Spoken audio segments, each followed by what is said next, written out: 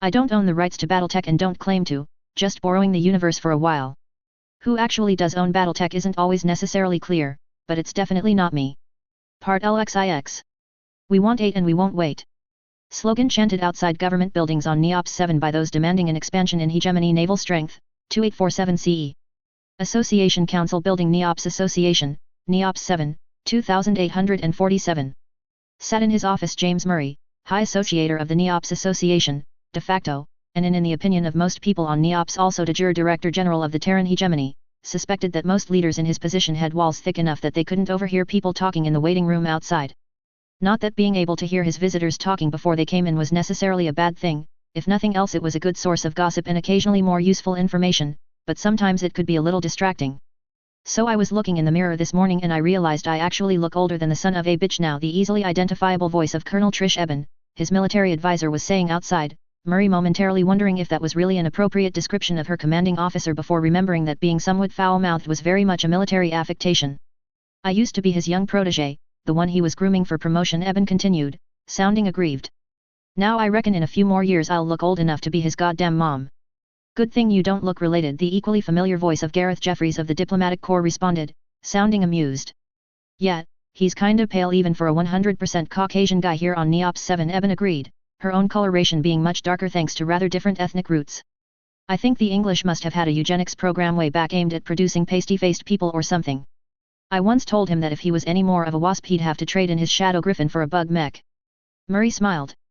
His own family background being originally from the Scottish part of the British Isles, and therefore prone to being even paler than the Sass Enochs like Hallis were, he had once joked himself that living under a red dwarf star was probably a good way to defy natural selection, far less chance of having to deal with skin cancer here than in most places. Did you watch the roundtable discussion on Neops News last night?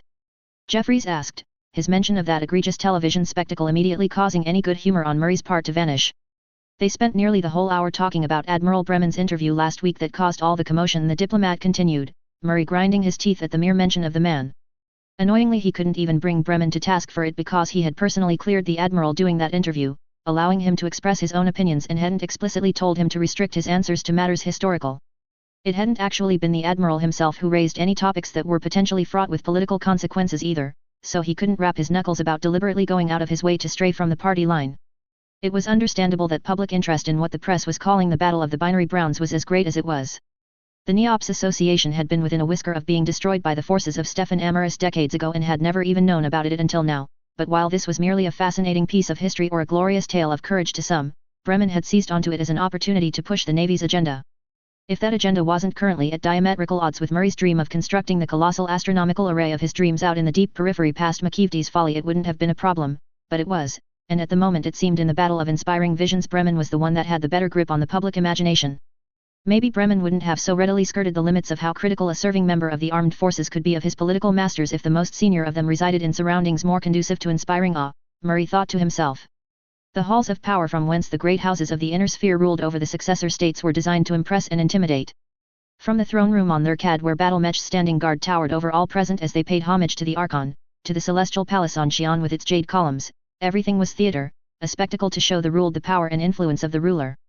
The Neops Association meanwhile was an interstellar power with the most powerful navy rimwards of Strinamekti that was run from what was arguably a rather drab concrete office block in the center of town next to a shopping mall, with the office of the High Associator himself being somewhat less grand and impressive than that of your average CEO of a middling conglomerate in the inner sphere. All things considered, it was probably for the best that they didn't allow foreign visitors because they probably wouldn't take the association as seriously as they should if they did. When his secretary was on her lunch break, James Murray answered his own telephone for God's sake, while his own lunch was usually sandwiches he made at home, not some great feast prepared by the finest of chefs and served on silver and gold plates like a noble potentate. Sometimes while chewing on his BLT and reading some summary report from the Department of Trade and Industry about ball bearing production or whatever, Murray had to remind himself that despite generally living the life of a somewhat dull bureaucrat for the most part, that he literally had the power to pick up his phone and order a planet to be turned into radioactive glass by orbital bombardment. Not that he really wanted to talk to Bremen on the phone right now, so the inner sphere was probably safe. Perhaps part of the reason for all those palaces was to remind those actually in power of that power too, he pondered, deciding that sending in tanks to break up the librarians' strike would probably be excessive, even if they were being a pain in the ass by demanding a double-digit pay rise. That was the problem with full employment and a booming economy. threatening them with dismissal when they could easily get a job doing something else just didn't work as a strong-arm tactic, and more extreme measures such as you might see employed in labor disputes elsewhere just weren't going to fly in NEOPS. In retrospect, giving the university lecturers a hefty raise had been a mistake because now everyone else wanted one, and contrary to popular belief, the NEOPS Association did not have more money than it knew what to do with. Only a small proportion of government assets were in the form of liquid capital, most of it had been invested in infrastructure projects, and while there was always the germanium reserves, it was becoming increasingly obvious that those were going to be needed for jump ship production. In a few years, exports of high-tech manufactured goods to the Free World's League and the magistracy would be bringing in plenty of additional tax revenue. The profit margins on devices that were increasingly scarce and difficult to source outside the hegemony, such as high-end scannalizers or autonomous robotics, should be considerable, but as yet the domestic economy was absorbing most production. In the shorter term, there was at least the income stream from the manufacture and sale of stasis tubes to Canopus to look forward to, the Magistrix herself having even stumped up much of the funds needed to rush through reverse engineering one of them that had arrived at NEOPS via the Thraxa trade route. Initially they had simply produced some replacement parts for faulty units in a project workshop, but demand was such that an actual production line for the tubes was in the process of being established on Copernicus. The news about the tubes had even apparently reached beyond the magistracy as far as the Draconis Combine, with the University of Samarkand recently contacting NEOPS asking if they could perhaps obtain assistance in maintaining the cryogenic chamber housed in their medical school. That of course being the very same cryogenic chamber that held the frozen remains of Stefan Amaris that Alexander Kerensky had donated to the university because he didn't think the man deserved a proper burial. James Murray didn't think the bastard deserved a proper burial either, and replied personally to the University of Samarkand that if the Magistrix was agreeable, and it proved feasible to ship a stasis tube right across the inner sphere, one would be dispatched when available that they could transfer the usurper's corpse into. Fortunately, because the Free World's League and the Draconis Combine tended not to come to blows with each other nearly as much as they did other states, it was feasible that a truce might facilitate, or at least not actively block, the shipment of the device across its territory.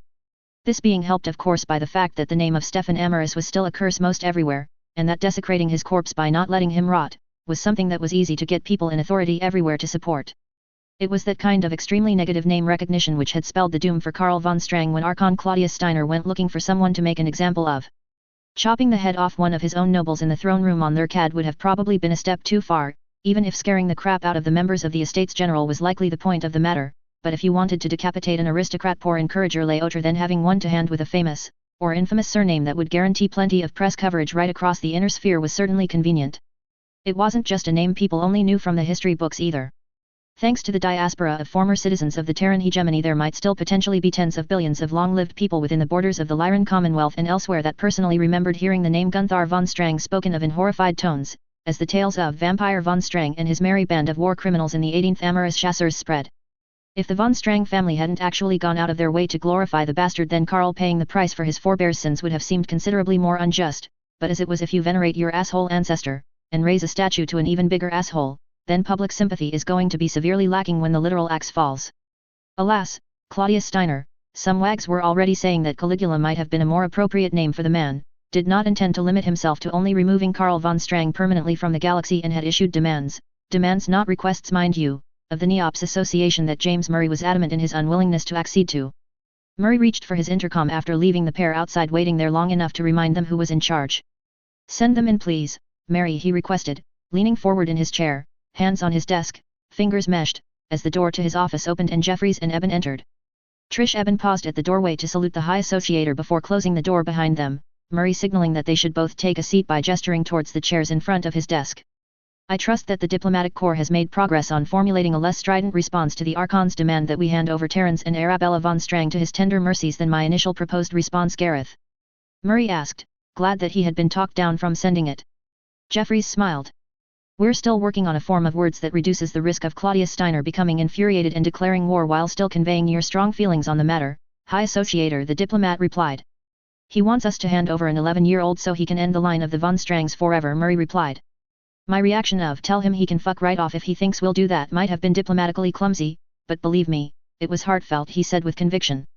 The fact either Claudius or his advisors thought it would smooth things over if they promised to only chemically castrate the boy, not just kill him alongside his aunt, did little to sway my opinion in favor of compliance with these morally obscene Lyran demands. Reading the man's body language, Trish Eben was gratified that this seemed to be one of those issues that the typically staid and technocratic Murray was emotionally invested in. Astronomy wasn't the only field of human endeavor where you ran the risk of triggering the High Associator's berserk button, and Claudius Steiner had managed to hit it square on. The HPG that arrived from their CAD had been condescending in tone for a start, Murray did not like being talked down to by those he considered his intellectual inferior, that being the vast majority of the human race, and by employing phrasing that was contemptuous of the minor periphery realm of Neops while demanding Murray hand over a child, the Archon had the high associator apoplectic with rage. If Claudius had both been more polite and only requested Arabella's head, literally or figuratively, Murray might have been pragmatic enough to consider it, maintaining good relations with the Lyran Commonwealth being in the interests of the association, but by being high-handed and demanding the boy as well, the new Lyran Archon had guaranteed there was no chance in hell the high associator would agree. He was rational, or at least he liked to think of himself so, but he was not amoral. If I might once again note that myself and the rest of the diplomatic corps were surprised that the Archon not only referred to our violation of Lyran sovereignty in his communique, but also mentioned that our task force almost ventured to within a single jump of their CAD while traversing their territory, Jeffries said, frowning. It was always a polite diplomatic fiction for both ourselves and the Lyrans that we skirted around the Commonwealth to get to von Strang's world, one that suited us both to publicly maintain, but Claudius seems to want to leverage the truth against us somehow. Trish nodded. Military intelligence was particularly surprised that he mentioned our flotilla's stopover at Hegel directly, since he could have only learned that from sources within one of the mercenary units. She interjected. I mean, it's not like we didn't assume there would be foreign intelligence assets inside the Merc regiments anyway, but from his perspective to spill the beans by directly confirming it like that seems a little wasteful of what might have been a valuable long-term intel source. Mentioning Hegel did add credence to his claim that their CAD had been under threat, at least theoretically, Jeffries suggested. It's not like the Free Worlds League or the Draconis Combine have ever gotten warships that close to the Lyran capital. Under threat my ass, Trish responded dismissively. A Carrack and a Royalty were about as much threat to their CAD as a single corvette would be to Neops. We know for a fact that there is at least one Lyran capital ship guarding that system, and it's a freaking battlecruiser, the LCS Invincible, she pointed out. You wouldn't put anything less than a Texas or a McKenna up against one of those things if you didn't have to. They're the only warships that any of the great houses ever produced domestically which can go up against a Black Lion II like Michigan in a fair fight and have a good chance of winning, other than the Stefan Amaris class battleships anyway, and none of those survived the Amaris War. Yes, Admiral Bremen said as much during his television interview, Murray responded. Though I'm not sure how it was entirely relevant to the topic he was actually supposed to be there to comment upon as a subject matter expert. Trish coughed awkwardly. It was the interviewer, not the Admiral, who raised the hypothetical question of how the Navy of today would handle a similar scenario of hostile warships bearing down on us, she replied.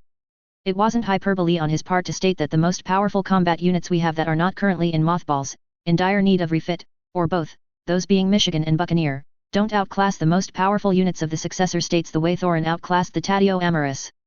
The man was quite clearly trying to strike fear into the hearts of those listening with his graphic descriptions of what experiencing an orbital bombardment would be like, Murray stated with annoyance. No, if anything he downplayed just how horrifying it would be, even if the hostile force chose not to employ nuclear, biological, or chemical weapons, Sir, Trish told him. For example, the Navy of the Free Worlds League are known to have once fielded multiple mass driver-equipped Soil-class cruisers, which can readily devastate a planet with kinetic strikes alone, and we also know that despite combat losses they still have at least one of them in service and presumably operational, because the FWLS Kumha was recorded as helping to repel a Capellan attack on Andurian and survived the action. I assume you are going to contend that these Soil-class ships are also so fearsome as to be able to match the most powerful vessels we have in service like this Lyran battlecruiser? Murray asked sardonically. No, the Soil is more of a glass cannon, lots of firepower but without the armor to match, so Michigan at least could normally be expected to give one a good shellacking, Trish replied.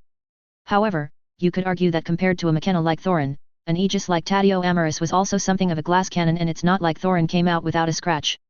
You can't always expect to be fighting an engagement that plays up to your strengths, not theirs. I wouldn't like to be in any ship that was unlucky enough to be on the receiving end of a mass driver round from a Soil. You're basically talking about a metal slug that weighs about as much as a medium battle mech being fired at the target at Gauss rifle velocities. That's why Admiral Bremen used the meteorite strike analogy, even if he didn't want to bore the audience with the actual numbers. A Soil can readily city bust without lobbing nukes at you, which is almost worse in a way because it means they can be used as very heavy orbital fire support during an invasion. No need to worry about giving your own men on the ground fallout-related radiation sickness if you decide to drop the hammer on some fortification they're struggling to take. Murray only made a grumbling noise in response.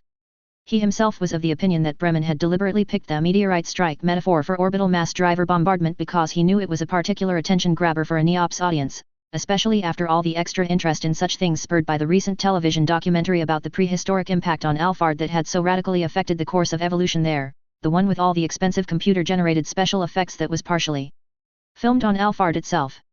If we're lucky, the Free Worlds League Navy may have lost the last of its Atrus-class battleships in the same battle over Andurian where the Kumha was last seen in action, Trish remarked. Admiral Bremen's nightmare scenario was always a Merrick task force spearheaded by Atrus and Soil-class ships jumping in, because with our most powerful ships mothballed, that would have necessitated us throwing our destroyers into a fight that should have been reserved for cruisers at the very least. Even if we won, it would have been bloody, and we couldn't necessarily guarantee a win. Murray pursed his lips. So, are you saying that Admiral Bremen greatly exaggerated the potential naval threat to Neops given that these Atrus-class battleships are no longer on the board? He asked, clearly hoping that this was the case judging by his expression. I did say may have lost the last intentionally because honestly, we're just not entirely sure, sir, Trish replied evenly, having no intention of throwing Jake Bremen under the bus. Most independent military analysts believed that all of the Atrus class had been lost in action during the First Succession War. The last time any of them had been actually seen in action was way back in 2809, but then, nearly 30 years later, the appearance of the FWLS Majestic over Endurian proved them wrong.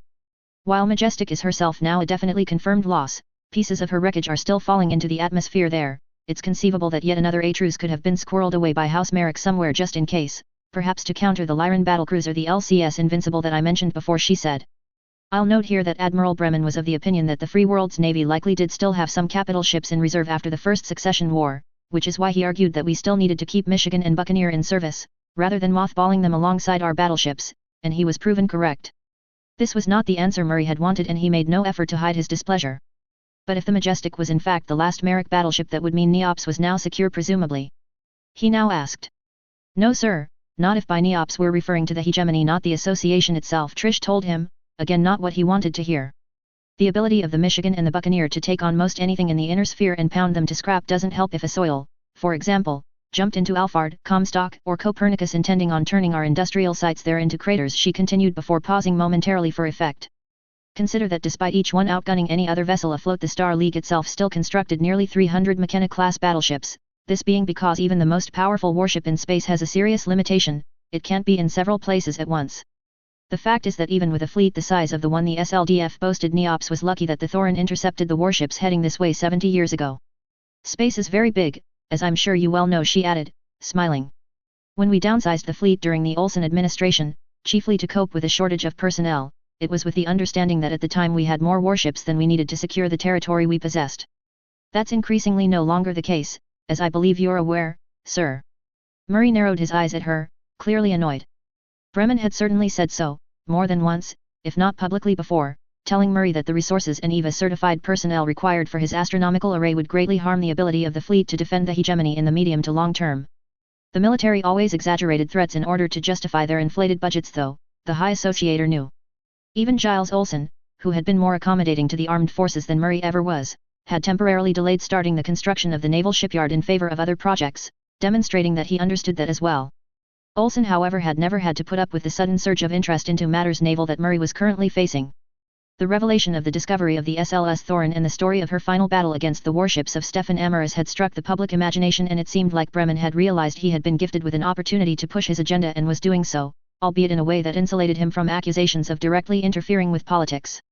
Putting aside his taking the opportunity to both laud the heroes of the Star League Navy and preach the gospel of Alfred Thayer Mahan from the media pulpit last week while answering questions, Murray sincerely doubted that Jacob Bremen had nothing to do with the op-ed which had appeared in yesterday's newspaper, the one written by retired naval officer Captain Simon Mitchell.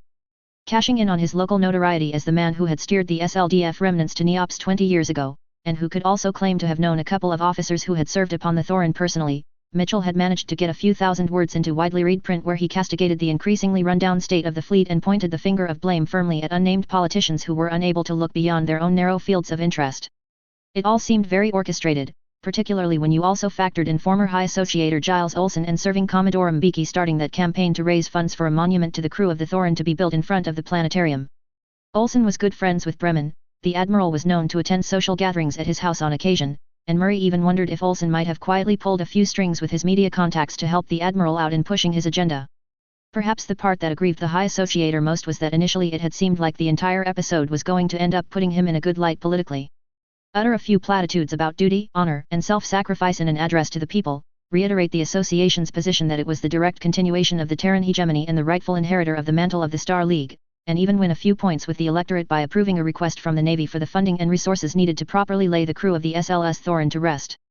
Instead, now there seemed to be a rising clamor to salvage the Thorin if possible, while stripping the two enemy ships it had defeated for parts, and pundits were discussing whether the spending priorities of the government were ill-advised. Not only was the hegemony supposedly facing an imminent critical shortage of merchant shipping capacity, did they really have enough warships to defend all the systems they were responsible for? If not, then why were they building orbital telescopes instead of dropships and allowing the battle fleet to degrade when it should really be expanding so it could protect the other colonies too? The crew of the Thorin hadn't just given their lives to defend Neops after all, they had fought to keep the people of Comstock and Francas safe from harm as well, those worlds and others being now the responsibility of the Neops Association itself. While salvaging the Thorin might be possible given enough time and resources, it would be easier than building another McKenna entirely from scratch, at least according to the experts. The Navy itself still wanted to get on with refitting Michigan with a lithium fusion battery and adding a worthwhile amount of anti-fighter and point defense weaponry, claiming that would deliver the most bang for your buck in terms of increased capability. They also wanted to offload the Invader-class merchant jump ships they operated to the care of civilian crews, ideally recruited from Francas and Comstock, so they could reassign the naval personnel serving on the cargo haulers to warships instead. They would need those personnel to help crew the minimum of 8 large warships, all equipped with lithium fusion batteries, that they claimed would be needed in commission to adequately defend the hegemony over the next 25 years. Given the claim of needing 8, Murray assumed they only really needed 6 and were hoping to settle on that number, trying to look like they were being reasonable in doing so. Even the full 8 was certainly an achievable goal, given adequate funding and the use of a project workshop to assist the refitting. The frigate James Sever and the destroyers Protector and Cape Bon with LF batteries would only take a few months each, not years, for a start. But Bremen's dream was to build the core of the fleet around several new-build battlecruisers, and constructing those would suck up massive amounts of resources. Resources that were needed for the High Associator's astronomical array, and the thought of being potentially having his arm twisted into giving up on that dream because of fickle public opinion made Murray visibly angry when he thought about it.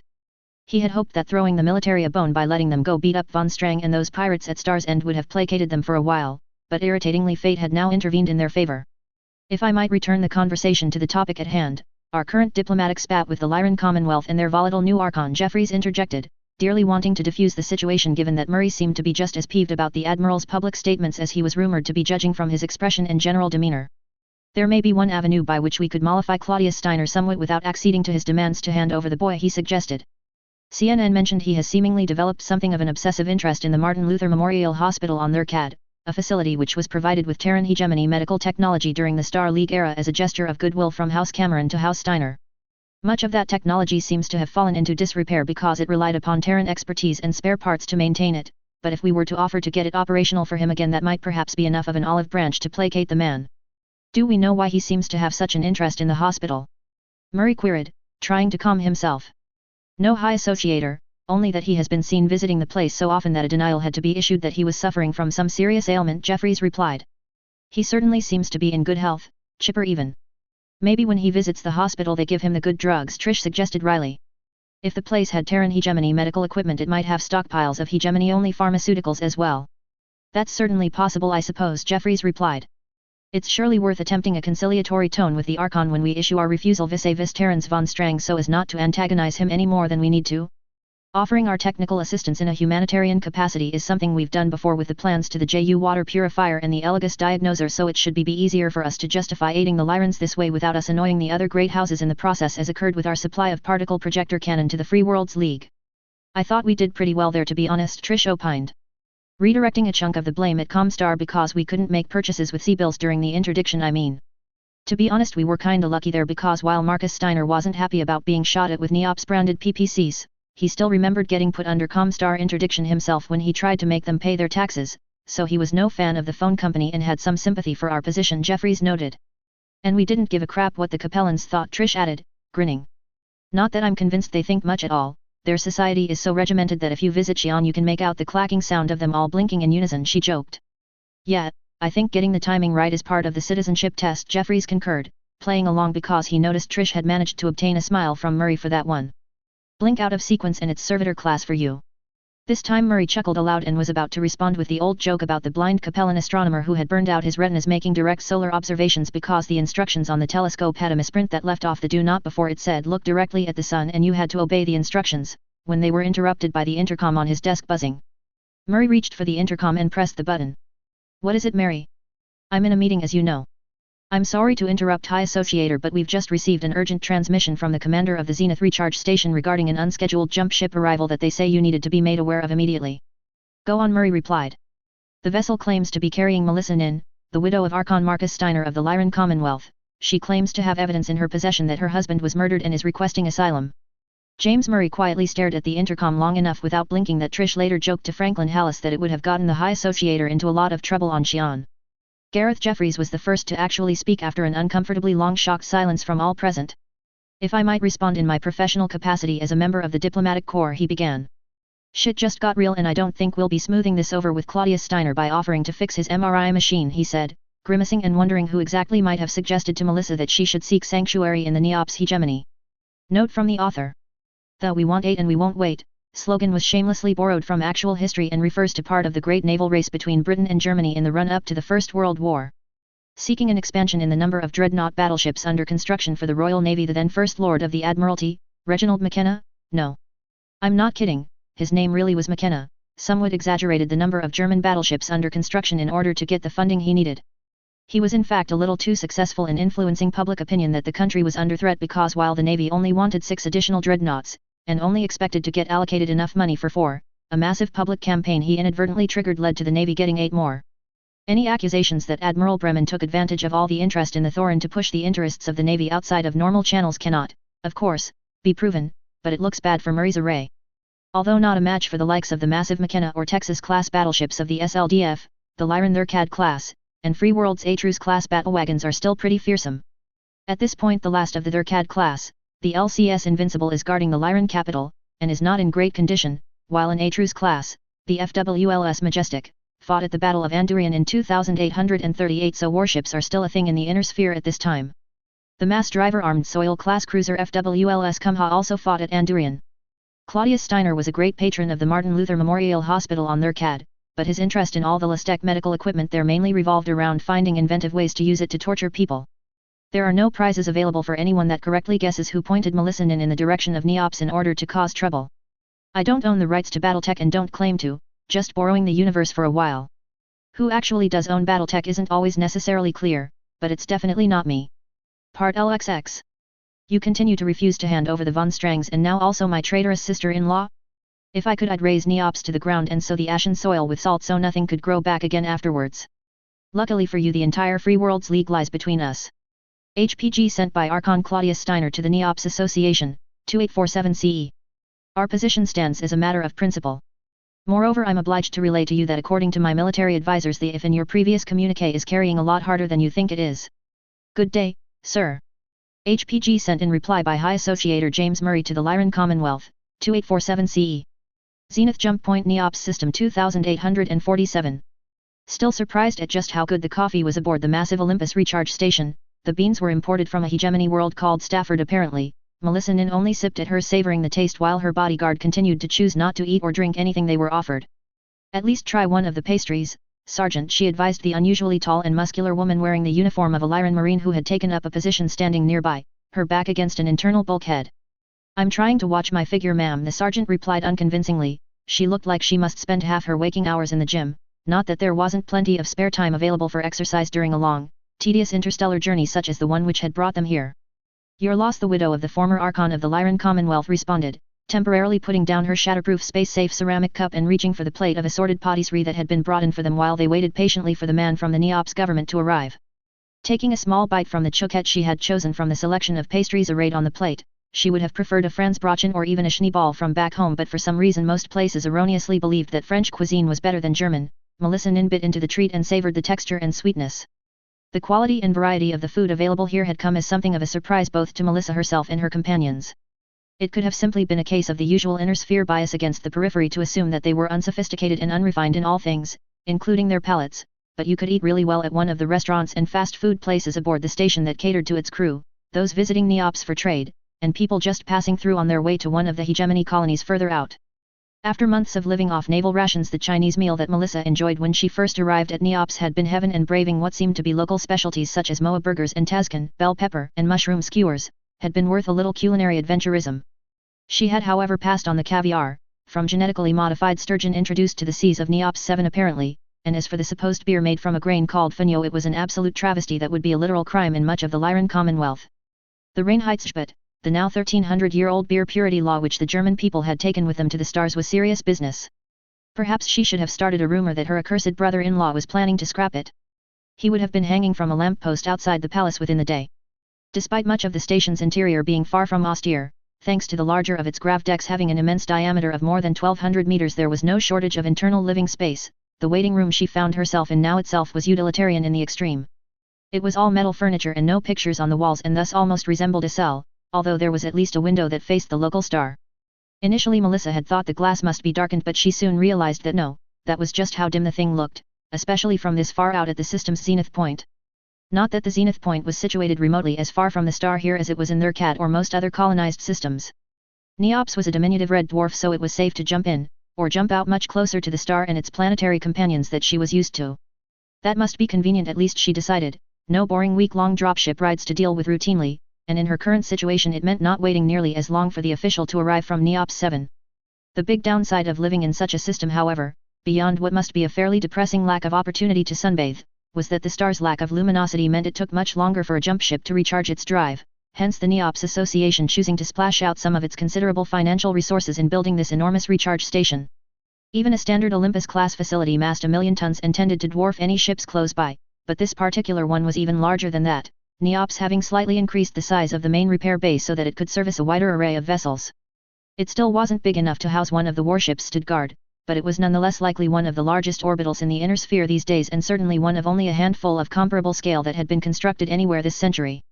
That said, it wasn't the size of the recharge station which caused many foreign visitors to feel perturbed when they arrived here, nor even the warships. It was the multiple squadrons of Voidseeker drone fighters that could be seen buzzing around which made the hair stand up on the back of the neck of anybody who knew about such things.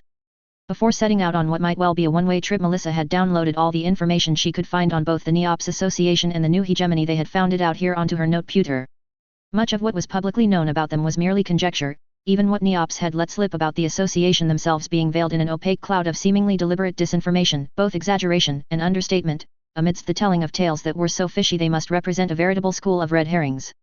They practically made Comstar look like an open book. Comstar. Neops was like Comstar in other ways too.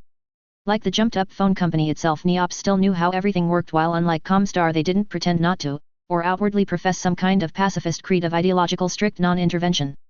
The association's general policy towards the successor states was broadly one of neutrality and isolationism, although they clearly found the Capellan Confederation and the Draconis Combine politically distasteful, and they traded freely with the Free Worlds League while enjoying a reasonably positive relationship with the Federated Suns.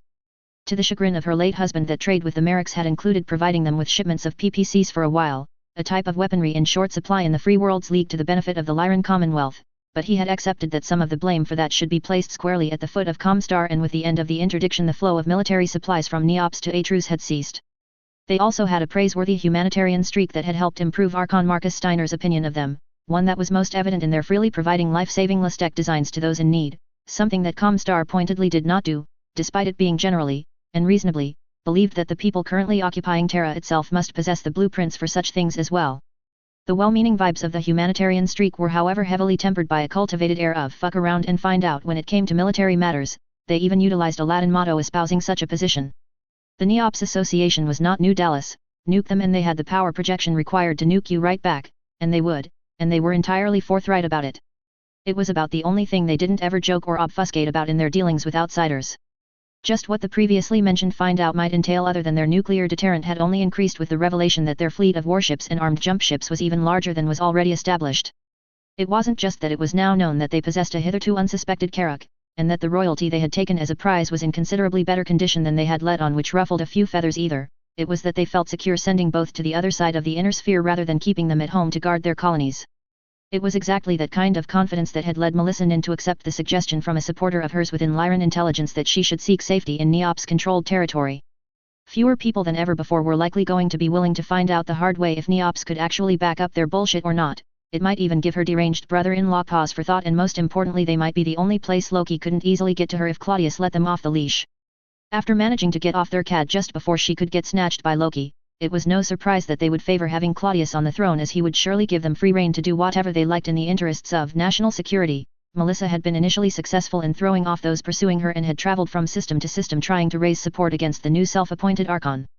Unfortunately her efforts had mostly come to naught, as the large majority of the military units that might have been willing to side against Claudius were tied down on the front lines, either holding back the ongoing invasion of the Commonwealth by the Draconis Combine or blocking the series of counter-offensives being launched by the Free Worlds League to try and take back the systems they lost during the Comstar interdiction. Finally concluding that her own real option was to flee the Lyran Commonwealth entirely, and after taking some advice on what her option were now, Melissa had embarked on the somewhat roundabout 6-month-long journey that had skirted the periphery and eventually brought her to Neops. It had only been during that time that she really had the opportunity to properly mourn her loss, as until then she had been far too busy to just sit down and do so. This had made the trip all the more melancholy as she contemplated the prospect of never seeing her homeland again as well as her beloved husband. The worst of it was she couldn't help but wonder how things would have turned out if Marcus had chosen not to dismiss the clamor from all the courtiers and advisors who had called on him to divorce his seemingly barren wife and then quickly remarry in order to produce a suitable heir for the good of the Lyran Commonwealth. If he had been a man of less rigid principles who didn't believe in keeping to his vows, or if he hadn't genuinely loved his wife, Marcus Steiner might well still be alive right now and the Commonwealth saved from what was surely going to be the rule of a tyrant. Life was far from just or fair, be you commoner or noble, and in the bigger picture any objective observer of the inner sphere would likely conclude that if anything it had been getting progressively worse for the majority of people for at least the last century and a half. Unfortunately you couldn't just blame it all on Amaris either, it took a team effort for humanity to go from a golden age to a new dark age within a single Terran lifespan. Claudius Steiner being very much a cheerleader for Team Entropic Collapse in Melissa's opinion, while conversely out in the periphery the Neops Association at least seemed to be making a stand of sorts for Team So, just throwing this out there, but how about we don't let the light of civilization go out? Okay, so it's a little radical we know, but if you could mull it over a while before dismissing the idea outright and going back to turning each other's worlds to radioactive glass we'd really appreciate it. In the meantime here's how you purify water cheaply so you don't all starve.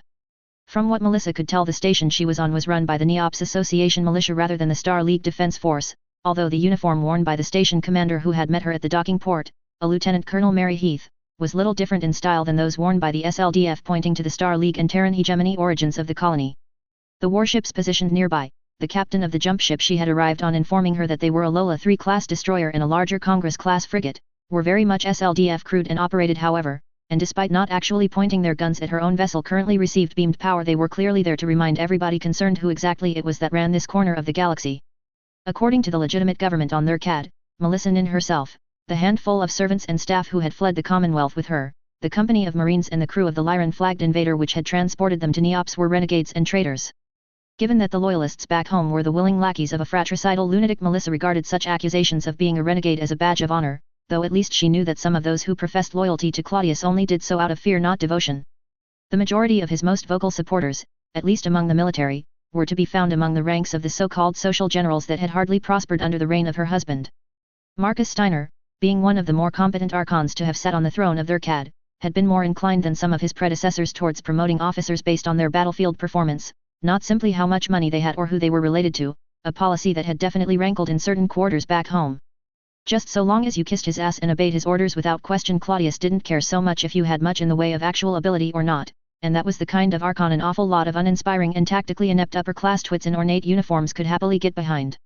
Melissa knew there was a very good reason why her husband had never formally declared his brother as his successor, despite their own failure to produce an heir. Marcus Steiner knew his little brother too well to think the Commonwealth would be safe in his hands and had been hoping like hell that either his wife would finally bear a child or that maybe Elizabeth Steiner, the young daughter of Claudius, would grow up more trustworthy to sit on the throne than her father. Marcus and Melissa had even discussed once what his little brother's reaction was going to be when Claudius's daughter reached her teens and was named heir to the throne instead of himself.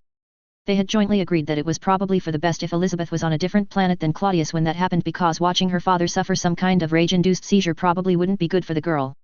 If the death of the Archon hadn't been so sudden, and Claudius hadn't moved so fast, Melissa was pretty sure that the majority of the members of the Estates General would have moved to try and block her brother-in-law from taking the throne. Harlan Dennison, the Speaker of the Assembly, had practically told her as much as he hinted that she herself would have been the obvious choice to rule, at least until Elizabeth was of age anyway, but since Claudius stole a march on everyone else by quickly moving regiments loyal to him to their CAD, those in the Estates General who were rather less than enthused about the situation had to keep their heads down, metaphorically, for fear of losing them, literally. Personally decapitating Karl von Strang had probably given Claudius a taste for it too, Melissa thought to herself as the door to the waiting room opened, though she was willing to accept that she might be a teeny bit more inclined to think the worst of the man than was strictly fair. Melissa immediately recognized the man who entered. He was about the only person from here that she might have, and it was reassuring that their government had seen fit to dispatch what must be one of their most senior diplomats. You didn't send a nobody to meet the Pope in Rome after all. The expensive-looking suit he was wearing was made in the Italian style, so he probably got it made there during his stay, although Melissa herself always thought that when it came to men's fashion Terran designs were a little dated. Gareth Jeffries, Neops Association Diplomatic Corps. The man introduced himself redundantly. Before we begin, do you prefer to be addressed as the Lady Melissa Nin or the Lady Melissa Steiner? I wouldn't want to offend, he checked, smiling. Either will be fine, Melissa replied. My husband didn't insist on me using his surname, though I often did so at official functions, she continued. Or we could just put aside the formalities and you could simply call me Melissa instead, she suggested. Melissa and Gareth it is then. The diplomat accepted her offer of a more relaxed form of address. And you are? He asked her bodyguard. Sergeant Melinda Geisler, the Marine replied. I would much prefer to be addressed as Sergeant rather than my given name, or ideally not to be involved in the conversation at all, she stated firmly. As you wish, Sergeant Geisler, Jeffries responded before turning back to Melissa. I do hope you realize the awkward position you've placed us in by coming here and asking for asylum. He asked her rhetorically. The policy of the NEOPS Association as regards our diplomatic relationship with the Lyran Commonwealth has always been one of broad indifference for the most part. You're not really close enough to represent either a potential threat or a particularly valuable trade partner, although on the flip side we also didn't regard your internal political or social structure to be morally objectionable to the point that we felt obligated to castigate you for it. Melissa smiled. For what it's worth, my husband found some of the cutting remarks your government has made in the past regarding Houses Kurita and Liao both insightful and wryly amusing, although I strongly doubt you would be very welcome on either Luthien or Capella, particularly the latter given your government's habit of describing the servitor system as chattel slavery with exams. I've always preferred describing their society as socialism with Capellan characteristics myself, those characteristics being chiefly neo-feudal slavocracy, but I'm an academic by background, Jeffries replied, smiling back. I think it's safe to say that no matter what you called it, that trying to fit it into his model of the way societies develop over time would have driven Karl Marx to distraction. Interesting. So how would you describe the Draconis Combine? As a very large-scale and elaborate Tokugawa period theme park with battle matches, Jeffries replied, still smiling.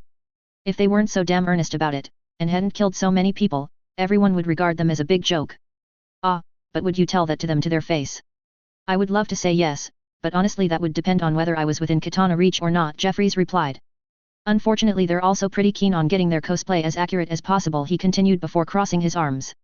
Much as I enjoy friendly banter, perhaps we could move on to the main reason I jumped aboard the first dropship heading here from the capital as soon as word reached us of your arrival. Your request for asylum. Or more specifically your justification for why we might grant it, that being your declaration that it was your father-in-law, the new Archon of the Lyran Commonwealth, that murdered his predecessor, your husband, thus making his succession entirely illegitimate. That is my position, yes, Melissa confirmed. Jeffries uncrossed his arms and leaned forward in his chair, now placing his hands on the table in front of him, fingers meshed.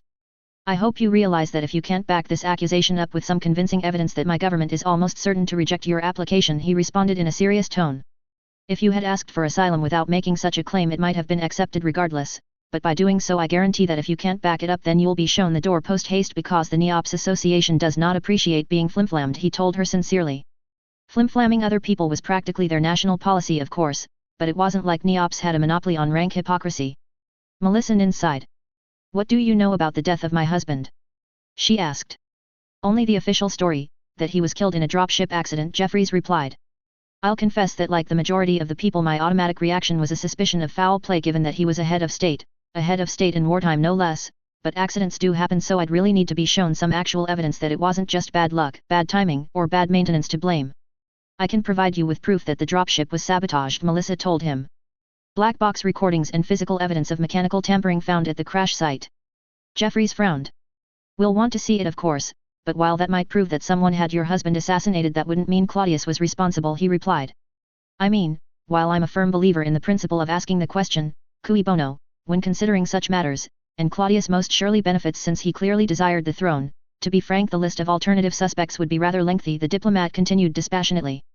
For a start I'll remind you that SAFE almost succeeded in assassinating Archon Richard Steiner by proxy 30 years ago, and your father-in-law never got nearly as close to delivering a knockout blow to the Free Worlds League as your husband did, so they're bound to have been gunning for him even more. It wasn't the Merricks that killed my husband, Melissa replied flatly. Not saying that it was, just giving an example, Jeffries responded. Historically Merricks have a much better track record of doing away with other Merricks that they do major rivals from outside their family, although on that note I must observe that for its part House Steiner has generally refrained from such shenanigans, which is why there is always going to be a healthy skepticism to any claims that Claudius has been channeling many a Merrick heir. This time it was Melissa's turn to cross her arms. The reason I know Claudius was behind my husband's death lies with how swiftly he moved to dispatch regiments loyal to him to their CAD, she stated. Although it was, let's say unseemly, at how quick Claudius was to move troops while he should have really been mourning his brother, I'd argue that being callous, power-hungry, and self-absorbed only makes him an asshole, not a murderer, Jeffries responded. And if I told you that at least one of the units concerned started loading onto dropships to head for their CAD to secure the throne for Claudius before word reached the world they were on of my husband's demise, what would you say then? Melissa asked drily. Gareth Jeffries raised his eyebrows, remaining quiet for a few seconds before frowning. I would say that I'd very much like to see the proof of that being the case, and, contingent on whether or not your claim is borne out by said evidence or not, I might well conclude that at least one of the people involved in plotting your husband's death was an outright fucking moron. It might be more accurate to describe them as incapable of adaptation to changed circumstances or showing initiative, but moron would do at a pinch. Melissa concurred. To be clear, it wasn't that they started to deploy ahead of everyone else, it was that because of a technical fault that occurred when the Durcat HPG station tried to transmit the notification of the Archon's death to Upano, and because Upano itself only has a B-class HPG station, this wasn't noticed for some time, she explained. I assume you know about Comstar's A and B class stations. She checked. I'm aware you people operate your own network.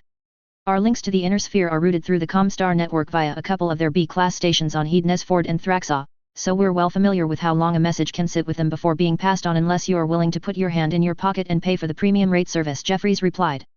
Our own Encomnet stations are what you might call A+, they transmit every 4 hours or so, although you'd be surprised at how much of the data being transferred is to do with pictures taken by telescopes these days, he said, recalling a memo sent out by Encomnet that crossed his desk bemoaning how much of their bandwidth was being leached off by High Associator Murray's pet project. Still pretending that those massive orbital telescopes of yours aren't weapon platforms, are we? Melissa asked sardonically. My husband didn't buy that implausible cover story for 1 second. Jeffries sighed, just about the only time the Neops Association was telling the unvarnished truth about something they were up to and nobody believed them.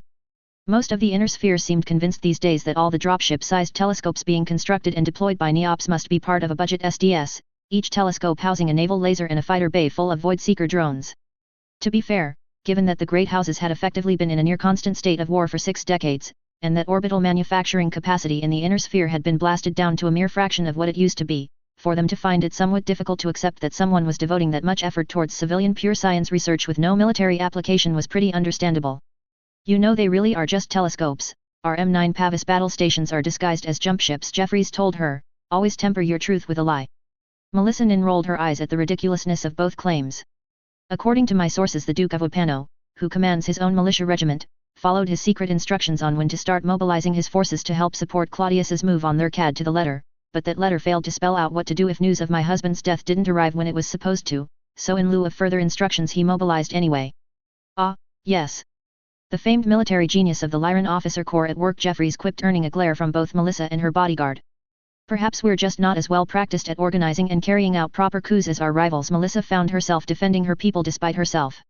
You should be grateful that it all sounds more plausible than it really should, Jeffries responded, thinking to himself that at least Capellan and combined troops had the excuse that they feared they would be summarily executed for displaying excessive amounts of personal initiative. The tactical failures of the LCAF was simply a result of being cursed with a surplus of often staggeringly incompetent officers. Normally that wouldn't matter quite so much for a regiment based on Upano, a system situated far from the front lines, but in this case, when a little more news on the part of the Duke would have come in handy, they had evidently come up short. Jeffries looked thoughtful.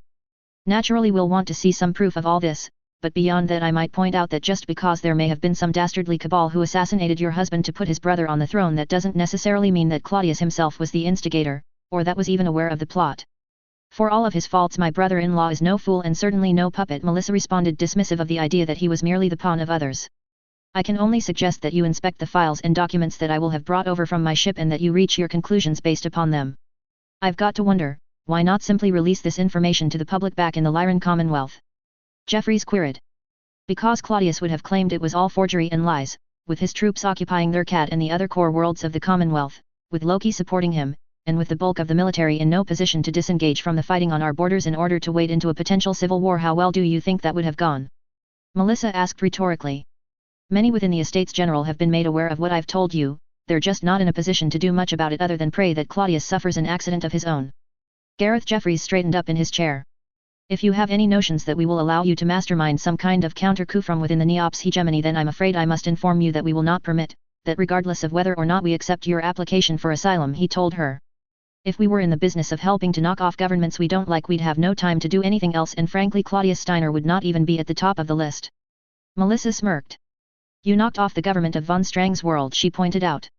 We did, but only because they were entirely bereft of support in the wider galaxy, so the diplomatic fallout would be minimal, and furthermore to that because Karl von Strang was at the top of our list, Jeffries responded, amused.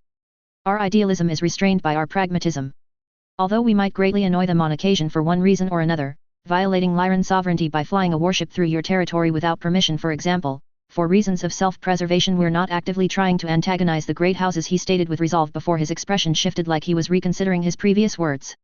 Well, maybe the Combine on occasion, he admitted. They were just assholes on so many levels and they were far enough away that saying so wasn't likely to lead to an invasion.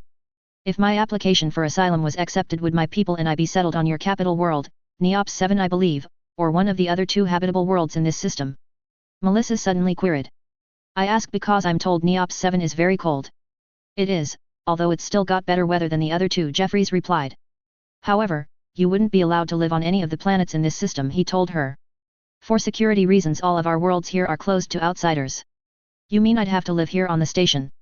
Melissa asked with a grimace. As space stations go it was very nice, but it wasn't somewhere you'd want to live in the long term. No, we're hoping that the government of Stafford would be willing to accept you, Jeffries replied. There's a couple of reasons for that. Firstly because they also operate a system of restrictive immigration, making it easier to keep infiltrators and spies out, and secondly because it's where we base the Blackheart's mercenary regiment, and their presence is likely to give even Loki pause for thought if Claudius decides to sick them on you. Special forces. Very special forces, specialists in counter-terrorist work and black ops work. They're better than any of our own people at that stuff, to be perfectly honest, Jeffries told her. If Stafford won't take you then we might have to improvise. Your own government can't simply overrule a decision by one of your colonies. Only if they try and do something totally unacceptable like reintroduce slavery, or stop holding elections, Jeffries replied. Their immigration policy is entirely up to them. We're not the Terran Alliance. Just because we're the only system in the hegemony with warships doesn't mean the rest of them are just vassals we can rule over with an iron fist and a threat of orbital bombardment. They're citizens, not serfs. How progressive of you. Yeah, it's a somewhat radical notion in this day and age, we know, Jeffries responded with a shrug. Note from the author. The fact that Marcus Steiner did not name his younger brother his heir despite having no children himself, and given that in canon the estate's generation wanted to put Melissa Nin on the throne as Archon, despite her lack of political and military experience, my assumption is that an awful lot of people in the Commonwealth knew that Claudius was a really, really bad choice. While beer made from Fenio grown on Alphard might be popular in Neops, it would definitely fall afoul of the Reinheitsgebot.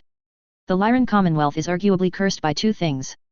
The so-called social generals who so contribute to the infamous levels of military incompetence ascribed to the LCAF, and Loki, their extremely competent, and deeply unpleasant, intelligence agency that very much found its niche during the reign of Claudius Steiner. Loki all too often functions like it's a terrorist organization operating under a letter of marque. They are rightly feared in many quarters. Neops respects their abilities enough to believe that only the Blackhearts running interference would represent a stumbling block for them. I don't own the rights to Battletech and don't claim to, just borrowing the universe for a while.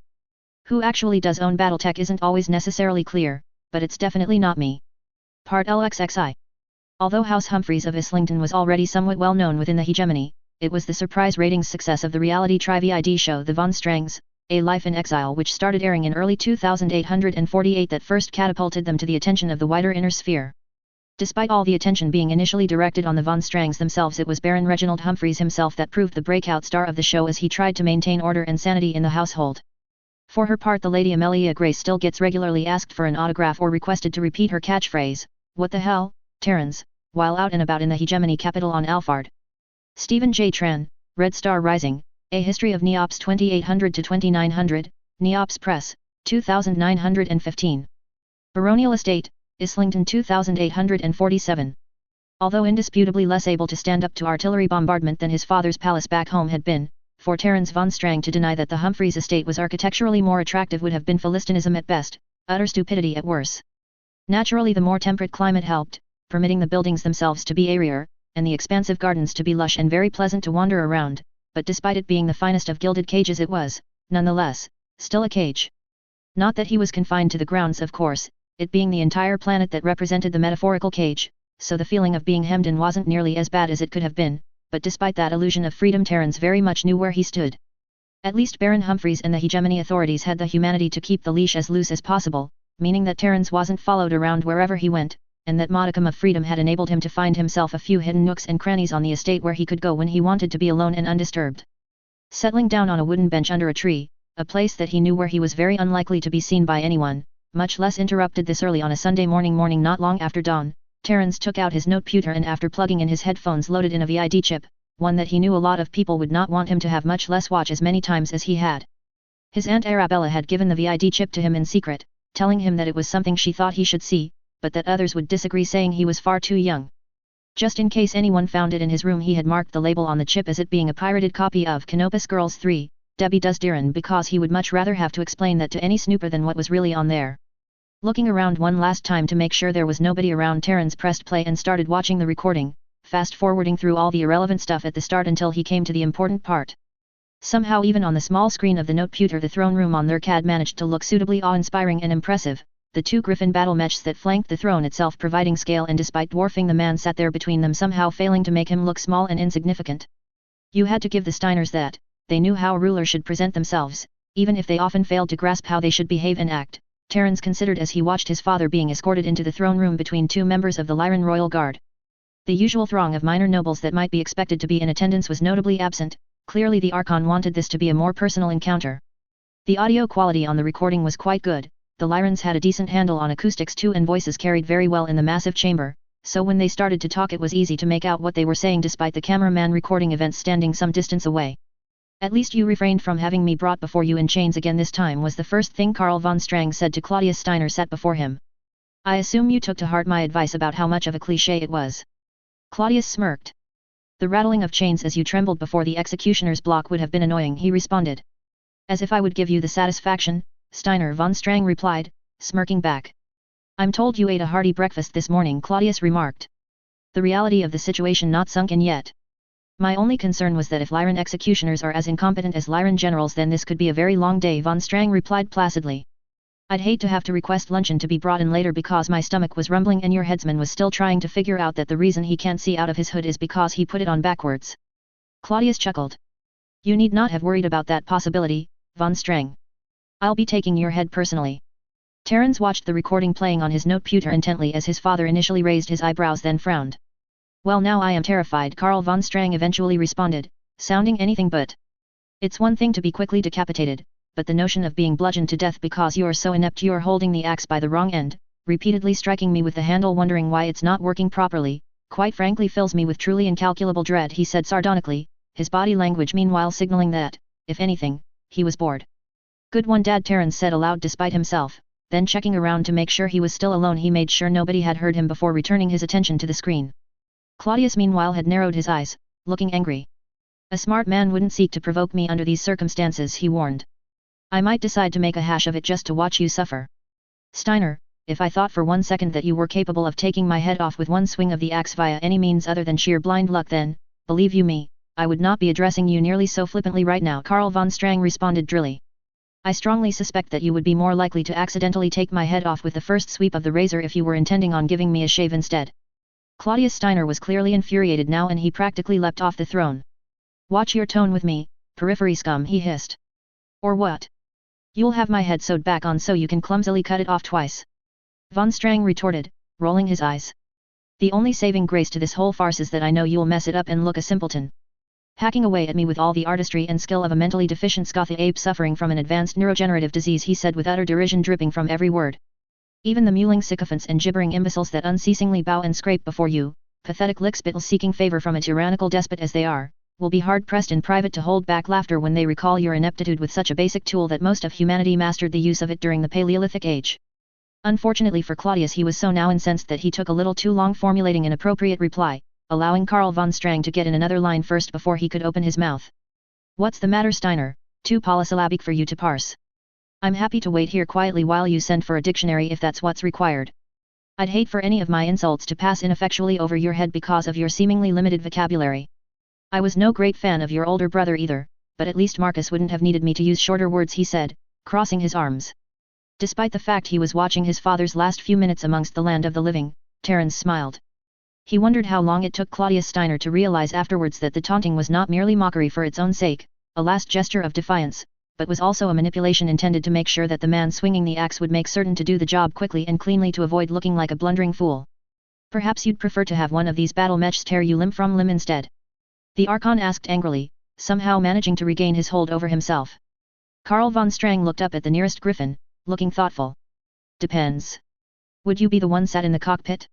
If so then I'd probably fancy my chances against you unarmed, he replied, smirking again.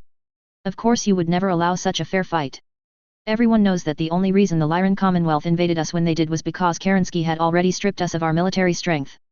You would have never dared to face us in the field otherwise. This time it was the turn of Claudius Steiner to roll his eyes before laughing. You're nothing but a common pirate who ruled a bandit kingdom, he told Karl von Strang. Your pretensions to be more than that, the ludicrous claims of your barony to be the successor to the Rim World's Republic, are laughable. If they were so laughable, then why did the Star League Defense Force itself have to cross the breadth of the inner sphere from Neops to topple me from my throne, while nearby Steiner armies feared to do so? Von Strang asked rhetorically. At least I can die happy in the knowledge that I was defeated in battle not by some mere Lyran toady who was only appointed the rank of general because his second cousin thrice removed was some Steiner's mistress a century ago, but by an enemy actually worthy of my people and my lineage, he declared. It took actual warriors fighting beneath the banner of the Cameron Star to bring low the noble Stefan Amaris and my great ancestor Gunthar von Strang, while the toy soldiers of Robert Steiner vanquished unarmed civilians before lauding themselves as mighty conquerors. Clearly, little has changed since then. It was more than obvious to Terrans why the version of these events that had been televised in the Commonwealth had been so heavily edited so as to remove almost everything his father had said that day. Quite how this unedited version had leaked, and who was ultimately responsible for it being leaked, was still a mystery, although most media commentators seemed to believe that elements within the Lyran intelligence community aligned with either Melissa Nin or discontented members of the Estates General were responsible. If Melissa was the person to credit with the leak, then Terrans hoped he would get the opportunity to shake her hand one day. After all, she hadn't actually been born into the Steiner family, only married in, so it wouldn't be an utter betrayal of his ancestors to do so. Given that she too was now living in exile in the hegemony, albeit on Stafford a few jumps away rather than Islington, there might even be a chance he would get to meet her one day, although for her part she might not wish to. Terrans knew that the Lyrans probably felt the same way about him as most people from the former Rim World's Republic felt about them. It was always your immediate neighbors that you had the greatest rivalry and distaste for. The magistracy of Canopus quietly maintained their own deep-seated hatred of Free World's League too, them being another poor unfortunate periphery realm sorely oppressed by the supposedly civilized inner sphere nation they bordered. If relations between the Neops hegemony and the Free World's League didn't eventually sour too and lead to them coming to blows in the fullness of time, Terrans would be very surprised. Forcing himself to watch the rest of the recording, Terrans was proud of his father's courage and poise.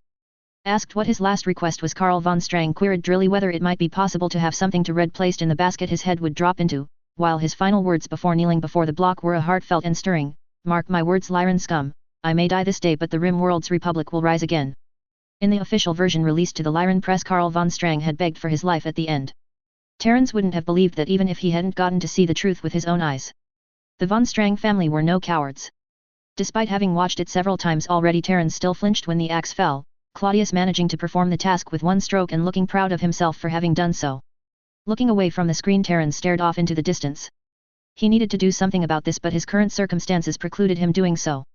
Fortunately, a conversation with Amelia Grace a couple of days earlier had given him a few ideas on how he might go about it, and while his first attempt had failed, Baron Humphreys not being immediately cooperative, he might be able to force the issue with a little chicanery. For the sake of efficiency, he could also kill two birds with one stone and scratch off something else on his to-do list at the same time, he decided, unplugging his headphones and turning off his noteputer as he stood up. No time like the present, he decided, heading back towards the house as the sun continued to rise in the sky. A couple of hours later, Vaslav Tefnek was thinking about maybe making pancakes later as he walked into the kitchen of his farmhouse, the medium-sized family farm situated on the other side of Gislanjun, the capital city, from the Baron's estate and even further out. If it wasn't a Sunday, then he would have already been out on the fields by that time in the morning, but because it was the day of rest, he instead went about pouring himself a cup of coffee and making plans to laze around in front of the Trivid for the next couple of hours.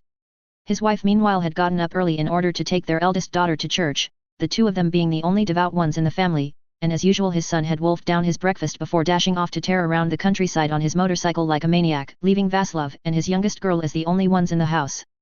Judging from the sound of running water upstairs, Dia had finally dragged herself out of bed and was taking a shower, so Vaslav readied himself for an argument as to what channel they were going to switch the Trivid to.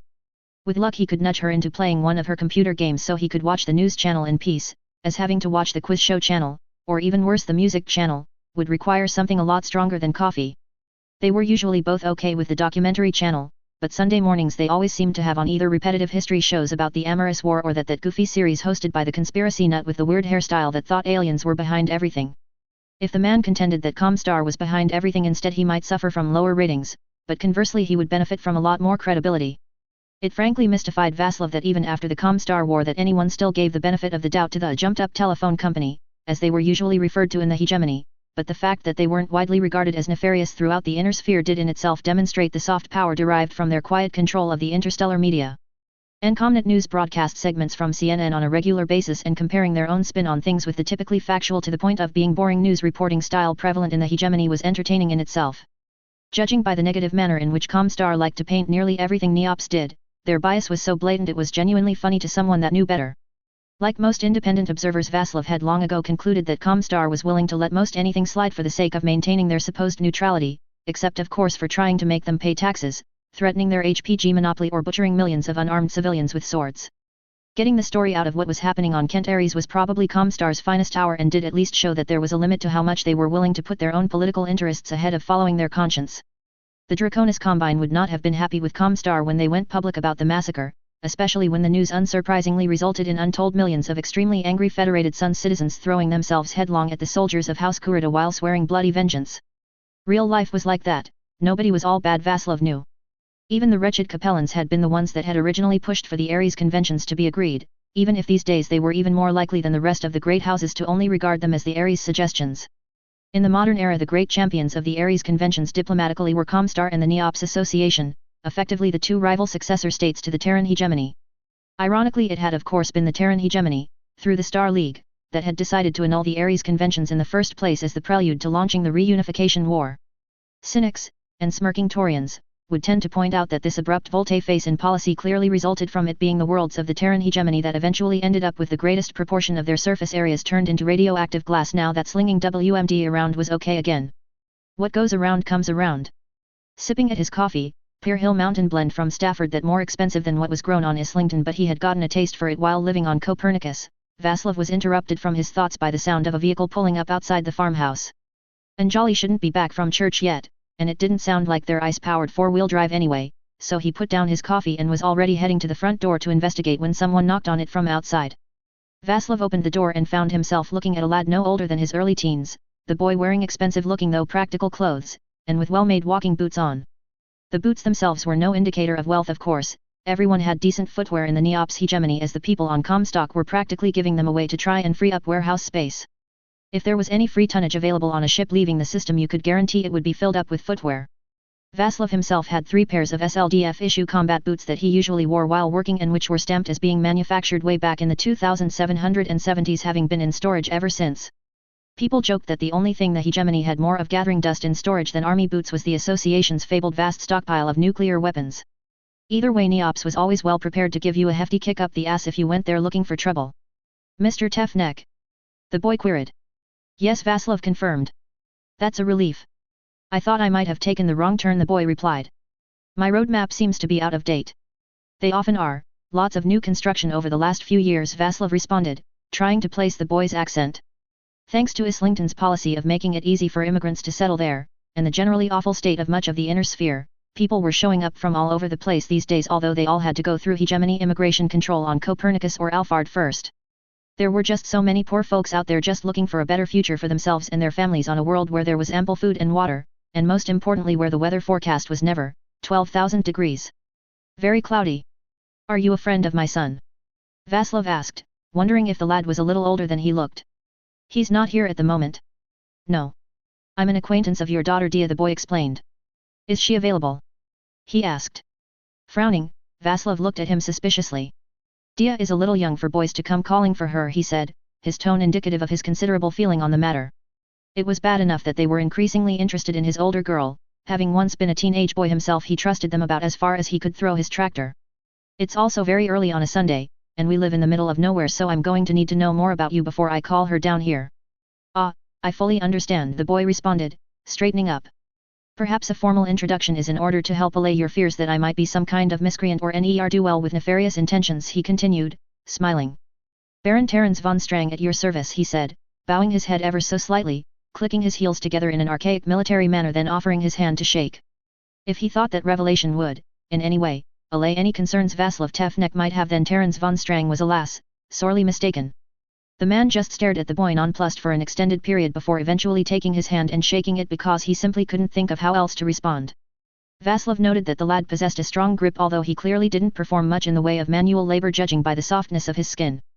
The farmer's own hand was all calluses by comparison because he himself had always worked hard for a living. He certainly hadn't grown up having people do all the work for him if they wanted to keep on living. "Who are you talking to, Dad?" Dia asked, her voice heralding her appearance before she entered line of sight with the front door. When she saw who was standing there she froze and much like her father simply stared for a moment before collecting herself. "What the hell are you doing here?" she demanded to know. Normally Vasilov would have chided the girl for the mild cursing, but under the circumstances felt she deserved at least some credit for not using the F word instead. He himself wouldn't have been quite so restrained at that age, having been pretty foul-mouthed as a teenager. "Would you believe I turned up at your doorstep by accident?" Terence asked rhetorically. "No," Dia replied. Terence nodded. "Good. I didn't have you pegged as an imbecile, despite your impoverished background as a refugee," he told her, smiling again. "We're immigrants, not refugees," Dia corrected him curtly before her father could. "And I've had you rightly pegged as an obnoxious jerk ever since we first met," she continued, glaring at him. "What do you want, Terence? Also, how did you know where I lived and how did you even get here?" she reasonably wanted to know. "You should really address me as Baron rather than by my given name until invited to do so, but under the circumstances I'll let the breach of etiquette slide," Terence responded in what he thought was a suitably amiable and conciliatory manner but really wasn't. "To answer your first question, it occurred to me that I never did thank you for your letter of condolence for my father's death. It certainly made a change from all the ones saying they hoped he was burning in hell, and I thought it polite to do so in person," he continued. "Regarding how I found out where you lived, you're literally the only people named Tefnek on Islington, so it wasn't exactly a feat worthy of a master detective to track you down. You're in the telephone book," he pointed out. "If you'd been named Smith instead it really would have been a lot more work than it was." "That's fair," Dia conceded, although it still didn't explain why he had shown up at her door. "Wait. People sent you letters saying they hoped your father was burning in hell?" she asked incredulously. "Only a small fraction of those that were thinking it, I'm sure," Terence replied, sounding all too blasé about it all. As his father had instructed him once, one shouldn't outwardly display one's innermost feelings in public, particularly not in front of the lower orders. It made you look and sound weak. The von Strang family was not weak, Terence knew. The von Strang family was calm under pressure, measured and unflappable, except for Auntie Arabella at times of course, but her lack of poise was among the least of her issues. Another piece of sage advice the late Baron had given his son was that while Arabella could be trusted implicitly to try and stop anyone from outside the family knifing him in the back, her filial loyalty was unquestioned within that narrow remit, but that didn't mean that she wouldn't be the one holding the knife. Not as part of some power play, you understand. She was just completely mental, or at least she had been before the compulsory medication. Now she was only mostly mental in Terrence's opinion. In Terrence's mind, the inability of James Humphreys to grasp that by getting into a relationship with her he wasn't so much playing with fire as much as he was juggling reactor plasma was something that didn't speak well of the man's own mental health either, but that was another matter. "Oh, and I got here by car obviously," he suddenly remembered to answer the last of the girl's questions, stepping aside to point at the expensive-looking fuel cell-powered SUV with the tinted windows behind him. "Who's waiting for you in the Jeep?" Vasilov asked, unable to make out anyone inside the vehicle. "Nobody, I drove myself," Terence replied. "You're my age. How do you even have a license?" Dia asked him. Terence shrugged. "I don't." Vasilov frowned. "Isn't that illegal?" "I imagine so, but honestly, seeing as how I stole the car, worrying about having the correct paperwork needed to drive it lawfully seemed a tad trivial," Terence responded. Dia and her father both stared at him dumbfounded. "You stole the car?" Dia managed to ask after her brain caught up. "Well, stole might be a little hyperbolic as I always intended on giving it back, but I'm not sure if there's too much legal distinction between that and borrowed without permission, so on that basis I'd have to stick with stole." "Yes," Terence confirmed, nodding. "Whose car did you steal?" Vasilov asked, sounding considerably calmer than he felt, probably because he hadn't finished his coffee yet and wasn't fully awake, and somewhat wishing that he had gone to church with Anjali so he could have personally avoided this mess. Not that it would have been fair on Dia. "Baron Humphreys," Terence replied, "but it's okay. He's got others if he urgently needed to drive somewhere today," the boy said dispassionately before pursing his lips thoughtfully. "You might want to call the authorities though if you want to ensure you don't get accused of being an accomplice or an accessory to the crime," he advised. "You stole Baron Humphreys's car," Dia said slowly. "And you drove it here. Explaining to your mother why we're all being deported back to Sirignola is going to be fun," Vasilov told his daughter Riley. "I'd better make that phone call to the police before they turn up and stick me in handcuffs thinking I put the boy up to this like some latter-day Fagin," he decided. Terence raised his eyebrows, slightly surprised that a mere peasant farmer would make a literary reference. That wouldn't have happened back home, mostly because his sort couldn't read. "I still have one living parent, so the Oliver Twist illusion doesn't quite work out," he said. "Although that poor facsimile of porridge the SLDF people forced on me a few times most certainly counts as gruel." If you mean the stuff they make from Fenyo, I actually kinda liked it when we lived on Copernicus, Dia told him. You also think the Moa nuggets at Franca's Burger to be superior to their deluxe double bacon cheeseburgers, Terence recalled, which already proves that your palate is distinctly suspect, he opined. Dia narrowed her eyes.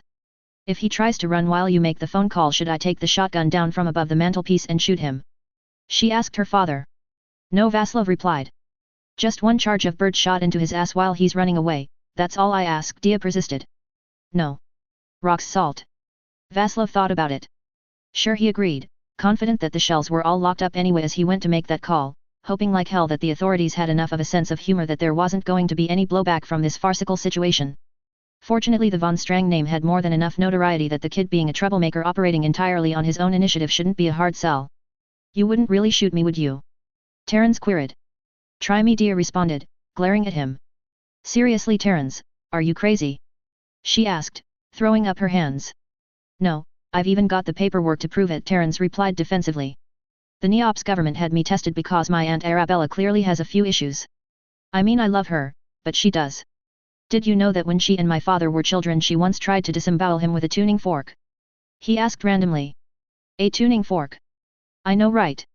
Dad was just lucky she wasn't slightly less nuts, or she'd have tried using something more suitable for the task, Terence agreed. Despite the lack of true peril, it was still one of his better bedtime stories, though, he added with a sigh. My grandfather made Arabella apologize and grounded her for 3 months, and he had the piano tuner scourged for not keeping a closer eye on the fork. You're kidding. No, really, 3 whole months, Terence confirmed, nodding. Dia blinked. No, I meant he really had the piano tuner scourged. She asked again, wondering who the subject of her question was could possibly need explaining. Okay, so I exaggerated a little, Terence admitted sheepishly. He wasn't actually properly whipped as such, he just received a few lashes with a cat-o'-nine tails, so it would have hurt a lot, but it wouldn't actually risk killing him or stop him working. It's not like there were a lot of people back home that knew how to tune a piano. Jesus Christ, Dia muttered quietly to herself. He might not be technically crazy, but Terence was far from being well-adjusted, and she was about to tell him so in no uncertain terms when she was interrupted from her chain of thought by the sound of an approaching VTOL coming in low. Helicopters were fast, and they weren't that far from town, but as the aircraft appeared looking like it was planning to set down in the meadow next to the farm, the chickens in the pens nearby reacting badly to the whine of the turbine engines, there was still no way that one had gotten there that fast in response to her father's phone call. As it set down, Dia could see that it wasn't even a police helicopter, nor one belonging to the planetary militia. Instead, to her surprise, it bore the insignia of the mercenary regiment Bolton's Rangers. By the time a very surprised-looking Vaslov rejoined them, still holding the cordless telephone to his ear as he talked to someone from the police, 2 men emerged from the helicopter and began walking towards the stolen vehicle, changing direction towards the house when they spotted Terence stood there at the door. And now the Baron of Islington himself arrives on my doorstep after landing in a helicopter, and he looks really pissed off, Vaslov remarked, thinking that his son was going to be annoyed that he missed all the excitement. Yes, I'm being serious, he told whoever was on the other end of the line, they having clearly heard what he said.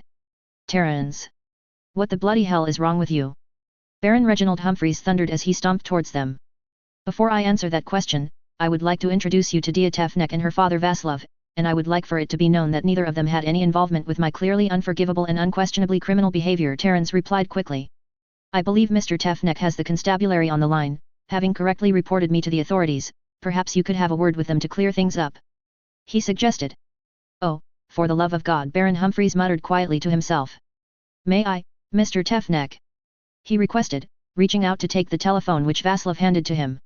While Humphreys took a few steps away, talking to whoever was on the other end of the line, Terence turned to the man who had arrived with the Baron.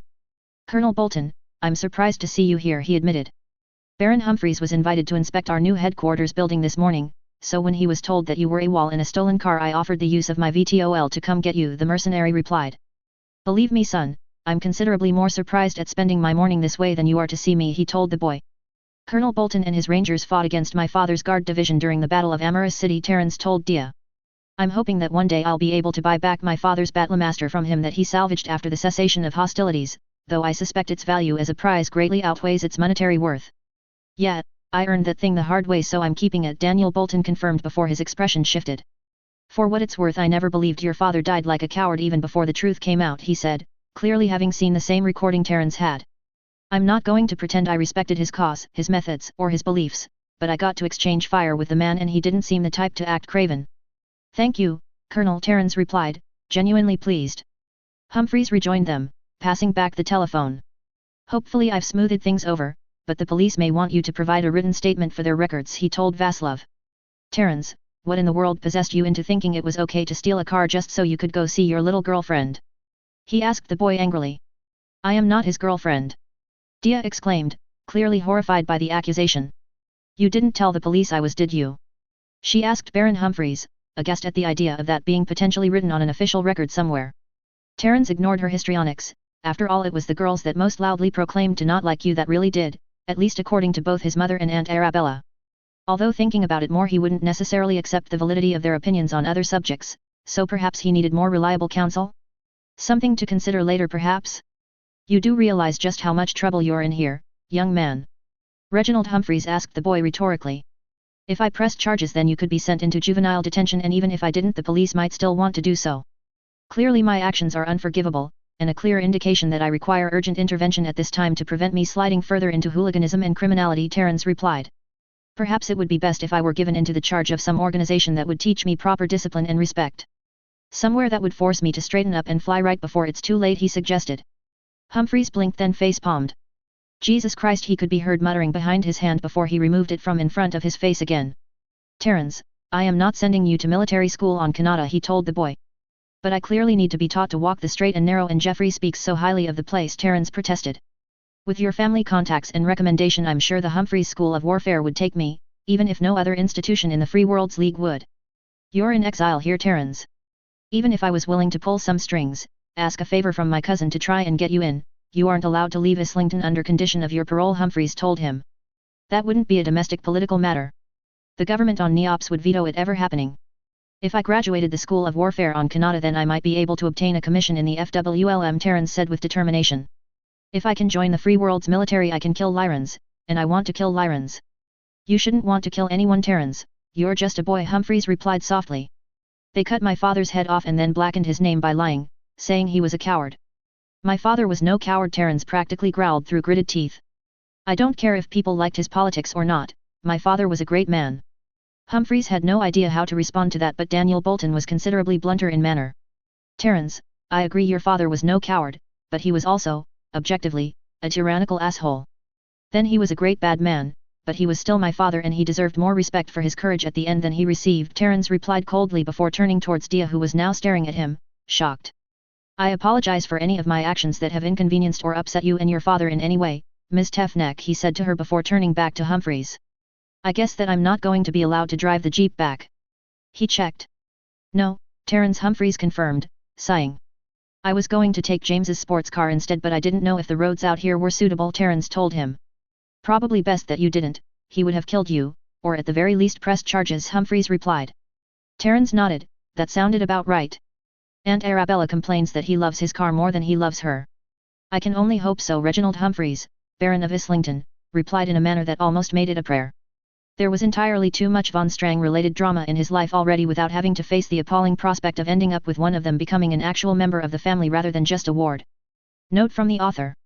If Baron Humphreys had known what a monumental pain in the arse it was going to turn out to be for him in agreeing to take in the von Strang family, he wouldn't have agreed to. At least the people on Stafford only had to worry about Loki agents sneaking in to try and kill Melissa Nin. Oh, and if you think that Terran's plan to try and get sent to military school was all his own idea, then you're very wrong, and unfortunately for them he's not a very convincing liar, so it all fell flat. There's only one scheming mastermind living in that household, and they're not named von Strang. I don't own the rights to Battletech and don't claim to, just borrowing the universe for a while. Who actually does own Battletech isn't always necessarily clear, but it's definitely not me. Part4. Setting off flashbangs inside the Press Sunrise dock is now strictly forbidden. We all know it's kind of fun timing the echoes coming back off the far side of the cavern when it's quiet in there, but it frightens the life out of people that aren't expecting it and think there's a hull breach. Just because screams of terror don't carry outside, they sure as hell do in here. Notice placed in the canteen, Arsenal Nuovo, 2852 CE. Arsenal Nuovo Station, Neops System 2848. Now orbiting the dwarf planet Elizabeth that was situated within the Neops asteroid belt. Woe betide you if you ever referred to the world as Neops 8, even if it was larger than many official planets located in other systems. The construction of the Arsenal Nuovo shipyard had been accelerated over the last year or so. With luck it might be actually finished now before the end of the decade, maybe even before a decision had to be taken to put the most worn out of the Star-Lord jump ships into mothballs beside the 3 Tramp-class vessels already there. Essentially a roughly ovoid-shaped asteroid measuring several kilometers along its long axis, with a big chunk of its internal volume now a vast cavern scooped out by mining machinery and the occasional blasting charge. Free-fall construction crews now worked round the clock inside the massive rock, making it airtight and gradually reassembling within what had once been the yard at Camelot Command. The need for a larger pressurized dock than Camelot had boasted had still complicated matters, however, with the 2 Potemkin-class vessels in the Neops fleet being nearly twice as long as anything that could have fitted inside the Camelot dock for a start. It meant that a decidedly non-trivial amount of modifications and extensions to the internal frames, the slipway, and the docking clamps would be required before the revised kit could be fully assembled inside the asteroid, though there was of course still plenty of other work that needed to be done in the meantime. As a milestone of sorts for the ongoing construction efforts, the fitting of the airtight external doors was enough of an occasion for Admiral Bremen to want to come see them being installed personally, and with Commodore Mbeki in tow the two of them had hitched a ride with a cargo dropship heading out to Elizabeth, arriving only a few hours before. On arrival the dropship had made a low pass over the asteroid to give the VIP passengers a good look at it from outside. While most of the engineers and technicians had been beavering away inside, some of them had been digging into the surface preparing for the installation of myriad batteries of defensive weapons. Eventually most of the turreted naval lasers that had once guarded Camelot would defend the Arsenal Nuovo shipyard, a handful of them having been retasked to other projects, and these would be joined by a plethora of smaller weapons, including a number of surplus-enhanced ERPCs and improved large lasers that had been retired in favor of the superior new model extended range model. Finding a role for weaponry that was too advanced, too secret, or both to sell to friendly neighbors like the Magistracy or Palatinate, but was conversely outdated by modern Neops standards, was always useful. Better to install them at Arsenal Nuovo, for example, than have them sitting gathering dust in a warehouse instead.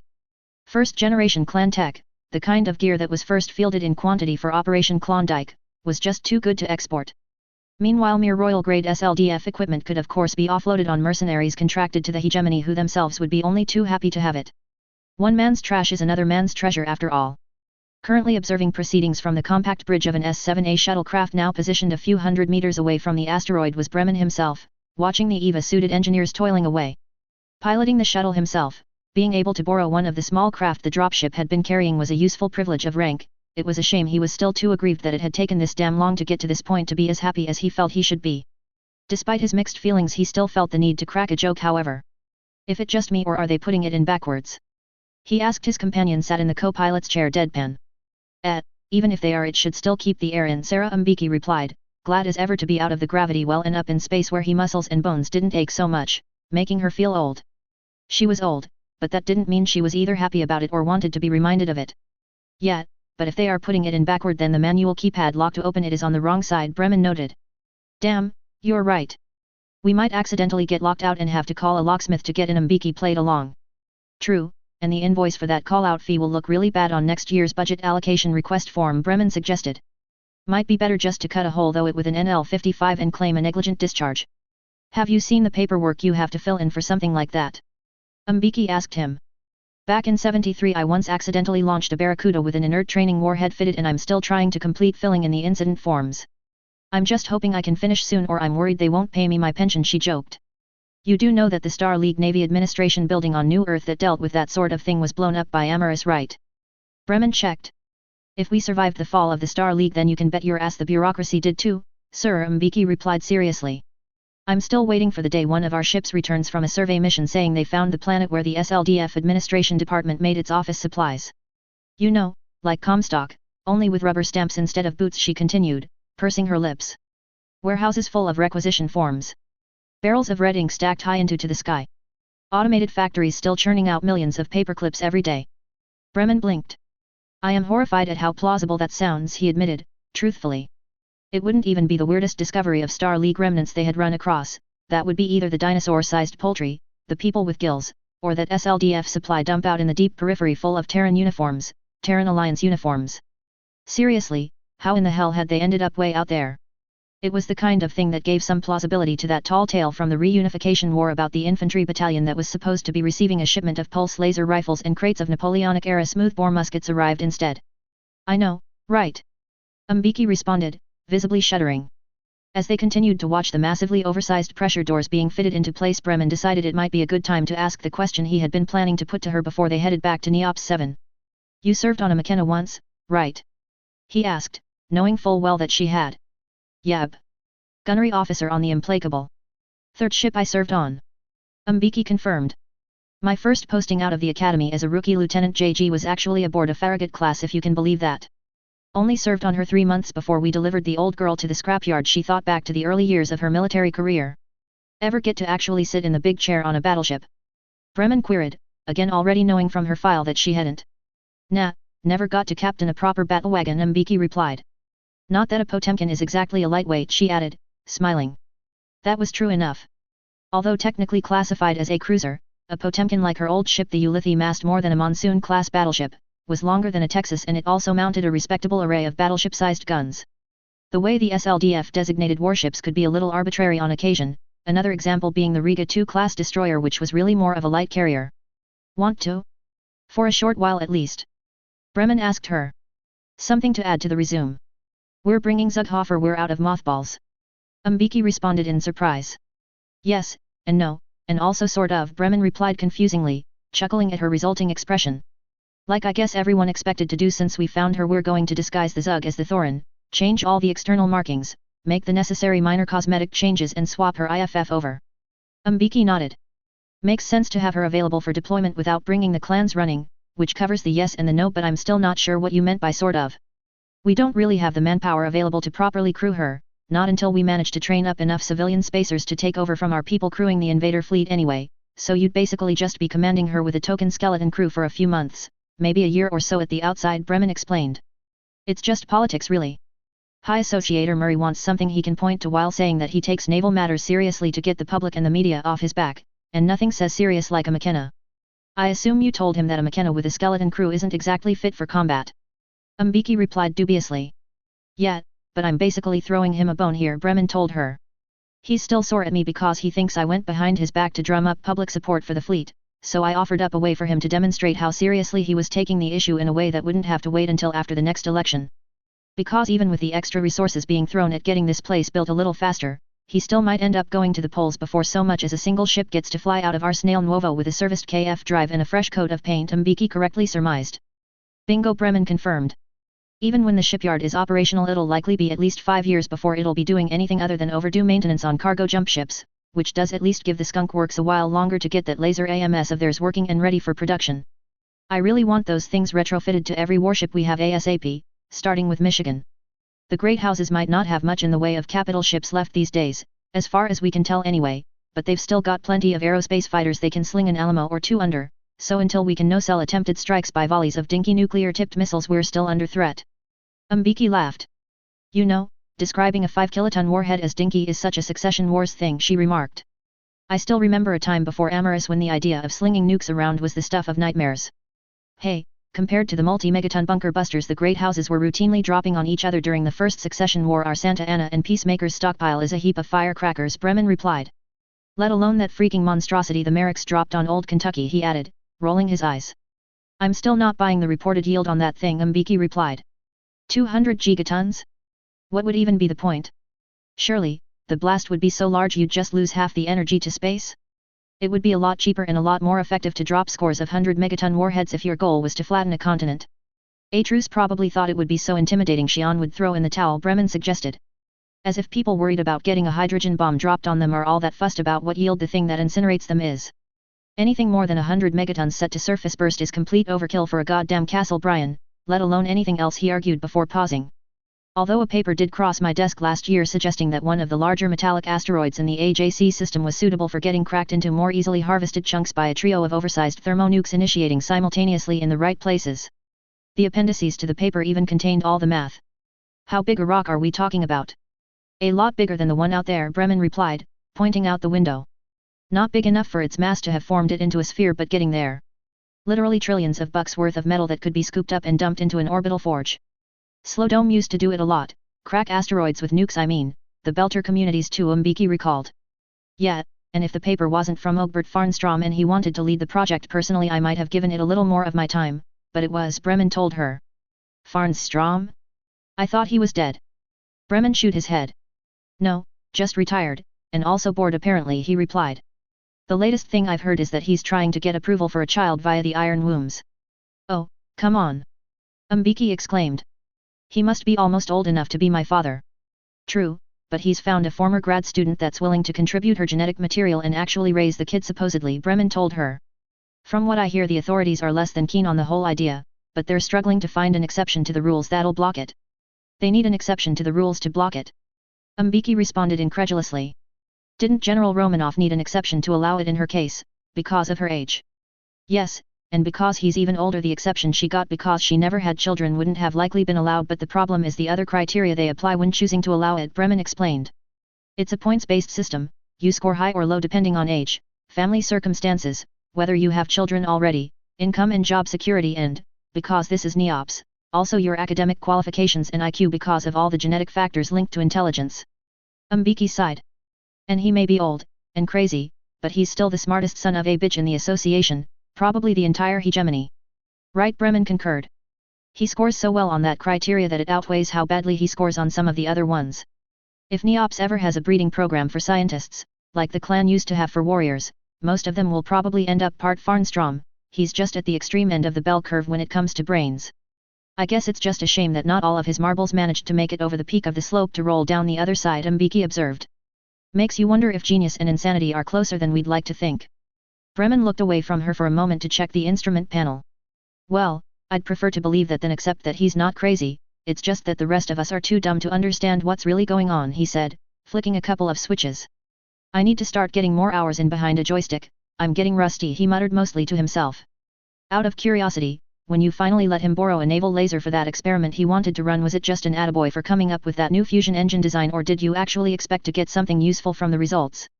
Mbiki asked. It was mostly just the Joint Chief's way of saying thanks, and maybe spurring him on to come up with something else nobody else had thought of, but optical tweezers, using high-powered lasers to manipulate objects, is a centuries-old technology and might eventually lead to large-scale practical applications. While I do love the idea of an honest-to-God sci-fi tractor beam, I've got to admit that the notion of one that could accidentally burn a hole through the hull of my ship fills me with a little trepidation, Mbiki replied, grinning. I can't say I disagree, Bremen concurred with her thoughts on the matter. When I read up on it and found out that even those loons at Slowdome R&D rejected it as a dangerously risky technology to throw money at, I wasn't exactly expecting useful, or safe, practical applications, he said. Hell, look at what those madmen were up to at Makivdi's Folly. I'm still not entirely convinced that Amaris didn't do us all a favor by bombing the place. They had vision, you've got to give them that, Mbiki opined. Bremen shifted in his chair. They had a blank checkbook and people that would look at a planet like Venus and think, days too long, we'll build the biggest engines ever constructed and spin it up just because they could, he said. Makes that damn array Murray wants us to build look entirely reasonable. Mbiki sighed. Difference is the Star League had the money and resources to fund Slowdome and everything else at the same time, none of this prioritization nonsense, she said before adopting a quizzical expression. If I turned down the Zug, or I guess we'll be calling her the Thorin, who would get her?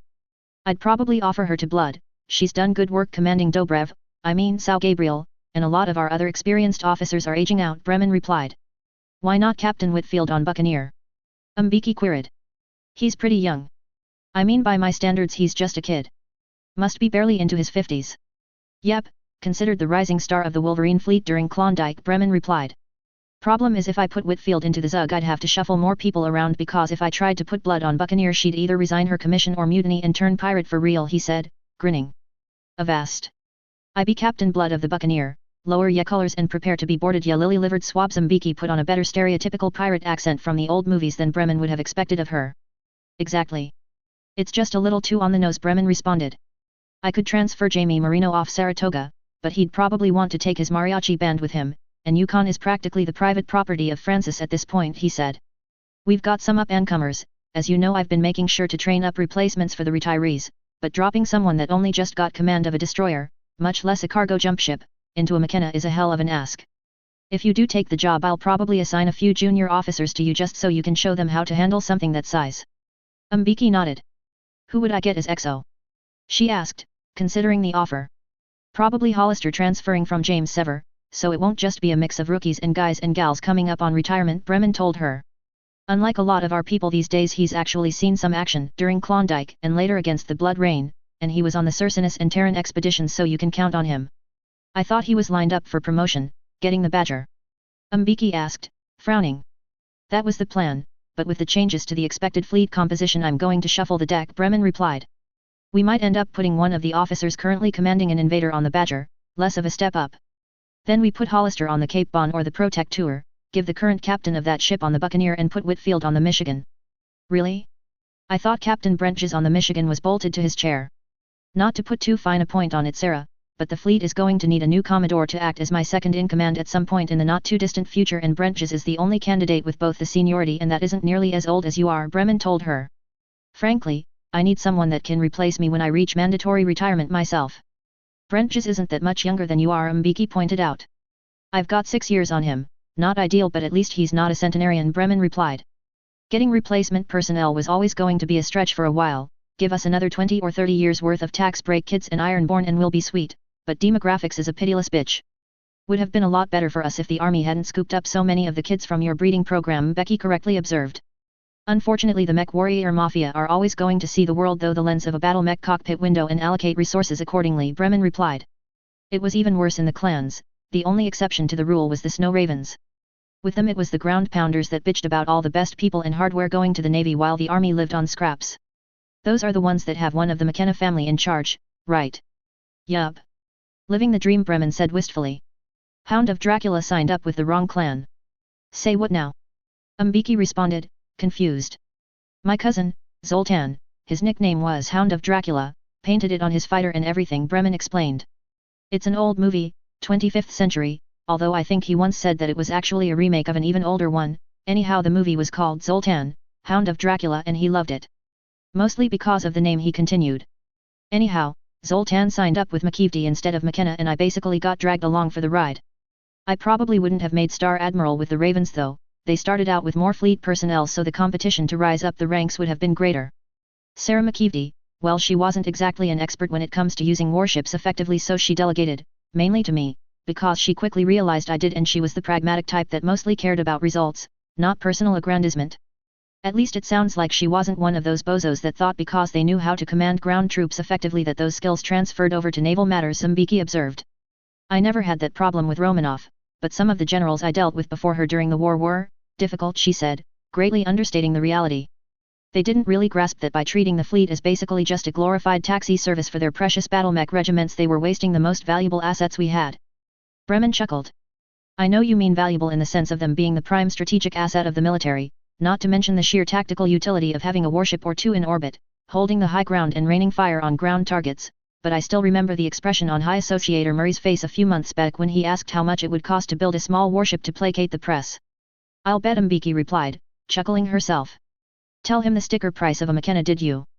Nah, told him that a Vincent-class corvette like the Badger, the smallest warship we have, costs over $5 billion to build, about as much as 2 brigades worth of assault mechs, which is why I didn't kick up a fuss when Olsen and Romanov agreed we should prioritize the Army for capital military spending for the first 10 to 15 years. Upgrading mechs and aerospace fighters with the latest gear just gives a lot more bang for your buck, initially at least. Mbeki nodded. Law of diminishing returns starting to kick in hard now though, she noted. The first wave of upgrades, replacing Star League-era weaponry with first-generation clan tech, had massively improved the Army's firepower, and the gradual development of even better hardware continued, but most of the relatively cheap wins were a thing of the past. Military R&D was fiendishly expensive, and with lead-in times for the next generation of equipment often measured in decades.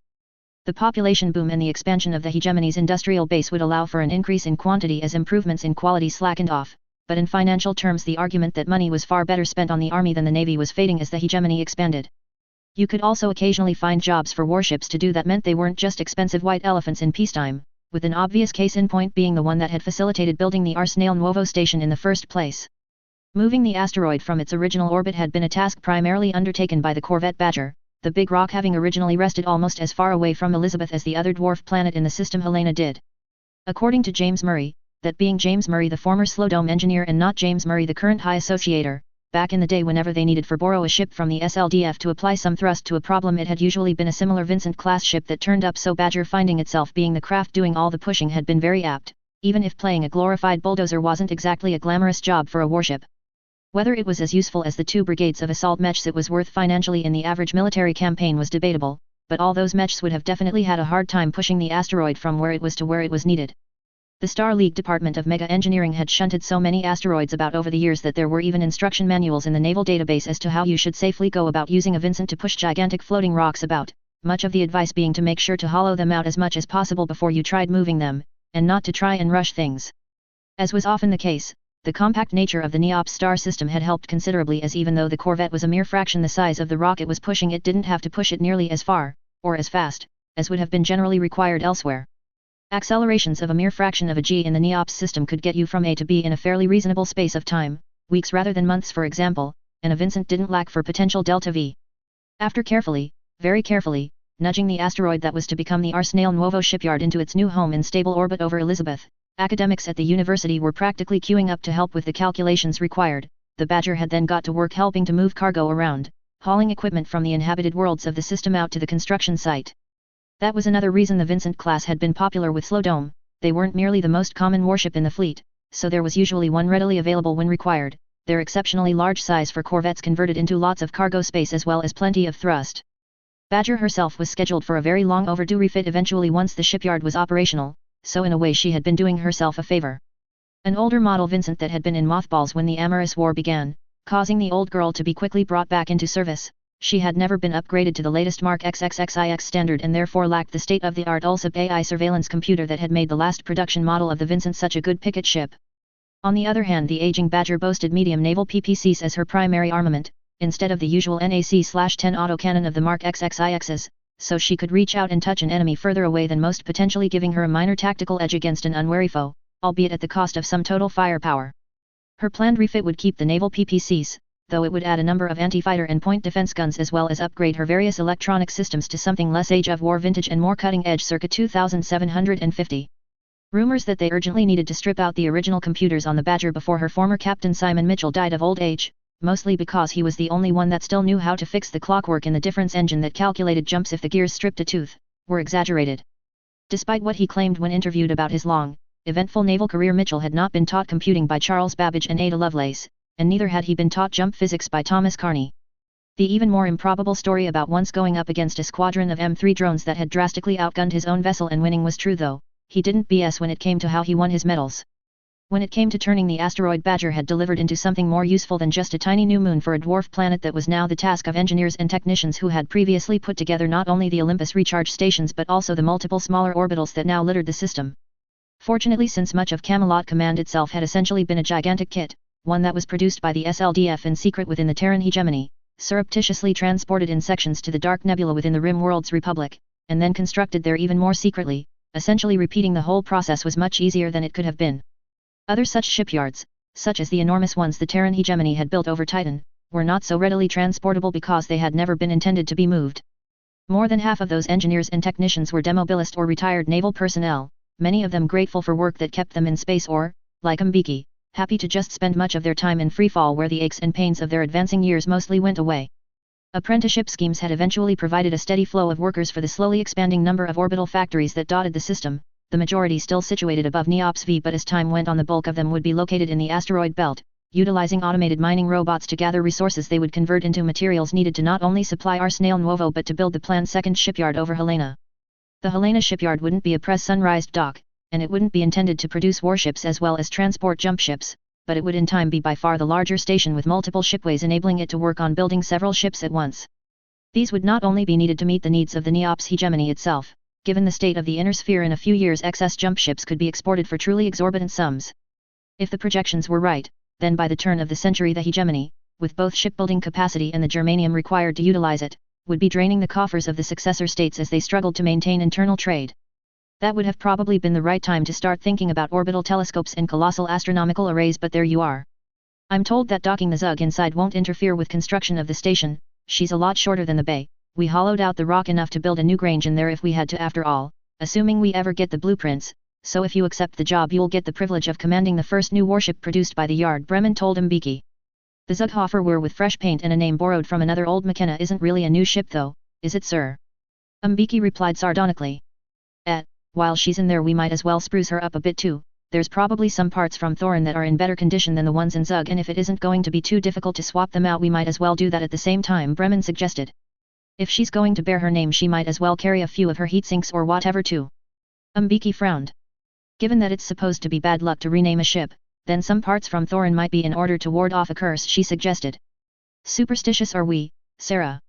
Bremen asked, amused. I've served with too many Jonahs in my career to not be at least a tiny bit cautious about that kind of thing, Mbiki replied. My ancestors would have talked about not angering their ancestral spirits, not sure if that applies to ships too, but why take the risk? She asked rhetorically. Okay, but if you do take the job, if your beliefs in any way involve astrology, then kindly keep that to yourself, because the High Associator will insist on me having you relieved of command and placed in psychiatric care if that gets out. What if I suddenly get the urge to worship the Aesir once the IFF switches over from squawking Zughoferwehr to Thorin? Oh, that would only get you tagged as being eccentric, not unacceptably deranged, Bremen reassured her. They were okay with eccentric, it looked like they would even let really eccentric reproduce. Sarah Mbeki thought about that. Good to know, she replied, thinking that it would be nice to finally command a battleship for a while, even if it was mostly just as a publicity stunt to help out a damn politician. She also wondered how Bremen planned to convert this favor he was doing for Murray into something that benefited the fleet in a more concrete way down the road. Maybe getting that stupid array shelved indefinitely. That would solve a lot of medium-term problems. Note from the author. Working on ships inside pressurized docks is easier, which is why they are considered superior to yards open to vacuum despite being far more expensive to build. The Arsenale Nuovo station, in the process of being constructed above the dwarf planet Elizabeth in the Neops asteroid belt, is essentially the yard from Camelot Command, with a great deal more internal space for building larger ships, although as yet they don't have the full blueprints for anything bigger than a Black Lion 2. Commodore Sarah Mbeki was attached to the 295th. Despite being somewhat older than Admiral Bremen, and having served against Amaris, she found herself only the second in command of the fleet, though fortunately she was okay with that. She knew she was rusty after all those years stuck on Buffalo Meadows. Coming up on retirement, getting to captain the Zughoferwehr/Thorin is a nice way to end her career. The First Succession War was extremely nuke-happy. The 200 gigaton bomb dropped by the FWL, that's canon. Laser-based optical tweezers are very much a real thing. Work on them won the 2018 Nobel Prize in Physics, and they didn't have Battletech naval lasers to play with. Any similarities between elderly scientist Ogbert Farnstrom ending up with offspring via a big glass incubator tube and anyone else is purely coincidental, I swear. Crosses fingers behind back. Warships, even small ones like the Vincent-class corvette Badger, are very, very expensive. I don't own the rights to Battletech and don't claim to, just borrowing the universe for a while. Who actually does own Battletech isn't always necessarily clear, but it's definitely not me. Part 8. Rumors of a Neops Association program to create genetically engineered super soldiers had floated around the inner sphere for years before it was officially confirmed during the early years of the Lastek War. Asked directly by a journalist from the magistracy of Canopus if such a program existed during a press conference, the spokesman for the SLDF confirmed that it did, greatly to the surprise of the journalist, who had been expecting either a flat denial or the usual Neops obfuscation. Asked how long the secret project had been underway in a quick follow-up question, the deadpan reply, "It wasn't a secret. Nobody ever asked us about it before," instantly became the stuff of news media legend. Stephen J. Tran, Red Star Rising, A History of Neops 2800 to 2900, Neops Press, 2915. Argos City, Hydri, Alphard System 2848. This was not the first time that David Robertson had been abruptly raised from his slumber by having a bucket of cold water thrown over him. It wasn't even the first time he did so gagged and tied to a chair, but it was the first time it wasn't a training exercise, or a practical joke, and on this particular occasion the guy with the bucket happened to be an angry-looking stranger, not an instructor or friend. That was not to say that this was his first encounter with the angry individual concerned, nor even the closest. That had occurred an indeterminate amount of time earlier when Robertson had smashed most of the cartilage in his nose flat with a palm strike, the evidence of which blow was still pretty obvious from the state of the guy's face. When it came to remembering people whose faces he had rearranged, Dave Robertson had a photographic memory. It wasn't a personal skill with massive amount of day-to-day utility, but it did occasionally come in useful. The radio that should have been on his left wrist was unsurprisingly missing, likely destroyed, and the chain around his neck that normally carried his dog tags was also missing, Robertson acutely aware of its absence, having worn such tags as far back as he could remember. Bucket Guy still looked pretty upset with him as he tossed the now empty pail off to one side, which was probably to be expected under the circumstances, Robertson conceded, although if you don't want to get hit in the face, don't go around doing stuff that'll lead to that happening. Also sat tied to a chair, this one situated directly across from him a few meters away, was Katrina, herself apparently still unconscious and unbucketed, and also evidently sporting a few bruises and a split lip. Putting his feelings about that to one side for now, Robertson darted his eyes about the room they were in, concluding that they were still on Alphard, and not aboard a ship, because it was a plain, windowless concrete box lit by a fluorescent lamp, one largely devoid of furniture, although in one corner there was a tripod-mounted video camera with a microphone on it pointing at him. Apart from the camera, it looked a lot like his first apartment on Neops 7 after moving out of barracks, to be honest, albeit a little more homely. The vast majority of new construction here on Alphard also being plain concrete boxes, the architecture didn't exactly narrow his current location down much. The rapid pace of industrial development here had necessitated that both the factories themselves and the housing for the workers needed to be as cheap and utilitarian as possible, urban sprawl rapidly spreading out in every available direction, with the only remotely attractive buildings being the ones near the river where the wealthiest people in town resided. Nobody was actually poor on Alphard by the standards of most of the inner sphere, of course. An overheating economy and breakneck industrial expansion put wages through the roof despite high levels of immigration and all the guest workers from the Illyrian Palatinate. It was just that riverfront property was exorbitantly expensive in a place this dry. If you could afford to live on the river, then you could also afford the most skilled of craftsmen and builders to construct your home, the kind that could command a premium for their labor, but even they still lived in ugly concrete homes. In fact, about the only tradesmen not to be generally found living in apartment blocks or small boxy houses were the guys that installed air conditioning units. Almost everyone that moved to Alphard initially figured that they could do without overpriced aircon, planning to save up their wages for other things, but they invariably changed their tune once summer hit in full force. Painting your building white and installing eaves over your windows only helped so much.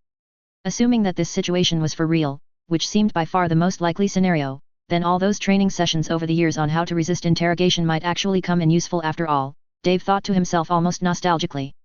He had been 6, or maybe 7, the first time he was thrown into a pitch-black cell to see how long it would be before he cracked under pressure. Loud noises blasted into the cell at random intervals to prevent just going to sleep. To the annoyance of the then prepubescent sub-cadet David, at that time he didn't even have a surname as yet, only becoming Robertson when Conhallis scrapped the blood name system later on. He didn't last as long as Frederick had before begging to be let out. Katrina meanwhile would probably still be in there if the instructor hadn't gotten bored. She was stubborn to the point that even Jennifer considered her slightly unhinged, which was probably a good thing under the current circumstances. You just can't beat those kind of happy childhood memories, Dave decided, including the ones that involved a beating from other sub-cadets ordered to try and make him talk. He had always been the best at taking a punch, at least, his friends regularly complaining that their knuckles always quit before he did. Frankly, it was a miracle that he still had his good looks. Well, to be honest, it was a combination of a miracle and access to some really first-rate medical care. That talent in absorbing punishment was coming in useful again, as judging by the all-too-familiar pain from his ribs when he moved slightly. Robertson determined that his captors had given him a good kicking after they finally managed to knock him unconscious, something that was probably to be expected given the circumstances. As well as the guy with the smashed-in face, he was pretty confident that one of the others who had jumped him and Katrina was going to require knee surgery to prevent a permanent limp, although even that jerk had gotten off lightly compared to the poor bastard caught had kicked in the groin hard enough to likely fracture his pelvis. All of them would be nursing plenty of cuts and bruises, of course, especially the pair that had probably thought Katrina was going to be the easiest to take down. Caught fought dirty. She wasn't averse to eye-gouging, and after one particularly memorable sparring session during his early teens, Dave recalled feeling very grateful for the iron wounds because at the time it felt like her deliberate low blow was going to render him unable to ever reproduce naturally. Clearly the game plan of his kidnappers had been entirely predicated on those stun sticks they had attacked with, putting their 2 targets down hard and fast, after which they could be easily sedated and carried off. Unfortunately for them, a level of voltage that would have sent most anybody else to the ground twitching had only succeeded in making Dave and Cod extremely pissed off. Dr. Vaughn, the lead genetic engineer of Clan Wolverine who had essentially designed them both, would have been very pleased with himself if he had been there watching the bloody, violent brawl which had ensued when the unwitting assailants tangled with his creations. If not for sheer weight of numbers, and the application of several more additional shocks from the stun sticks, Robertson was confident he and Cott could have won the vicious brawl that had ensued, this despite the fact that the opposition were themselves clearly no slouches when it came to their own hand-to-hand combat technique. It wasn't so much that the genetic engineering that had produced Katrina and himself had created some kind of unstoppable super soldiers, it was more a case that they were inarguably less stoppable than they had any right to be, and that had caught the other guys badly wrong-footed. The unarmed combat styles of the kidnappers were in themselves somewhat noteworthy though, as they more resembled the mixed martial arts the Blackhearts taught their people, or the truly vicious and potentially crippling techniques Gloria used to give guest lectures about, rather than more conventional civilian or military forms. They meant they were likely either special forces types or spooks, probably the latter, Robertson concluded, analyzing the fight in his mind. Either way, they had clearly not expected a couple of regular military personnel to put up the kind of fight that he and Cott had. The only reason they had arrived so mob-handed was likely in order to help carry their victims off once subdued, not because they really thought they needed half a dozen mooks to quickly bring down a pair of off-duty mech warriors. At least all the commotion that ensued when they were ambushed in an alleyway next to a machine repair shop closed for the night should have been heard and reported by someone. It wasn't like the city was some kind of lawless frontier town, it was the largest, most populated urban center on Alphard these days and generally well ordered for the most part. On the other hand, it could get rowdy here sometimes when groups of miners came into town to spend some of their hard-earned wages, and given the average daytime temperatures, the clubs and bars were often open all night to cater for clients that preferred not to sweat off their drinks as fast as they downed them, so it was still possible that the fracas could have been assumed to be mere alcohol-fueled hijinks and therefore ignored despite all the shouting. "Are we sure these assholes don't come from a high-gravity world?" The bucket guy with the face as bloody and bruised as his ego asked someone outside of Dave's line of sight, his accent unplaceable, which also gave additional credence to them being spooks. Sometimes as a kid when he was grabbing a burger at Gloria's diner after school, she used to show off by switching accents at will, sounding Lyran one moment and Torian the next, before then changing to something distinctly neutral, like a newscaster from the Terran hegemony. It wasn't as cool as when she threw knives at the wooden block mounted on the wall to entertain the customers, but it was still pretty neat, Robertson remembered. Everyone loved Gloria, she was practically the whole clan's warm and friendly, yet somehow still utterly terrifying, sweet old grandma. Neops 7 isn't much more than 1G, and the other inhabited planets in the system are less than that, a woman's voice replied from behind Robertson, her own accent also lacking any obvious regional clues. If you say so, but I'm telling you this bastard is strong as shit, the one with the bucket responded doubtfully. That's why I tripled up on the zip ties securing him to that chair. Not complete idiots then either, that was unfortunate, Dave thought to himself, wondering if these jerk-offs had singled him and caught out specifically, or if they were just lying in wait for anyone wearing SLDF uniform that was walking back through town at night. Argos City was too new, and too well planned, to have actual slum areas, but there were still poorer parts of town with narrower streets next to the industrial zone where fewer people lived, and unfortunately the quickest route from the movie theater to the barracks went through them. Because it wasn't actually required to change into civilian clothes when venturing out of the camp while off-duty, neither had bothered, most SLDF personnel didn't, but it might have saved them both ending up in this situation if they had. Never should have let Katrina talk me into going with her to that midnight showing of that new zombie movie she wanted to see, Robertson thought to himself bitterly. Getting unexpectedly ambushed by a bunch of goons afterwards had only been the last of a series of jump scares that evening. Seriously, whose idea of a fun time was watching people getting torn apart by undead toucan tigers? Well, cats obviously, but the movie theater had been practically packed out with other voyeuristic ghouls. In his opinion it was even worse than the studio's previous hit Night of the Hook Wolves, although he had to admit that their choice to use practical special effects and actual hook wolves, not CGI, for many of the scenes was pretty good.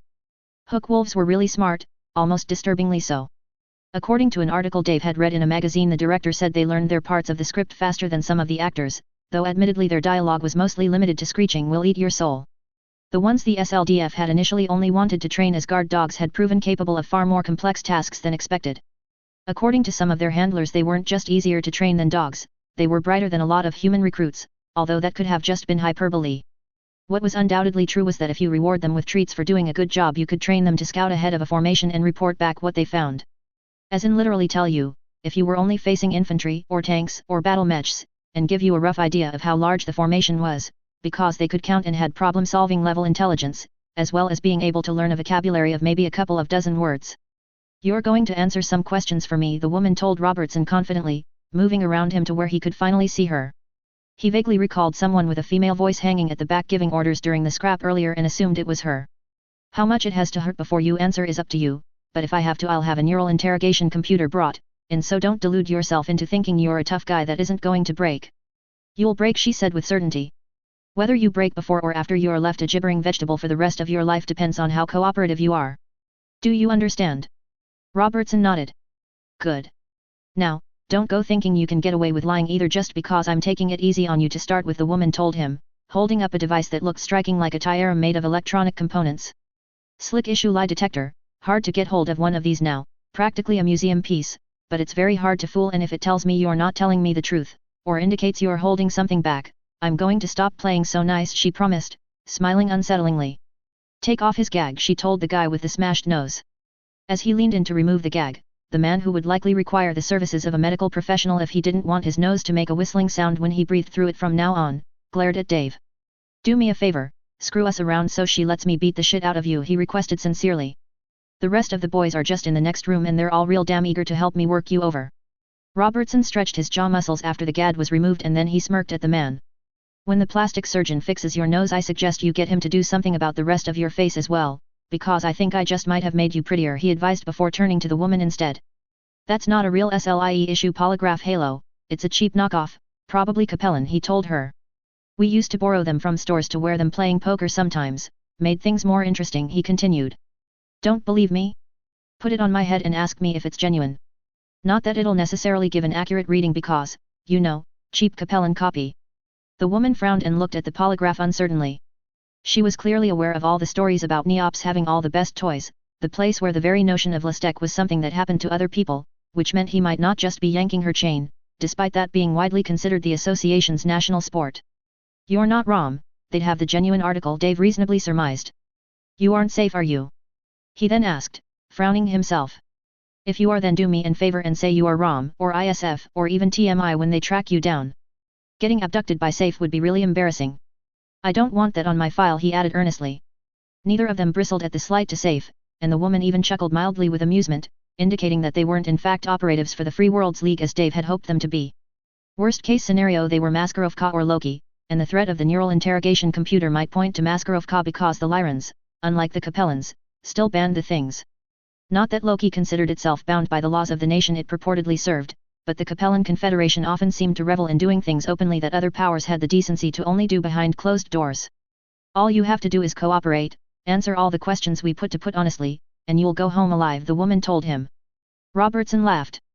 Bullshit, you'll kill us both so we can't tell anyone what we told you, he responded dismissively. Also, if you were ever planning on releasing us, either we'd be wearing a blindfold or you'd be wearing masks, he continued knowingly.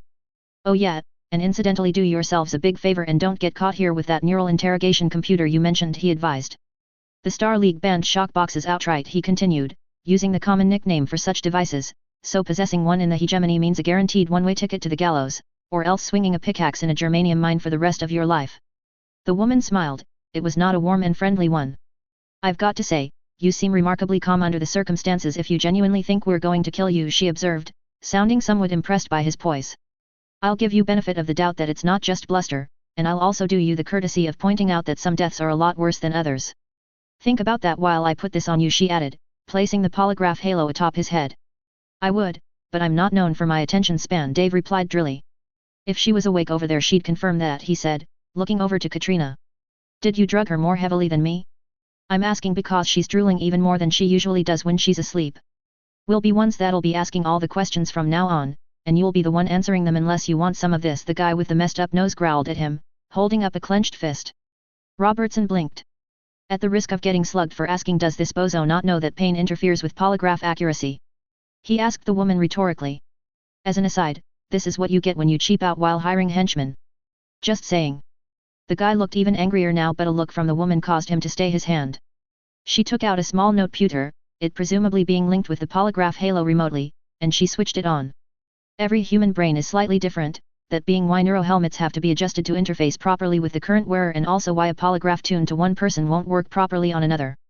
Robertson knew that in order to give accurate results a baseline had to be established, the machine needed to learn what the brainwaves of a particular mind looked like when they were telling the truth, or lying, and he also knew that if you could throw a curveball or two in there you could really screw with them. Keep in mind that if you don't cooperate we'll still get the information we need, it'll just hurt more and you'll be left as such a vegetable we might not even bother killing you, the woman stated flatly. First question. Is your name Captain David Hrodbert? No, Dave replied, honestly. Yes, it is, the woman replied, clearly annoyed. It says so on your dog tags and your jacket. Okay then. Yes, Dave lied, undoubtedly confusing the hell out of the machine as well as its operator in turn. Next question. Are you from Neops? No, Dave once again answered honestly. Christ. Just let me and a couple of the boys work him over, that'll stop him messing with us like this, the guy requested, clearly angling for any excuse for revenge over his broken nose. Yeah, give me some more damage so I can focus on that and beat the lie detector easily, that'll work, Robertson replied sarcastically. Intelligence gained through torture is unreliable as hell anyway, I'm guessing she knows that even if you don't, which is why she's the boss and you're just the lackey, he said, smirking at the guy. For the record, I'm really not from Neops. I live there now, when I'm not posted somewhere else anyway, but I'm not from there and you asked where I was from. The woman frowned, looking at the noteputer display. Okay, I'll play along for now, she responded eventually. Where are you from then? She asked Dave. McKeevedy, Dave told her, not a lie as such but it was a good misdirection. The woman and the man looked at each other. Isn't that the other Star League science colony? The one with the genetically engineered fish people living there? The man queried. That's Frobisher, the woman corrected him. McKeevedy is the one with the battle-mech-sized birds, she told him before looking to Dave quizzically for a moment before checking what the lie detector had to say about the veracity of his answer. Naturally, by McKeevedy Dave had meant the city on Circe he was from, that being the nickname of the Wolverine capital there officially known as Great Hope, but he naturally wasn't about to correct her. His answer should be true enough to confuse the thing on his head a little at least. If you ask me, those bird things on the Trivid documentaries are totally fake, the man stated with some conviction. Just special effects, he opined, having presumably seen one of the nature documentaries made about McKeevedy's folly. They're really not, one of them nearly ate my best friend back in '36, Dave told him, that again being true. Frederick had never looked at a Thanksgiving turkey the same way again. Judging from her expression, the woman was less skeptical, at least about the existence of thunderbirds. Great. Hundreds of them to choose from, and we snatch up a guy that isn't from goddamn Neops and might not know anything useful about the place, the man complained. Not necessarily, the woman disagreed. If he lived there long enough he might know the lay of the land as much as someone actually born there, she reasoned before turning back to Dave. How long have you served in the military? She asked. Since 2816, Dave replied. Technically he was the property of the armed forces the moment he was decanted from an iron womb, so that wasn't a lie either, technically. Bullshit. That would make him at least 50. Does he look 50? The man asked the woman dubiously. Terran hegemony anti-agathic treatments mean you don't age as quickly, Robertson told them, this being a 100% true and an absolute fact. Not that he himself had ever received those treatments as a kid, of course, they would just assume he had. Could be true, I suppose, the man conceded. What does the detector say? It's not reporting a high degree of certainty either way, the woman told him. Great, the man responded, his tone very much indicating he thought it was anything but. Okay. So, let's try asking something we want to know, the woman said, plowing ahead regardless. And if you fuck around in any way, we'll get to work on your girlfriend there with pliers and a blowtorch, she threatened. How much of the 295th Battle Mech Division is still mobilized and available to take the field? It's at less than half strength, Dave replied truthfully. They hadn't asked about the 331st, of course, and unlike your typical planetary militia, the full brigade Nom could put in the field on top of that was well trained and wasn't rolling around in museum pieces. Right. And how much of its TONE consists of SLDF Royal Grade equipment? Less than a quarter, Dave told them. Ha, I knew they were scamming us, the man said smugly. Only showing off their best gear while most of what they have isn't much better than ours. It clearly didn't occur to either of them that the remaining equipment might be better than SLDF Royal Grade, but Dave was understandably disinclined to point that out. How many warships do you have in service? I don't know the exact number in service right now, I'm not in the Navy, but it's not nearly enough to stop a full-scale invasion, Dave replied carefully. It sure as hell wasn't enough to stop a full-scale invasion by the clans, but his inner sphere captors weren't going to read his answer that way. Okay. So what armaments are mounted on those weapon platforms you have disguised as orbital telescopes? The woman now asked. None. They're just telescopes and they're unarmed, Dave replied. Are you seriously trying to tell me that those things you've been dropping off all over the hegemony are just telescopes? The woman responded dismissively. Yes, Dave confirmed, nodding. The woman looked at her noteputer. It says he's telling the truth, or rather he thinks he is, so now we know for certain that he's not really in the loop, she said confidently. There's no way those things aren't battle stations. He might be fooling the detector somehow, some kind of willpower-based mental conditioning or something like that, the man suggested. I've heard that agents with the Nekokamai can do that shit.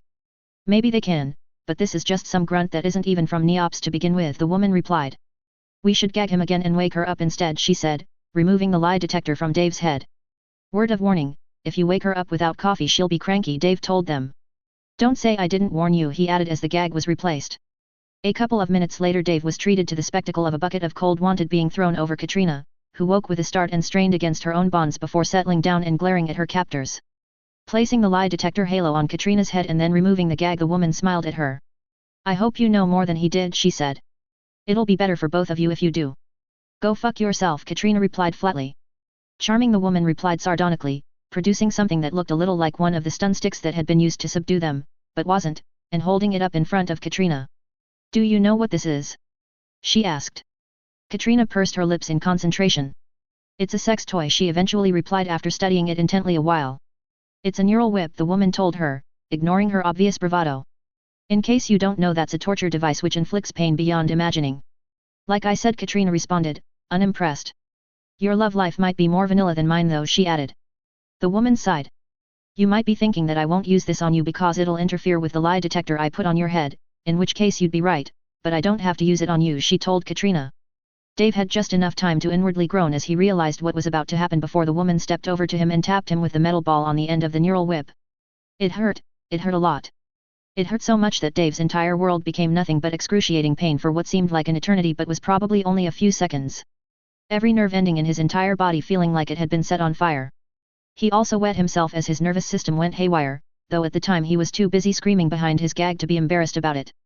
If I get anything less than full cooperation from you, Missy, then your boyfriend here pays the price, the woman told Katrina. Katrina thought about that. Firstly, not my boyfriend, secondly I'm still not sure of the rules here, she said. Maybe if you give him another taste it'll clear things up for me. She suggested. Of course do that too often and you'd run the risk of killing him, which would be a win, for me, because I know I won't talk, and I can't be as sure he won't.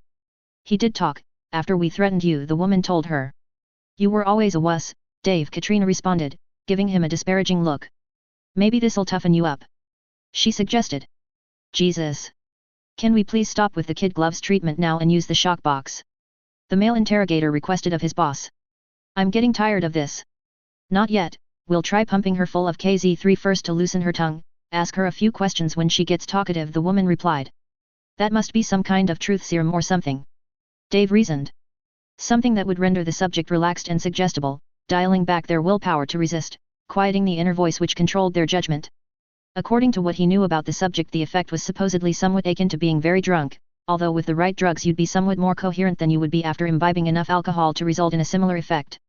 The man disappeared, returning shortly with a syringe full of something blue that he unceremoniously injected into Katrina's left arm, and none too gently. Having a reasonable suspicion about what was about to happen when that stuff took effect, Dave idly wished he still had some popcorn left from the movie theater, and a hand free to eat it, because this could be interesting. Want to give him a shot of KZ3 as well? The man asked. Nah, stuff lasts for hours, if we zonk him out the shock box won't work on him properly. We can find out everything he knows then plug her into the box to make sure we've learned all we can after she sobers up, the woman replied. Or maybe I'll just kill you both, Katrina suggested brightly. The woman laughed. I'd like to see you try, and I'll bet the people watching the live feed from that camera would too. I do love an audience, Katrina told them, starting to feel relaxed and ever so slightly woozy as the drug began to kick in. Despite not having touched a drop of alcohol in a decade and a half, she was still of the opinion that getting wasted the old-fashioned way on vodka shots would have been better, but that would have meant instant dismissal from the service and likely jail time. Watching her eyes and body language intently, Dave Robertson, aka David Rodbert, the not quite a clone copy of S.A. Con Dwight Robertson of Clan Wolverine, waited for a signal to distract them.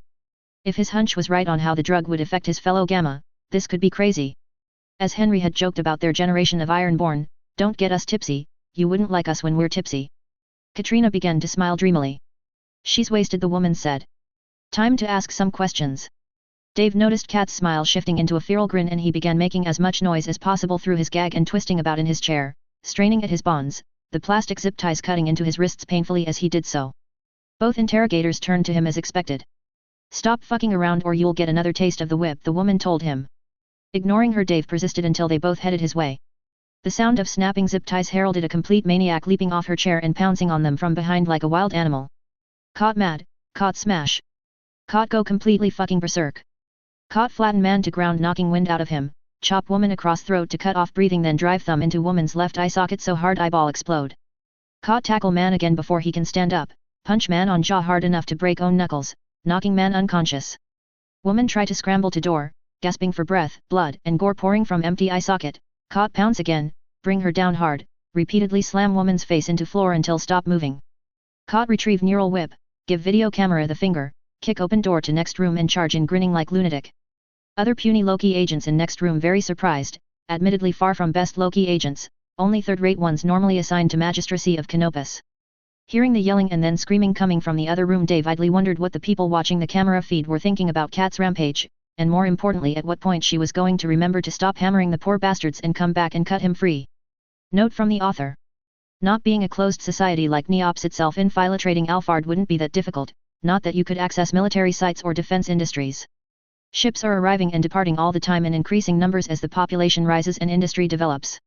Stun sticks and neural whips are non-lethal devices, though in the case of the latter you might prefer to be killed than zapped with one. The neural interrogation computer is a particularly nasty device that the Capellan Confederation seems fond of. The drug KZ, also known as Crazy, is a powerful depressant, here being utilized as a truth serum. Unfortunately for certain parties, the Ironborn of Siko Gamma react very badly to that kind of thing, with her pain receptors mostly shut down, her higher functions likewise, and her flight reflex being a fight or fight reflex. Katrina went totally apeshit. There's a good reason why Dave, Katrina, Fred, and the others are required by law to remain teetotal. I don't own the rights to Battletech and don't claim to, just borrowing the universe for a while. Who actually does own Battletech isn't always necessarily clear, but it's definitely not me. Part4 Civ. Contrary to rumor, police investigations have confirmed that the scene in the last year's hit movie Night of the Hook Wolves, Part 2, when the actor playing the former lumberjack from Stafford turns up to save the day in a borrowed crosscut logger mech, the fight with the rabid Thunderbird was in fact fully CGI. The public should rest assured that the filmmakers didn't really tear up a live 35-ton animal with chainsaws, despite what animal rights activists claim. For what it's worth, this reporter thinks that the special effects team deserves some kind of award because they certainly had me fooled. Encomnet News Report, 2852 CE. Heartwood City, Stafford System 2848. Melissa Nin hoped that the expensively tailored dress she had dug up from her wardrobe to attend that evening's social function in wasn't excessively fancy for the occasion, as overdressing was as much a fashion faux pas as underdressing was. Unfortunately, she had already cycled through most of her clothes, and wearing the same outfit out twice to formal events within the space of only a few months was also very poor form. The locals weren't deprived to the point of destitution by any means. In fact, they had lived better than some people in the less developed parts of the Lyran Commonwealth even before Stafford joined the growing Neops hegemony, but they were still basically poor rustics in comparison to the wealthier worlds of Inner Sphere, whereas she had been the spouse of the ruler of the wealthiest of the successor states, so what constituted the epitome of high fashion here was far removed from her own standards. The house set in reasonably expansive grounds that she had been gifted on the outskirts of Heartwood was certainly a come down from the royal palace on Lurkad, which had been her home for most of her adult life. For that matter, it was a come down from the family estate of House Nin that she had grown up on, but it was hardly a hovel nonetheless, and fortunately the locals were generally friendly and welcoming enough. Surrounded by a verdant rural idyll as it was, Melissa couldn't complain that her lodgings on Stafford were unattractive, and she certainly couldn't complain about the quality of the food, with her personal chef able to work miracles with the truly first-class produce available in the local market, but it wasn't home, and that would have been enough to make her sad even if she wasn't still mourning her husband and bitter about his fate. On the plus side, at least the beer on Stafford wasn't that swill made from fenugreek grain they brewed on Alfard.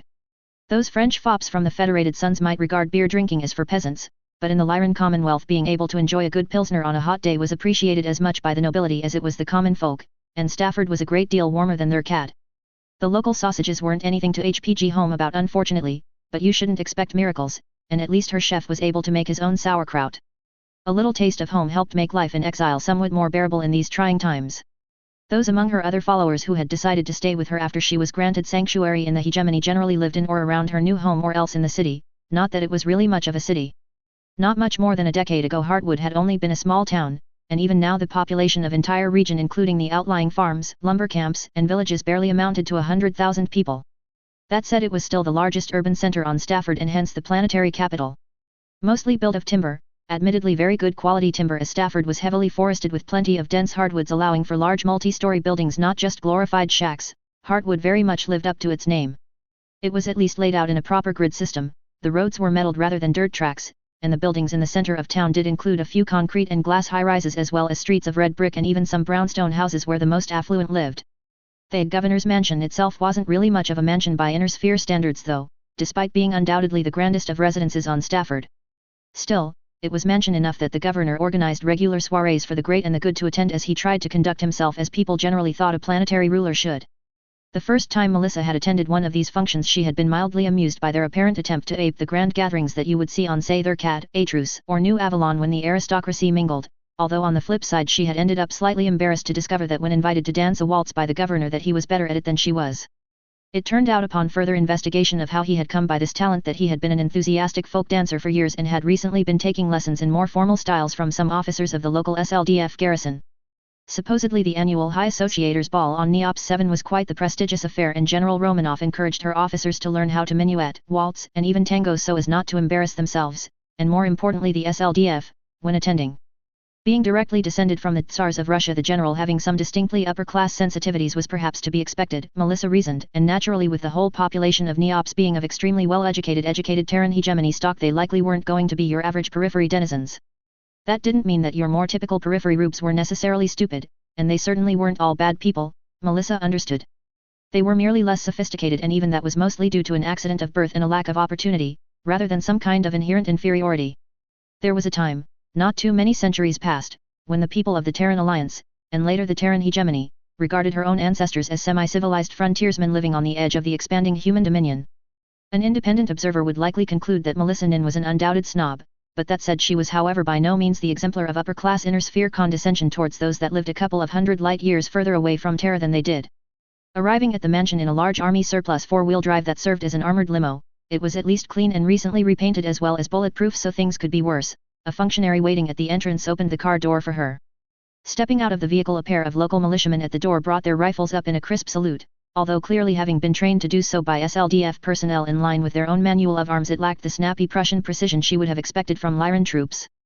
The Stafford militia wore uniforms that strongly resembled those of the SLDF too, or rather they wore exact copies of the uniforms used by the NEOPS Association militia, with the only obvious difference being that the star on the Cameron Star patches on their upper arms was yellow rather than red, and helpfully also had Stafford stitched into them underneath the star rather than NEOPS.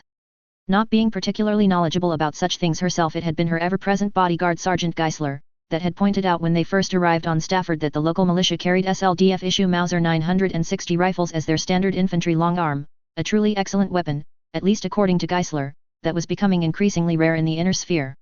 They hadn't come from a recovered cache of Star League equipment either. The rifles were brand new, having been manufactured on Copernicus only the year before, Melissa later learned, and were being produced in numbers sufficient not only to fully equip the various planetary militias of the hegemony but also the mercenary regiments based there.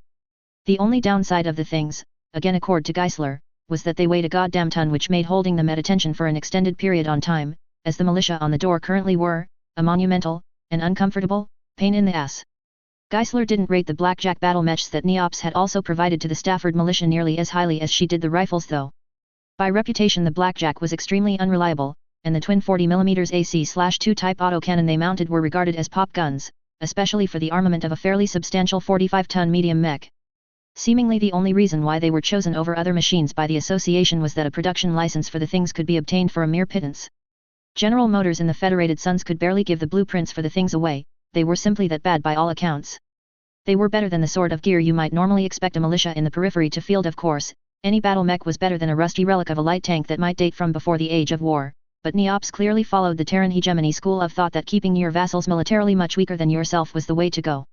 With Sergeant Geisler following one step behind her charge, the LCAF non-com wearing her marine dress uniform and making Melissa slightly jealous that her bodyguard could wear the exact same outfit to every formal occasion she attended without people making snide comments, the two of them entered the building, where they were greeted by the host himself in the entrance hall. Once the mayor of Hartwood, Jonas Johansson, Jojo to his friends and family, was now the governor of Stafford and was popular enough that he could have probably kept on being elected the rest of his life if the NEOPS people hadn't encouraged the inclusion of term limits into the Stafford Constitution. They hadn't insisted. It wasn't one of things like free and fair elections, jury trials, freedom of the press and whatever that was an absolute prerequisite for hegemony membership, but they did encourage the worlds under their umbrella to go a little further than the bare minimum expected for a liberal democracy. Being governor, it also behoved him to conduct himself appropriately as regards his social, as well as political, obligations, and after he greeted the Lady Melissa Nin with a practiced bow, the woman reciprocating with a curtsy in recognition of his status as both a planetary head of state and the man to whom she owed her current position of being accorded sanctuary on Stafford, he exchanged pleasantries before offering his arm and escorting her into the great hall, such as it was.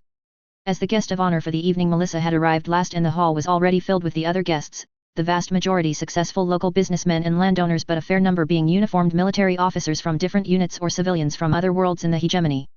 Smoothly handing Melissa off on a visiting government official from NEOPS, if he remembered correctly they were from the Department of Trade and Industry, Johansson went to mingle with an influential group of wealthy arable farmers who he was trying to persuade into supporting a bill currently making its way through the assembly regarding changes to land ownership regulations. The governor was trying to get investors from Comstock to put money into building a factory for producing farm equipment, but they were reluctant to put money into the scheme unless the law was changed to not favor Stafford natives quite as much as it did compared to other hegemony citizens than it did now. In theory, the government of Stafford could nationalize property belonging to people living on other worlds without recompense, and while that wasn't a likely scenario, Johansson could see why the potential investors were so wary of the possibility. A change to the current regulations that gave outsiders, or at least outsiders from other hegemony member worlds that weren't really foreigners, more equal standing in law would help considerably, but would have to overcome some domestic resistance to the whole notion of any land on Stafford belonging to non-natives. The farming and logging communities in particular were outright hostile to the idea of millionaire investors from abroad potentially buying up all the best land, something they pointed to as having already happened on Copernicus, and they would need their fears to be assuaged before they would countenance any changes to the current law. While schmoozing with the farmers, Johansson playing up his own background as a man from a farming background himself, though when his older brother inherited the family farm he had taken a job in the city, a couple of them made slightly disparaging remarks about the NEOPS Association and its first among equals attitude to the rest of the hegemony that went a little further in their criticism than the governor was willing to ignore. For all their aura of mildly smug superiority, they were Terrans after all, and Terrans were like that and always had been, and also their occasionally grating father knows best attitude. At least NEOPS genuinely practiced what they preached, Johansson argued. When his own 3 terms of office were up, former High Associator Giles Olsen hadn't tried to leverage his popularity into getting the rules changed for his benefit, and like they promised, they also didn't try and interfere with the domestic politics of Stafford, which was gratifying. Even when Johansson had run for governor on a platform NEOPS didn't approve of very much, that being restricted immigration, they didn't do much more than say that they believed the hegemony as a whole would benefit from a faster growing population, while adding that the decision was ultimately for each the member worlds concerned to make for themselves. Realistically, since NEOPS didn't allow people to immigrate to their system, they couldn't really kick up too much of a fuss, though, without running the risk of being accused of rank hypocrisy, of course, a point that Johansson conceded. While their excuse of "it's a matter of national security for us, not nativist populism" did hold some water, the great houses were prone to devastate strategically valuable worlds just to deny them to their rivals, and NEOPS was a treasure chest of priceless lustek. They weren't nearly free enough from sin on the immigration front to cast the first stone. Regarding Stafford's immigration policy, it wasn't that the planet was overpopulated, far from it. The planet could easily support as many people as Terra did at its peak. It was that so many years of isolation from the rest of the galaxy while the inner sphere tore itself apart had seeped into the general consciousness. They didn't fully trust outsiders, and while NEOPS had proven trustworthy, and the other hegemony worlds like Alphard or Copernicus were now generally regarded on Stafford as part of us, not part of them, the notion of a multitude of immigrants flooding in from the Free Worlds League or wherever was not popular. That didn't mean that Stafford didn't think it had a duty to contribute to the collective good of the hegemony in other ways. Thanks to good soil, plenty of sunshine, and a climate that was ideal for growing crops, Stafford was still the breadbasket of the hegemony, producing surpluses of cheap food that supported all those hungry miners and factory workers on Alphard. Heavily forested, it was high-quality lumber exported from Stafford that was helping build the new towns springing up on Galileo, Kepler, and more recently Adhera. Under the Johansson administration, they also paid their fair share of taxes without whining about their money going somewhere else. Those brand new blackjack battle mechs arriving from the factory that made them on Alphard weren't free, and neither were the crosscut logger mechs and cherry picker agro mechs that the weekend warriors of the Stafford militia drove most of the time. Pooling the resources of multiple systems meant that the hegemony could achieve the economy of scale needed to afford to make such things affordable. Research and development took years and was expensive, building the advanced new manufacturing plants that would be required to churn out farming and mining robots, not to mention the planned Jabberwocky 2 modular industrial mech the press were talking about, was expensive. If you weren't prepared to invest in the long term yourself, you shouldn't expect to reap any rewards from others doing so. People on Stafford weren't freeloaders, people on Stafford paid their dues. People on Stafford were hard workers, and they were also prepared to step up, which was why Governor Jonas Johansson had agreed to Melisson in being granted sanctuary there. He had explained to the public in a special televised address that while neither Stafford, nor the hegemony as a whole, wanted poor relations with the Lyran Commonwealth, that didn't mean that they were willing to turn a blind eye to someone being a murderous, petty, tyrannical asshole and turn away someone that evidently needed protecting from said murderous, petty, tyrannical asshole. His exact words. People on Stafford weren't prissy about bad language either. It certainly helped his case that the woman Claudia Steiner wanted handed over to him was the widow of his own brother, and that her current status as a widow was likely due to the man having murdered said brother in order to usurp the Lyran throne. Obviously Jonas Johansson would have probably been a mite more careful with his words if he wasn't confident that insulting said asshole wouldn't provoke Claudius to bring down the wrath of a great power upon his small periphery world if he caught word of it. The Lyrans were a long way away after all, while the NEOPS Association and their warships weren't, and the NEOPS military wasn't bogged down fighting on two fronts already either. Unless he was a complete idiot, as well as an asshole, Claudius Steiner wasn't about to strip his forces arrayed against the Free Worlds League, and especially those facing the Draconis Combine, of a big chunk of their strength just to send a military expedition all the way down to invade Stafford. Hiring some mercenaries to raid Stafford, now that wasn't an entirely inconceivable response from the Archon, and nor was a Loki strike team showing up on Johansson's doorstep, but he had something in his back pocket to handle both eventualities, the Blackhearts.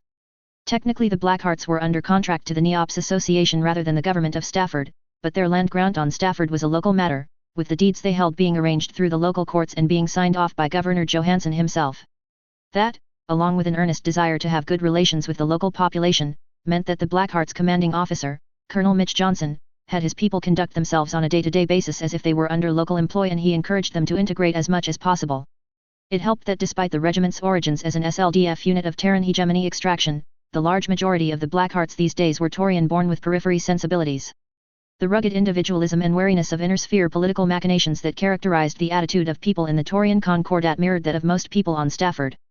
The only difference being that Taurians were always on guard for the Federated Sons, or maybe the Capellan Confederation invading them, while Stafford had always expected it to be the Free Worlds League turning up one day to make their world a lot less free. You could argue that in theory they were less free within the hegemony than they had been before too, but if you objected to an outsider telling you that if you decided to start enslaving people, for example, that they'd stick their boot up your ass, then they weren't really the bad guy in that situation. Despite them infringing upon your independence and sovereignty in that scenario, it was clearly a lesser of two evils thing. Only idiots saw the world in stark black and white terms, real life was all shades of grey. While Johansson was talking up the hegemony, partially to try and sway his audience of prosperous landowners towards a less obstructionist attitude towards outside investment. Melissa Nin found herself falling into familiar habits and was playing court, despite it not actually being her court. Colonel Mitch Johnson of the Blackhearts, another important guest that evening, was surprisingly charming for a man raised in the Concordat, and after he made an amusing joke suggesting that he and the governor might be distantly related, that John Guy 2000 years back that we're both descended from really got around, I tell you. Left children behind from England to Germany, and I swear I once met a man called Ivanson that looked just like me. He took the opportunity to wave over a recently arrived officer from Neops who had just been assigned to the local SLDF garrison and who had fought alongside the Blackhearts on Arran. It wasn't the SLDF officer himself that made an instant impression, however. Melissa had met plenty of those before. It was his wife who had accompanied him to Stafford. Lady Melissa, may I introduce Captain Henry Callahan and his lovely wife Philomena Johnson, presented them, somehow managing not to look like he was early waiting to see what her reaction was going to be. After a momentary pause, and an unmistakable double take, Melissa Nin forced what she hoped was a suitably warm smile onto her face as the SLDF officer bowed and his wife curtsied. Seeing a person from Frobisher on the Trivi was one thing. Melissa had watched a nature documentary about the sea life there which was presented by a local, but meeting an example of Homo sapiens amphibia in the flesh was something else. It's all right to stare, Philomena told her, smiling back. Almost everyone does at first. I'm well used to it, she said honestly. My eyes are just large enough in proportion to the rest of my face to trigger the uncanny valley effect in regular people. Most of them find it even disconcerting than the webbed hands and feet. Those don't hit you in the fusiform gyrus as hard. Hit us in the what? Colonel Johnson queried. The fusiform gyrus, it's where the part of the brain that deals with facial recognition resides, Philomena explained, tapping the side of her head in the approximate location of where it could be found. My PhD is in genetics, but I do dabble in other fields of human biology as a hobby. Oh, should I have introduced you as Dr. Philomena Callahan then? Johnson asked apologetically. Yes, but I'm not nearly as prissy about my title as Henry is, Philomena replied, grinning as she gave her husband a little dig. That's because you only had to study to get yours, earning mine involved getting shot at on multiple occasions, Henry retorted. You know, if I got promoted every couple of times I was shot at I'd be a 5-star general by now at least, Colonel Johnson interjected. And that's despite the Blackhearts mostly sitting out the succession wars so far. Poor old Dan Bolton would probably be the commander-in-chief of the whole universe by now under that system. The Drax threw his rangers at practically every fight they were in. Going up there to fight Karl von Strang with the rest of us was probably the closest thing to a relaxing vacation the man ever had, he said drily. I humble bow to your experience, and his, of the delights of receiving incoming fire, sir, Henry replied. At least I can say from personal experience that Winston Churchill was right when he said, nothing in life is so exhilarating as to be shot at without result, although he wasn't thinking about ablative armor soaking up hits that would otherwise turn me into goo. Ever tank around to the torso from an AC-20 at close range? Johnson asked rhetorically, Henry shaking his head. That'll stick with you, believe me, he said from experience. Turned a corner one time and ran straight into a hunchback. Don't know what was brighter, the muzzle flash or my life flashing before my eyes, he recalled with obvious distaste. I was just lucky the guy in the hunchback must have panicked as well, because he would have blown my mech's head off, with me in it, if he'd thought to raise his aim. Not wishing this conversation to degenerate into more war stories, her husband used to drones on with them for hours if left to ramble, Melissa decided to ask some more about Philomena's own life story. A mermaid's tale, or perhaps it should be tale, had to be less dull than that of a mech warrior's after all. Was your mother or father a geneticist too? She asked politely. Perhaps both. She continued. I suppose that's a fairly common career where you're from. My birth mother was studying to be a genetic engineer under the man that later became my adoptive father, but she died in an accident along with my birth father before she completed her training in the field, Philomena replied. My birth father was a construction engineer, not a genetic one, but he was of course a product of it, she continued. I'm third generation fully fledged Homo sapiens amphibia if you were wondering. My great-grandparents still had hair and everything.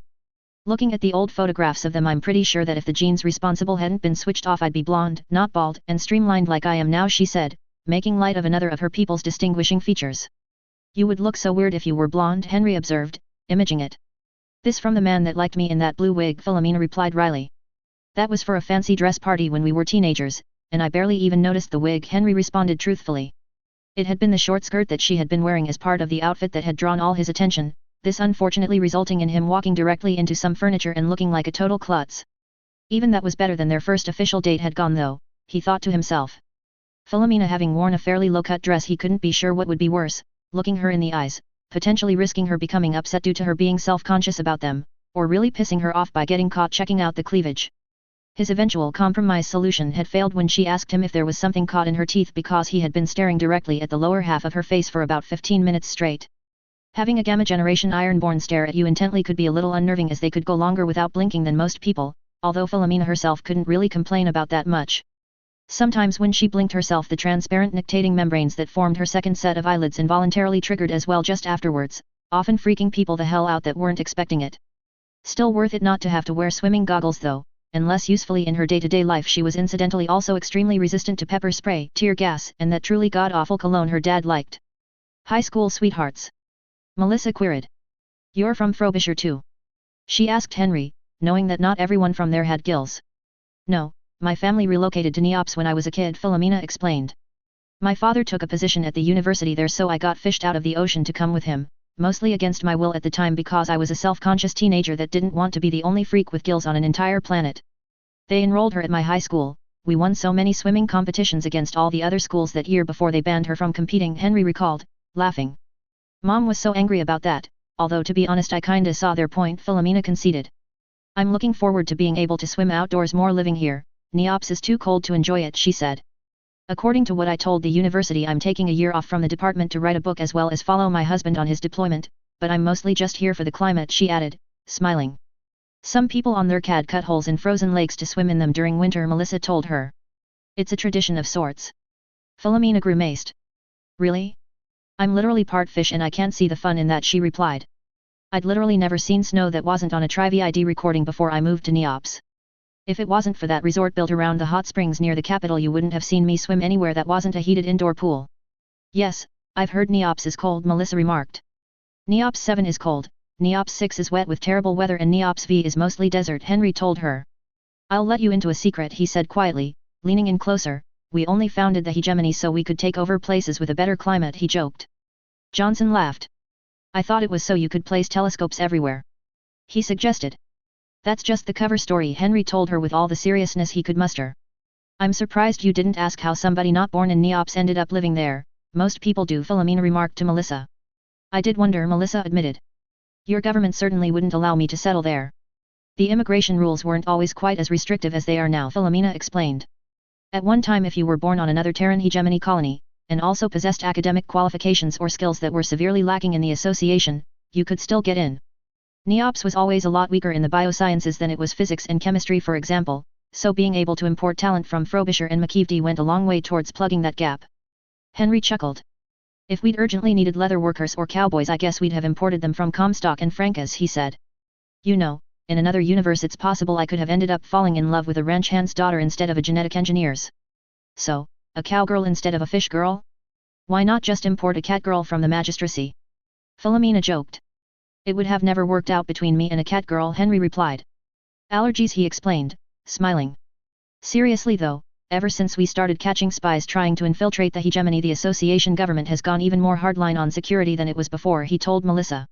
If you had turned up on our doorstep before we caught that safe agent on Copernicus, and later that ROM spy on Alphard, I guess the High Associator might have given special dispensation to allow you sanctuary on Neops, but like they say, it's not paranoia if they really are out to get you. Knowing what I do about Loki, I'd say that your counterintelligence people managing to successfully capture one of its direct action teams is more of a compliment to their abilities than what they've ever accomplished before, Melissa observed. Publicly at least, she added, knowing that the majority of work carried out by intelligence agencies never saw the light of day. Henry nodded. From what I hear on the grapevine, our spooks are feeling pretty pleased with themselves, he replied. I'll admit I was surprised that Loki would have taken the bait in a sting operation, Colonel Johnson commented.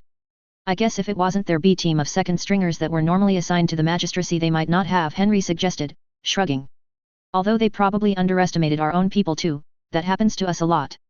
Perhaps not as much in future, Melissa replied knowingly, recalling how shocked she had been the month before when an officer from the SLDF garrison had visited her to give her the heads up about a news story that was about to go public concerning a foiled Loki operation on Alphard. Henry nodded. You could be right, he agreed. The cover story direct from High Command, and which formed the basis of media reports released through Encomnet News, was that a Loki team operating on Alphard had been identified before they could put their nefarious schemes into practice, Neops intelligence using a couple of their own agents in as bait in a counter-operation that the Lyran spooks had fallen for. Officially the whole bunch of them were taken alive and were being questioned, although several had been badly injured during the capture because the elite SLDF agents involved were more than they could handle. In reality 2 of the Loki team were dead, a third had been beaten into a coma and another probably wished he had died because having a neural whip forcibly inserted up his rectum, without benefit of lube mind, couldn't have been a pleasant experience by any measure. Katrina's debriefing by NEOPS intelligence when the drugs wore off must have been quite memorable for all concerned too, Henry decided. She had always been a strange mixture of cute and vicious when they were kids. It was known that some of the Lyran agents, presumably the shot callers in charge who were monitoring the OP remotely, had gotten away with a certain amount of intel, including some camera footage, but what they might make of it all who could say. Needless to say the Blackhearts will continue to operate at a high state of alert in order to prevent Loki taking a shot at you ma'am, Mitch Johnson told Melissa. Fortunately it's not as easy to infiltrate Stafford as it is Alphard, less foreign-owned ships ever come here and strangers tend to stand out, he reassured her. To be frank, you are probably more at risk from a member of your own staff, even if they did all pass security inspection.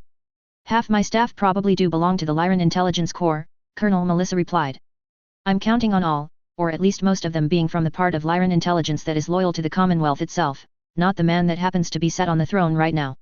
Melissa was in fact quite confident that her personal chef at least was affiliated with Heimdall, the shadowy Lick agency that existed primarily to keep Loki, itself also in Lick agency, in line.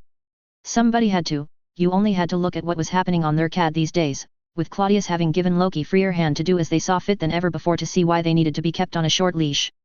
It was hardly a surprise to Melissa that the Loki strike team on Alphard had been caught with legally prohibited equipment such as a neural interrogation computer, Entnet News actually displaying the accursed thing on screen. Loki was truly vile, if a necessary evil her husband had maintained given that they lived in a galaxy where the Combine's ISF also existed. They were joined by Governor Johansson who was holding a small plate of food in his hand. The buffet is open if anyone wants a bite to eat, he told them. The bar's open too, Colonel, he added, smiling. I'd better have something to eat before I have anything to drink, Johnson replied. Anything stronger than beer on an empty stomach and I might start thinking I can dance later. Johansson laughed. Talking of dancing, might I have the privilege of taking you for another spin on the dance floor later, Lady Nin? He requested in a slightly oafish manner to her ears, though she forgave his boorishness. He was her host after all and didn't know better. Only if you promise not to make me look like I possess 2 left feet again, Governor, Melissa replied. I'll do my best, Johansson promised before turning to Henry. I still can't get over how much you look like your father, he said. Met the man back in 34, I think it was. He's probably grayer now with a few more wrinkles than when you met him, Henry replied, deliberately not commenting on their similar appearance. He's hitting 90 next birthday. I'd be happy if I looked as good as he probably still does now at 60, Johansson replied glumly. Do you and the wife dance at all? He asked. We do a little, but it makes a change not being asked if I can sing, Philomena told him. My siren song would send ships away from the rocks in case you were wondering, she said before Henry could, knowing it would annoy him if she did. Can't carry a tune to save her life, Henry agreed, annoyed he didn't get to make the siren joke. Her dad had made it at their wedding and it brought the house down, though not as much as Fred's best man speech when he told they got to take my pet fish for a walk, story about how the happy couple hooked up in the first place, or rather very nearly didn't.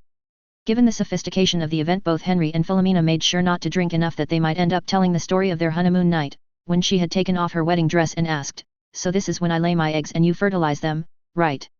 Causing Henry to laugh so hard he fell off the bed. Note from the author. Stafford and its governor are a little more rustic than Melissa Nin is used to. She's a undoubted snob, but given her background that's to be expected. People on Stafford are wary of outsiders and independently minded. They're largely okay with being part of the NEOPS hegemony because they realize NEOPS is going to keep pirates away and interfere less with how they choose to live than others would. The Jabberwocky industrial mech with its modular system for swapping out tools might be the great-great-granddaddy of the clan Omni mech, even if it was a commercial failure at the time of its introduction, unlike say the Crosscut Logger mech or the Cherry Picker Agro mech. The lumberjacks and farmers of the Stafford militia swap their industrial mechs for the blackjack at the weekend. That the Lyran Intelligence Corps needs a whole other agency, Heimdall, just to keep Loki in check says a lot about the Byzantine structure of the Lyran government, and it's not complimentary.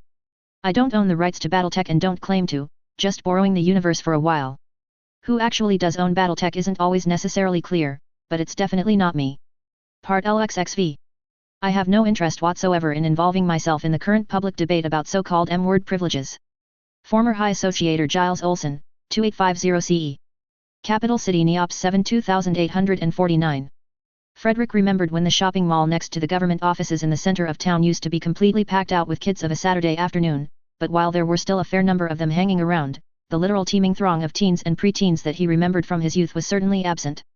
They didn't even have to queue up for very long at the food court on the second floor, although he did have to wait longer for his burrito from the Mexican place than Judith did her Moa nuggets and Zach his cheeseburger from the Frankisburger franchise. Judith had wolfed down her nuggets, though Dad might not have liked the phrasing there, Fred thought to himself. Wolverines were more voracious eaters than wolves anyway, so Hallis Sr. did have a point, he decided while his little sister gazed longingly at a display of brightly colored printed t-shirts in the window of a clothes store nearby. If she came home with one of those t-shirts her mom would not be happy, Fred decided while he and Zack ate their own lunch at a more sedate pace, the table they were sat at overlooking the fountain on the floor below in the large open-plan building. Barbara liked to dress Judith up stylishly, often laying out her clothes for her while coordinating them with a careful eye for detail, and those t-shirts Judith was looking at would fall far outside what her mother's finely honed fashion sense would deem acceptable.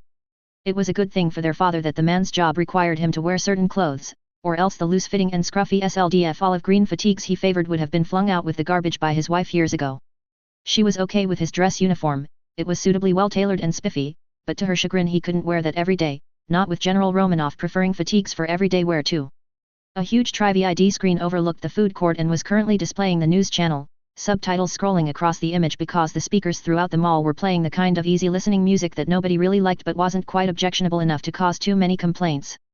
The inner sphere news of the day, and for the previous few days, was taken largely from CNN and concerned rumors that the long-hinted-at massive new offensive by the Lyran Commonwealth against the Draconis Combine was imminent. Archon Claudius, likely in an attempt to distract his people from domestic issues including the rising discontent at his deployment of the security apparatus of the state against his own people, had been building up his reserves for the operation which was expected to be spearheaded by a good chunk of his remaining naval assets.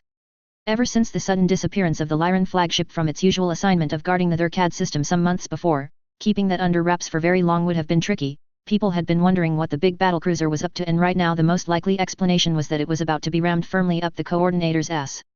The Combine was believed to have more warships still in service than the Commonwealth, but they had never had anything that could go head-to-head with a Durkad-class battlecruiser. A small naval task force led by the LCS Invincible probably could punch deep into Drak territory, clearing the way for a full-scale invasion, if Claudius was willing to throw the dice that is. There was always the chance that a big enough force of Combine aerospace fighters could overwhelm the battlecruiser's escorts and knock her out of the game with a nuclear strike. If that happened, then the Lyrans would have permanently lost what had been their trump card against any attempt by the Combine, or even the Free Worlds League, to launch a deep strike against their capital. Archon Marcus Steiner wouldn't have taken the risk, but measured not being a personality attribute commonly attributed to his younger brother, and likely murderer, the usual rules weren't in play. Not every commentator believed that Claudius was about to mount such a potentially risky offensive against the forces of Yogakai Kurita, however. Some thought it was actually just a massive campaign of disinformation and deception, and that the Archon was actually going to send the forces he was massing against Gerald Merrick instead. If Claudius could deal the Free Worlds League the knockout blow that his brother had never quite managed, although Marcus had come pretty close, certainly closer than anyone on Atrus would like to admit, it would surely secure his reign politically. It would also perhaps see him remembered in the history books as the greatest leader to have ever sat on the Lyran throne, something that his ego would relish to be sure. Frederick knew that both his father and General Romanoff were firmly in the camp of those that expected Claudius to go for Gerald's throat, not Yogakai's, as the fact was that the League was just a whole lot more beatable than the Combine. House Merrick was still having trouble trying to recover the worlds it had lost during the chaos of the Comstar interdiction a decade ago, let alone be in a position to restore all their holdings in the Bolin Thumb region previously lost to Lyran aggression in the First Succession War, and they lacked the vast industrial depth of the Commonwealth that allowed Durkad to rebuild any equipment losses it took in a matter of years, not decades. If it wasn't for the existence of the Capellan Confederation, then the Free Worlds League would have been regarded as the whipping boys of the first two succession wars. Frankly, Atrus owed a lot to Xi'an for making the percentage of its former territory now under someone else's flag look reasonable.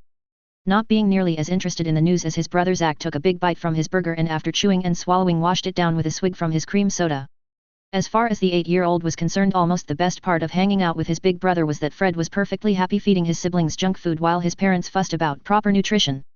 His attempted argument against salads that, Fred eats crap all the time and he's not fat, only got him told off for the swear, and then his mother pointing out that Frederick was so heavily genetically engineered that he could probably happily survive on a diet of moldy bread, lichen, rotten meat, and a few tree roots for fiber.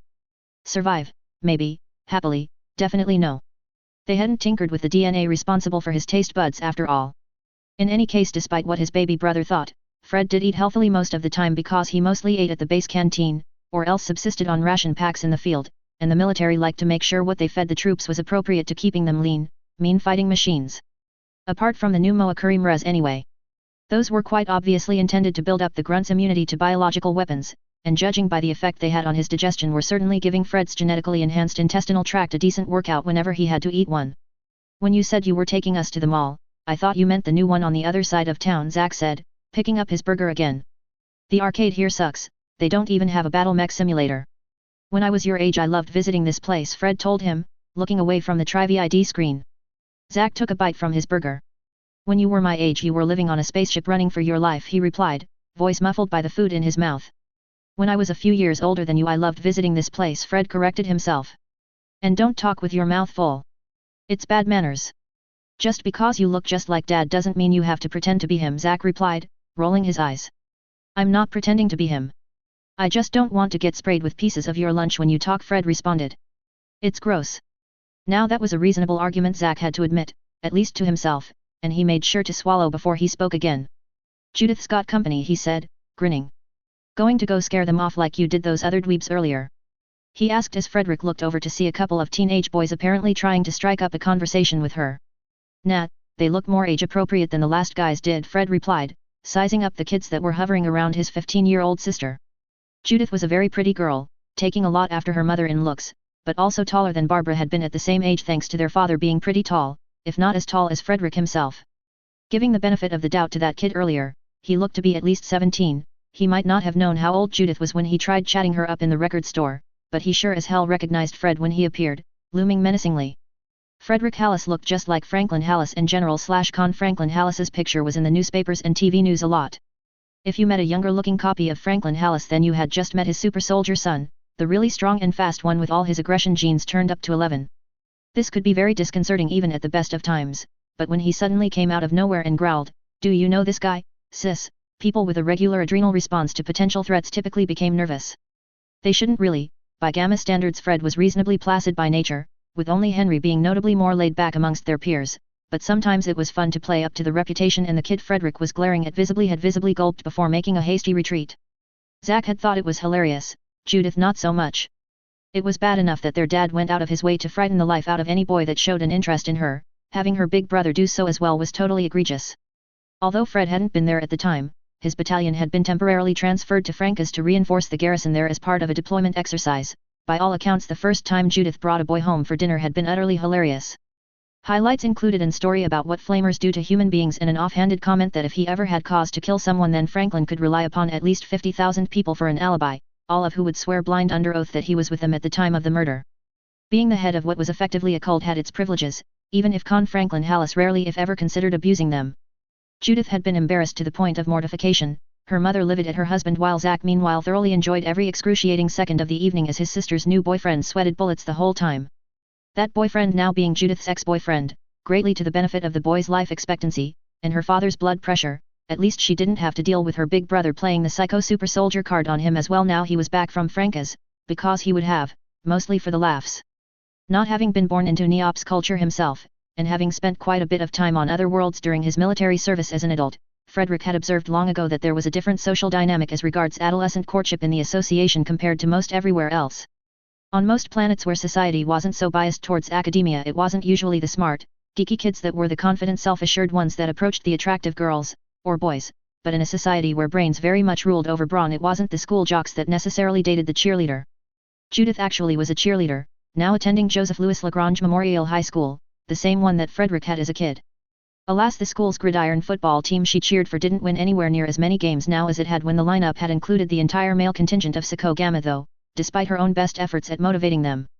With their origins as the 331st Royal Battle Mech Division, the so-called North American Division, Clan Wolverine had always regarded American football as their game, much like they did baseball, with their only real rivals being teams from the Ghost Bears. If you thought that Clan Trials of Possession were played for keeps, you should get hold of a copy of the old recording of the Bearcat City Gluttons going at it with the Sayagha Ursines in the 2822 Super Bowl on Strinamecti, no quarter asked for or given. Thanks mainly to Jennifer and Katrina, the girls' hockey team had used to win all the inter-school competitions too. The incident when a girl from another school had fouled Jennifer, who then had to stop Katrina throwing down with the entire opposing team at once, should perhaps have been taken as a taste of things to come. The kids talking to Judith over there right now looked more than a little dorky themselves to Frederick's eyes, but he was willing to accept that his worldview was more than a little skewed and that his tendency to size up people as potential threats, it had been drummed into him from a very early age to do so, didn't necessarily make him the fairest, most objective observer of humanity. In the debate of nature versus nurture, some hold that warriors are born, not made, others believe the reverse. In the case of the extremely experimental Psycho Gamma of 2816, they were both born and made, being the product of both Dr. Vaughn's exceptionally skilled genetic meddling and plenty of psychological conditioning. Frankly, it was almost surprising they could function as well in normal society as they did. Fortunately for them, Operation Switchback and the flight from the clan homeworlds ended their conditioning abruptly before it was completely ingrained, and the insistence of the Neops government that the kids attend a regular school with regular kids from the age of 13 onwards prevented them ending up terminally weird instead of merely a little off sometimes. Judith returned just as Frederick finished his burrito, clutching a tightly folded t-shirt that she had bought herself after managing to break away from the boys talking to her. Why do nerds suddenly appear? Zack began to sing as Judith sat down with them again. Every time you are near. Frederick joined in with his baby brother in an improvised duet, both of grinning. Because I'm cute, Judith told them both, interrupting their singing. Meh, Zack responded, making a so-so hand gesture. Bite me, tax break, Judith responded, glaring at him. Hey, that refund sitting right there pays for your allowance, allowing you to buy those clothes you have to hide from your mom, Frederick pointed out, nodding towards his brother. And I'm sure he's got some other redeeming qualities I don't know about, he added, laughing. He doesn't, Judith told him flatly. I wish mom would let me choose my own clothes more often, she complained. Her company literally makes this t-shirt, I should get them for free, I shouldn't have to pay full retail price. I get to choose my own clothes, Zack said, mostly. Only because trying to make you look presentable would be a waste of time and effort, Judith told him. Meanwhile, I'm going to be cursed with being mom's pretty dress-up doll until the day I die. Frederick shook his head. Nope, only until she does. You two will be around long after we are, we never got the jabs when we were little like you did. I don't want mom to die, Zack said glumly. Or you, or dad. Relax, sport, I'm not planning on dying until I'm at least 100 and your mom isn't that much older than I am. It's not like we've got crappy healthcare here like in most places these days. Just because we're not going to make it to the 31st century like you might doesn't mean we're going anywhere anytime soon. I guess, Zack replied, seeming less than reassured. You know, your mom used to buy a lot of my clothes when I was a kid, Frederick told his sister. Now Alice does. Only because if they didn't you'd only wear fatigues, on or off duty, just like Dad would, Judith replied. That's just because olive green matches our complexion so well, Frederick joked. Miss MacArthur told a funny story at school about how you came home once late at night still wearing camouflage paint, Zack told him. Not intentionally, I just forget I put it on and nobody on the VTOL jet coming back from Rick James told me, they probably thought it was funny not to, Frederick replied. And it's not Miss MacArthur and hasn't been for 6 months. It's MRS MacArthur Hallis now, which you should know because you were literally there when she stopped being Miss MacArthur. Be fair, he's not the sharpest bayonet in the armory, Judith defended her little brother using one of their father's phrases. It probably took him 2 years to stop calling her Alice at school. It took you a while to stop doing that too, as I recall, Frederick reminded her. The kids at school think that she should have just called herself Hallis when you got married, Zack told his brother, ignoring the dig from his sister. Most of them because MacArthur Hallis is too long. If she had a brother, or any cousins, she might not have been so insistent, but she doesn't, so she wanted to keep the MacArthur name alive, Frederick explained. Also, I kinda hoped it would make her grandfather lighten up about her marrying a Hallis. Did it? Judith asked. Frederick shook his head. Not yet, but I figure if I name my firstborn after him there's still a chance, he replied. He likes you more than grandma does, Zack observed. Yeah, but your grandma probably likes the virus that causes childhood fever more than she does me, Frederick replied. I was astonished she accepted the wedding invitation, he told them, not adding that if he had considered it a possibility he probably wouldn't have sent her an invite. Free food at the reception and an excuse to get a new dress. Judith suggested. Maybe, Frederick considered, it sounded plausible at least. What do you guys want to do next? He asked. Alice is out with her mom all day, and I'm not on duty again until Monday, so there's no rush. Arcade, Zack requested. Frederick looked at him askance. I thought you said the one here sucks. He responded quizzically. It does compared to the arcade in the new mall, but it's better than no arcade, Zack replied. Okay. Wanna try and beat my score at one of the shooting games? Frederick asked. No. You're a freak of nature, Zack replied immediately. Maybe the pistol one if you only use your left hand, he added after thinking about it. Don't call Fred a freak of nature, Judith chastised him. Thanks, sis, Frederick said, smiling. Judith grinned. He's a freak of science, as you well know, she corrected the dig at her big brother for the sake of accuracy. Frederick sighed. I love you both too, he said wryly. I don't care what we do as long as I get home in time to watch the new episode of Life in Exile, it's all the girls at school talk about, Judith requested. Is that the show about the freaking Von Strangs? Frederick asked in dismay, just managing to say freaking rather than what he would have said. And the Humphreys, Judith replied. I love Amelia Grace, she's always scheming, and her Uncle James is really cool, she enthused. My friend Angie has the biggest crush on Terrence though. Your friend has a crush on Terrence? Terrence Von Strang. Frederick responded nonplussed. Yet, he's this weird mix of weird, dorky and also hot because he exercises so much, Judith confirmed. Last episode he was doing all these one-handed pull ups because Amelia Grace bet him he couldn't. Frederick looked at her in utter bemusement. I can't believe you watch a show about that family, he told her. Dad and I crossed the entire inner sphere to put those amorous-worshipping goons back in their box. Yet, but it's not like Terrence was a tyrant like his dad was, Judith pointed out. Only because he never got the chance, Frederick countered. Maybe, Judith conceded. But you can't hold something that someone might have done against them, she argued. The boys at school all drool over his Aunt Arabella. Seems like she's almost always lying next to the pool wearing a swimsuit when they interview her. Jesus wept, Frederick muttered to himself, shaking his head sadly. You'd like Baron Humphreys. He doesn't seem to get why the show is so popular either. He's always going around with this confused expression and saying stuff like he wouldn't have agreed to allow it if he'd had any idea how much of a hit it was going to be, Judith told him.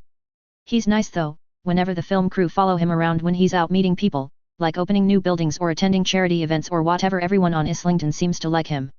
It was great when he told Charlotte, Taryn's mom, that having one person bowing to him out of respect was worth more than 100 people doing so out of fear. She's kind of a stuck-up bitch though, so I don't think it's sunk in at all. You can tell the servants don't like her, even if they're too professional to say. I don't watch that boring show, Zack interjected. That's because you only watch cartoons, Judith responded, dismissively. No, I like that new show about the kids marooned on Hunter's Paradise that have to fight dinosaurs too, Zack replied. Forget the Solaris games, someone should put a Megalosaurus Tyrannus against a Thunderbird in an arena, that'd be so cool. You thought they should organize fights between the animals at the zoo, Judith responded, rolling her eyes. They should, Zack enthused. Getting to ride a mammoth was fun, and seeing that 4-ton chameleon sloth appear from nowhere when they threw food into its enclosure was great, but Thraxan snow bears fighting terror birds would be awesome. Frederick himself wasn't keen on the new terror birds at the zoo, they reminded him a little too much of thunderbirds, albeit at a much smaller scale. A full-grown folly terror bird, one of Alpheus McKeevy's projects before he went completely nuts, massed barely more than half a metric ton and came in under 3 meters in height. Essentially a resurrected type of extinct Terran for Rus racidae, they had been thought to have gone extinct, again, due to predation by the much larger thunderbird until a couple of breeding pairs were found and relocated to Neops. According to the geneticists rescued from McKeevy's folly, the ones who had rebelled against Alpheus and fled to the safety of the wilderness before being rescued by the first Neops expedition there had even been a scheme to breed and tame the terror birds as riding animals at one point. While this sounded a little unhinged, the terror birds were carnivores after all and humans were meal-sized. The people of Brascia used the native Terek in much the same way. Thanks to the feathers, terror birds could handle cold climates a lot better than the lizard-like Terek could, making them more adaptable. Fossils of several species had even been found in Antarctica, although admittedly from a point of time when it wasn't as cool as it was now, if still far from warm, and domesticating and exporting the folly terror bird certainly hadn't been the craziest notion Alpheus McKeevy ever held, far from it. If you were planning on riding one to herd animals with, you'd want to make damn sure they wore a muzzle though, unless you didn't mind them occasionally snacking on the herd, or you. Making the animals at the zoo fight wouldn't be so much for the animals, don't you think? Frederick suggested. I bet they'd enjoy fighting for their next meal more than being fed a bunch of dog food or whatever it is they give them, Zack disagreed. Frederick chuckled. Why not a Roman arena with gladiators fighting wild animals instead? He suggested, tongue-in-cheek. Zack thought about that one. Even better, he agreed, nodding enthusiastically. Maybe when the hegemony is run by an emperor, not a high sociator, Frederick told him, amused. Maybe you should ask Dad to cross the Rubicon and declare himself Caesar. Cross the what? Zack responded, confused. The Rubicon, it's a river in Italy, on Terra, Judith started to explain before Frederick could. Julius Caesar led his legions across the Rubicon so he could overthrow the Senate and declare himself dictator of Rome. When he crossed the river he said Alia iacta est, the die is cast, because there was no going back after that. Almost right, Frederick told her. He didn't say the die is cast in Latin, he said the phrase in ancient Greek because he was quoting a play by Menander, he said. At least according to Plutarch. Really? Judith responded dubiously. That's not what the teacher said at school.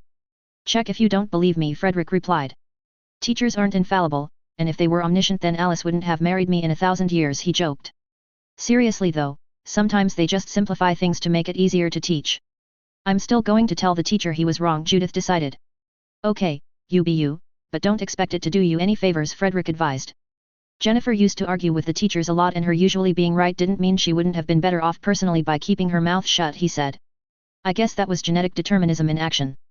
DNA isn't destiny, Judith replied. Yikes, they really are teaching you some drivel at that school you go to, aren't they? Frederick asked rhetorically.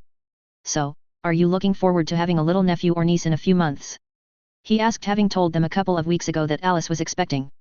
No, Zack replied honestly, why would he care about babies? No, you'll probably want me to babysit them, like mom and dad make me babysit that, Judith added for herself, pointing at her little brother with distaste. Oh, you'll definitely be babysitting, Frederick told her. It'll be my long-awaited revenge for having to change your diapers a few times when you were little. Judith grimaced. Gross, she said. Fortunately for her, she wasn't that much older than Zack, so she had avoided ever having to do that in his case. Dad said it would be character building for me, took me longer than I care to admit to realize it was just an excuse so he didn't have to do it so often, Frederick told her. You should be pleased that I'm being completely upfront about my true motivations in your case. I'm ecstatic, Judith replied sarcastically, narrowing her eyes at him. What makes you think I'll agree to ever babysitting for you? Frederick smirked. Like your mom would let you say no, he responded confidently. Don't think that you'll be getting away with it either, Zack. I'm too young to babysit, Zack replied smugly. You are now, but Alice and I might decide we want a tax break of our very own, and iron wombs make that easier, so don't go thinking you're getting out of it forever. I had to change your diapers too, baby brother, Frederick told him. It's indentured servitude. That's what it is, Judith complained. Only if I don't pay you by the hour, Frederick countered. How much? Not nearly enough that you're totally okay with changing diapers. That would go against the whole spirit of why I'd want you to do it, which is revenge, like I said earlier, Frederick told her. Can we go to the arcade now? Zack asked, becoming bored with all the talking. We sure can, tax break, Frederick replied, standing up. I'll join you after I've looked around the bookstore, Judith told them. You kids today and your books, in my day we had to read text files off a noteputer and we were grateful for it, Frederick told her. It's not the same reading off a screen, I don't know why, but it's not, Judith responded, standing up herself as Zack practically jumped off his chair. Paper in Neops was made from seaweed, harvested in massive amounts from the oceans of Neops 6 and 7 for all sorts of purposes, much of it being ground up for fertilizer or more recently used to feed herds of Taskin imported from Thraxa, or giant moa from Makivti's Folly. The animals seemed okay with it, and as a plus it made them taste a little saltier than they would otherwise, which most people said enhanced the flavor and meant you didn't have to add much extra seasoning to meals yourself. Just remember, if you're approached by any strange men, come find me, Frederick instructed his sister. Or cute boys, I don't want you talking to cute boys either. So you're saying that men that aren't strange, or ugly boys you're okay with me talking to? Judith checked. Revising my earlier instruction, if anyone with an XY chromosome that you don't know approaches you, come find me, Frederick ordered. Also don't rules lawyer me. Judith gave him a look. You do know this place is full of security cameras, right? She asked rhetorically. And that I go here, with or without my friends, all the time, without managing to get abducted even once? She continued, sarcastically. One thing I do know is that Dad would have me flayed if I let something happen to you, Frederick replied. And if I lost Zack, I'm sure Dad would be really angry about it until he could get a replacement tax break from an iron womb, he added, Judith finding that addition a lot funnier than her little brother did. I'm irreplaceable, Zack contended, pouting. We could clone an exact copy of you, not that we'd want to, Judith told him. They could clone you too as well, Zack retorted. Not me, I'm already too close to being a clone myself, there are strict laws about cloning clones, genetic diversity is important, Frederick told him. Look at Frobisher. Huge ocean, shallow gene pool. If not for the iron wombs and access to our genetic repository, they would have all been cousins in a generation. So inbred they would have needed to invent underwater banjos to play with their webbed, six-fingered hands. You need new material, the banjo thing is worn out, Judith advised him. And it's offensive to people from Frobisher. Philomena makes that joke, Frederick told the girl. People from there are allowed, like they're the only people that can use the M word, Judith told him sternly. The M word. Judith looked around to make sure nobody could overhear. Merfolk, she whispered. Frederick blinked. Now that's just political correctness gone mad, he opined before a news flash appearing on the Trivi ID screen caught his eye and attention away from his siblings. Holy shit! Judith exclaimed. Are pirates really trying to raid Comstock? She asked incredulously, reading the headline. Are they crazy? Watch your language, Frederick chastised her. And yes, they surely are, he added as the subtitles explained that a jump ship that had appeared in the Comstock system was demanding tribute and the SLDF garrison along with the local militia was mobilizing. They must have missed the memo that you don't try that stuff with us, Judith observed. Must have, Frederick agreed. Wait. Francas too. Judith said, staring at the screen as the headline changed to indicate that a second hostile jump ship had appeared in that system as well. That's smarter, I guess, if they were thinking that we couldn't properly defend both systems at the same time, Frederick said, frowning. Not many pirate bands with two jump ships these days, not this far from the Tortuga dominions anyway, he noted. Thanks to HPG communication, and this kind of thing being a high priority message for Encomnet to get back to Neops, this might be practically a real-time developing situation. You're not going to be called back to camp and sent to go fight the pirates, are you? Zack asked. If I left now, by the time I got there it would have all been over for weeks, so no, Frederick told him. The garrisons on Comstock and Francas might get rotated back early if they take losses, so I might end up being sent there later on, though, he added as the headline now changed to an announcement that the High Associator had ordered the destroyer NAS Protect II, currently acting as guardship at Alphard, to head for Comstock, the NAS Cape Bond, to replace her at the Alphard station. If this was some kind of ruse to lure warships away from Neops in preparation for an attack there, then, as well as the frigate James Sever that an opponent would still be expecting to run into at Neops, the Navy also had the battlecruiser Michigan and the cruiser Buccaneer ready to stomp them flat, so redeploying the destroyers wasn't a risky move by any means. Neops had reserves, at least it did if they all kept running until the shipyard was fully up and running, not just operational enough to repaint the Zughofer weir and swap out some worn-out parts with ones salvaged from the Thorin, as was happening now. By the time Frederick got his little sister and baby brother home that evening, Judith was weighed down with books that she managed to get him to pay for, and Zack was sick from eating too much candy because he complained that if Judith got money for books then he should get money for snacks. Barbara was there on her own when Frederick returned her children, and annoyed because her husband had been called in to discuss the Comstock and Francas situation by General Romanoff. To her this seemed like an Admiral Bremen thing to handle, and she certainly didn't appreciate being told by Frederick that when Romanoff retired that everything would be a General Hallis thing to handle. All I wanted was one day of just Franklin and me time, Barbara complained before Zack loudly announced that the new clothes Judith had brought herself were cool, dashing away before Judith could throw a book at him. Any chance there might have been of Frederick taking the kids off her hands again a week later were dashed by the entirely unexpected, and extremely unwelcome arrival of the Durkad-class battlecruiser LCS Invincible in the Stafford system, both her husband and stepson becoming a little too tied up with more pressing issues than their personal time when that occurred. Note from the author. Children, they grow up so fast, don't they? Frederick Hallis is now over 30, and recently married with Alice, now expecting their first child. Judith is well into her teens and young tax break Zack is 8. Life on Neops has changed a great deal in the 2 decades since Frederick arrived there in 2827 as an 11-year-old. Claudius Steiner is not a measured man, nor is he one to accept a perceived slight with good grace. He also has what he thinks is an ace up his sleeve, the Durkad-class battlecruiser LCS Invincible, and some help from outside the Commonwealth. There's no way that Alpheus McKeevedy wasn't making terror birds given all the other prehistoric animals he was splicing together. Think of the Folly terror bird as being akin to the Battletech Canonteric as a riding animal, or maybe a carnivorous chocobo. Rapping is big on Neops, but only Frobisher rappers get to use the M word. I don't own the rights to Battletech and don't claim to, just borrowing the universe for a while. Who actually does own Battletech isn't always necessarily clear, but it's definitely not me. Partlesxi. What the hell did you just say? Let me see that HPG message for myself. I swear to Blake that if this is some kind of sick joke that I'll have you fucking killed. Raymond Karpov, Primus of Comstar, 2849 CE. Heartwood City, Stafford System 2849. If he was the governor of some wealthy, populous inner sphere planet, then Jonas Johansson might have had an underground bunker containing one of those fancy war rooms, the ones with all the massive flat-screen computer monitors mounted on the walls and a big holographic display in the center of the room that you saw in the movies. Since he wasn't the governor of such a planet, what Johansson did have was the small private movie theater in his mansion that a couple of technicians had wired into feeds coming from militia headquarters, the local Encomnet HPG station and the SLDF garrison, along with some limited access to the Blackheart's command channel as he read through the briefing notes he had been given by his aide. Currently projected up on the screen was Colonel Brasher, the commanding officer of the Stafford militia, who had been running around like a lunatic the last few hours trying to get everybody he could mobilize to resist a potential landing by the presumably hostile force that was now barreling its way towards the planet from the Nader point. At least the Lyrans hadn't jumped in at a much closer pirate point, which would have only given Stafford hours rather than days to prepare. Unfortunately, given that they had turned up in a goddamn battlecruiser, they probably figured they didn't really need the benefit of surprise. They hadn't issued a menacing ultimatum on arrival either, probably wanting to do so once they reached the planet where their words would be backed by the prospect of immediate orbital bombardment if the reply wasn't what they wanted to hear. Reservists are starting to report as ordered, Sir, Brasher told the governor, the expression of his face projected up on the screen giving the appearance that he was entirely relaxed and unperturbed by the current situation, although in reality he was likely anything but. Just visible behind the colonel in Militia HQ, his command staff seemed to be frantically beavering away, though like their commanding officer none of them seemed panicked, just very motivated as they spoke into telephones and moved things around maps.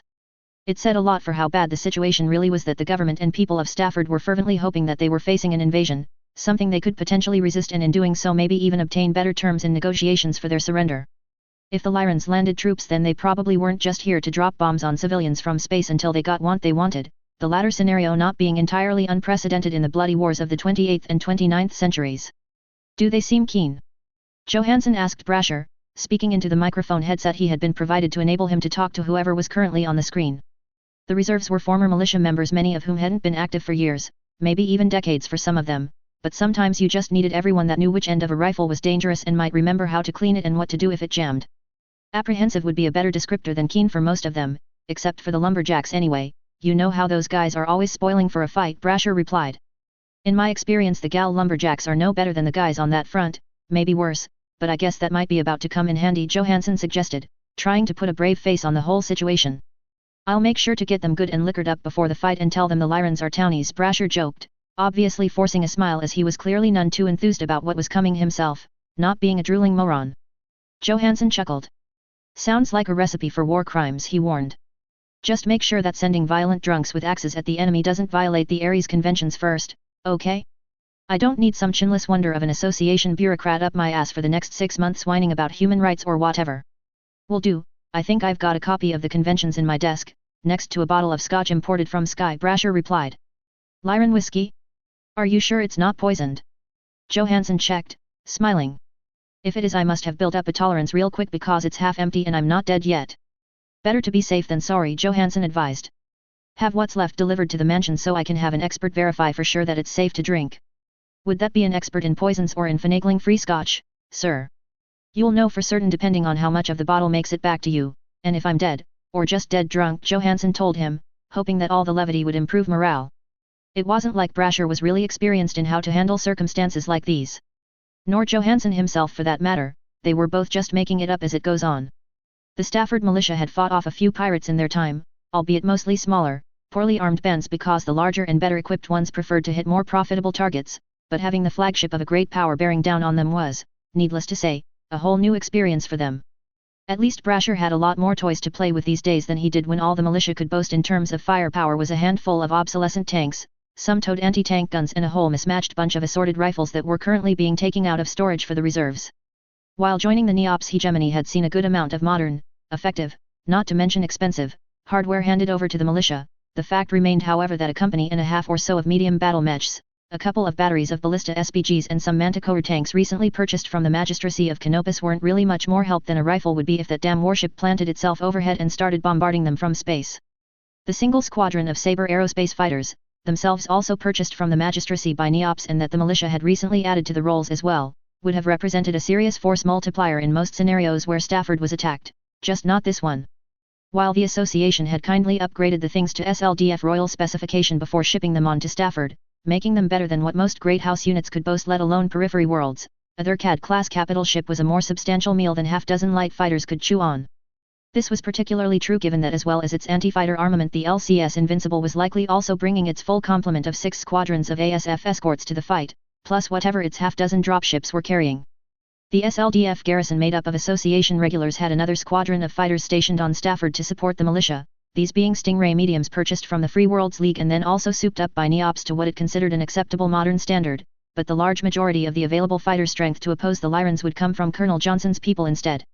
The Blackhearts Mercenary Regiment currently operated some 4 squadrons of aerospace fighters, and although they were a mixed bag of types, and none of them were flashy Royal ASFs, normally that would have been more than enough to frighten the life out of any invasion force. Unfortunately in the current situation however, and even though the fighters on the Stafford side might not be drastically outnumbered overall, according to what Johansson had been told, if you wanted to try and take out a Thurcad with fighters then you needed to be the one bringing heavy numerical superiority in ASFs to the fight, ideally a big numerical superiority, and that was definitely not the case. Unlike the major capital ships built by the Terran hegemony, the Lyrans had intended their most powerful ships to be able to defend themselves from enemy aerospace fighters if necessary, and as such their flagship carried plentiful amounts of anti-fighter weaponry as well as its big naval guns. As a consequence, while in theory if an SLDF battleship turned up on its own you could usually count of several of its docking collars carrying assault dropships like the Pentagon, or ASF carriers like the Titan to help defend it from fighters, a Lyran Thurcad could devote all its collars to hauling dropships full of battle mechs, tanks, and infantry instead, which wasn't good for Stafford. The Blackhearts themselves had a number of armed dropships that might potentially have been available to support their fighters in a space battle that didn't involve the other side possessing an actual warship, but while the heavy guns of the Lyran battlecruiser couldn't readily target something fighter-sized, they could unfortunately draw a bead on dropships. A round from a large naval autocannon wouldn't just blow a hole in something like an intruder, it would completely shatter it, leaving behind an expanding debris field, and it was a bit too much to ask the Blackheart dropship crews to play the role of skeet like that. It wasn't like the mercenary dropships were stood idle, however. They were currently helping to evacuate those that wanted to leave the capital before the invaders arrived, moving civilians to smaller settlements on other continents. The Flying Doctor Service was doing likewise, their VTOLs transporting healthy people for once instead of the sick and injured they usually dealt with, but they had nowhere near as much carrying capacity. Letting Brasher return to work, Governor Johansson considered how simultaneously well-planned and yet ill-advised this operation seemed to be from the Lyran side. To their credit, the pirate jump ships which had jumped into the Comstock and Franca's systems had clearly been a feint to try and draw off some of the naval strength of the association, as well as make it difficult to move units around, and it had very much worked as intended. After accomplishing their goal, they had not stuck around to attempt an actual landing on either world and had jumped out again, the problem there being that they could reappear again at any time, not just at Comstock or Franca's, but potentially at Copernicus, Bakalu, Balalaba, or even Islington, with the latter definitely being a place that Claudius Steiner had an interest in. Just because the Mad Archon undoubtedly wanted to get hold of Melissa Nin the most, that didn't mean that getting his hands on the Von Strangs wouldn't be a nice bonus if he was minded to dispatch forces quite this far from home.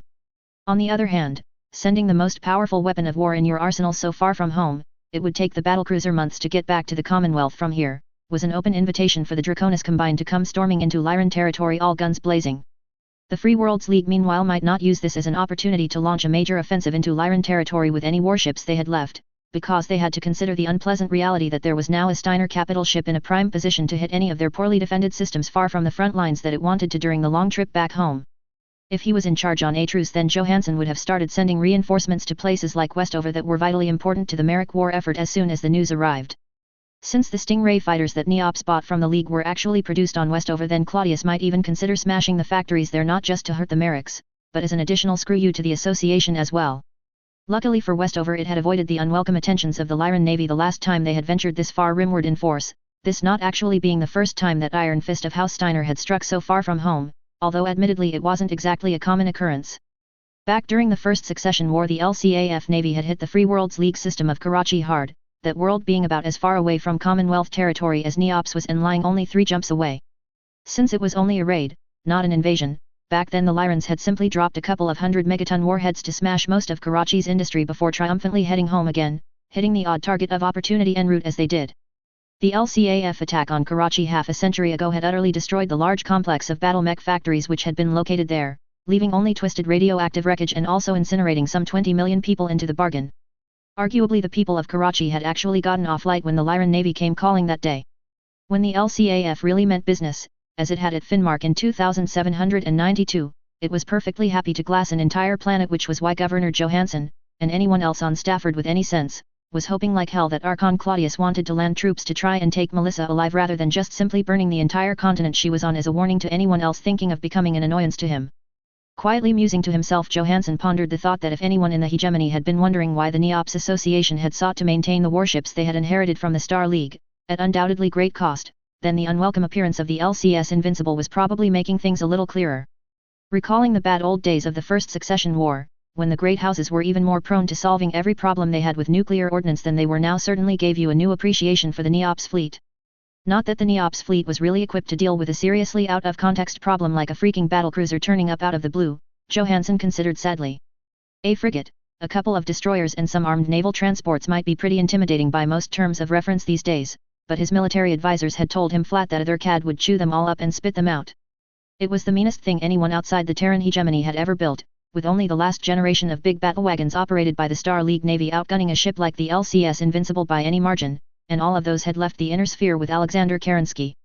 If the LCS Invincible had jumped into Neops itself, things wouldn't have been nearly so easy for it, of course. Although exactly how many of the things the association actually had in service was classified, it was well known that multiple squadrons, perhaps multiple wings, of Voidseeker drone fighters defended the hegemony's capital system, and a bunch of those things coming at you like a swarm of robotic kamikazes was a nightmarish scenario for any ship. A Voidseeker punched above its weight class in firepower, could maintain sustained accelerations and pull high-G maneuvers that no human pilot could match, and was, of course, not subject to morale problems. Even if the association might perhaps be reluctant to sling a few Alamo missiles underneath the drones so they could take out enemy capital ships themselves, SDS drones had killed a lot of SLDF ships during the Amorous War after all. They could always use the Voidseekers to strip them of their fighter cover and then follow up with human-piloted ASFs or small craft to finish the warship off with nuclear warheads. Add in the fact that everyone in the inner sphere was well aware that those orbital telescopes of theirs were no such thing, and that the NEOPS system was apparently chock full of the things like a budget SDS, and you could see why Claudius Steiner had wisely decided not to send his flagship right to the High Associator's doorstep and making demands. Stafford itself only had a single orbital telescope unfortunately, and even a satellite the size of a mid-sized dropship could only fit so many big guns inside it, so in Johansson's estimation it seemed like the Invincible would burn it down fast.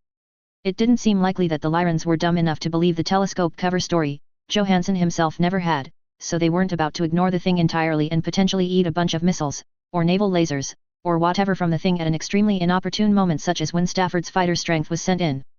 "Excuse me sir," a voice interrupted Johansson's thoughts. The governor turning to see Captain Callahan stood there. "Shouldn't you be with your company, son?"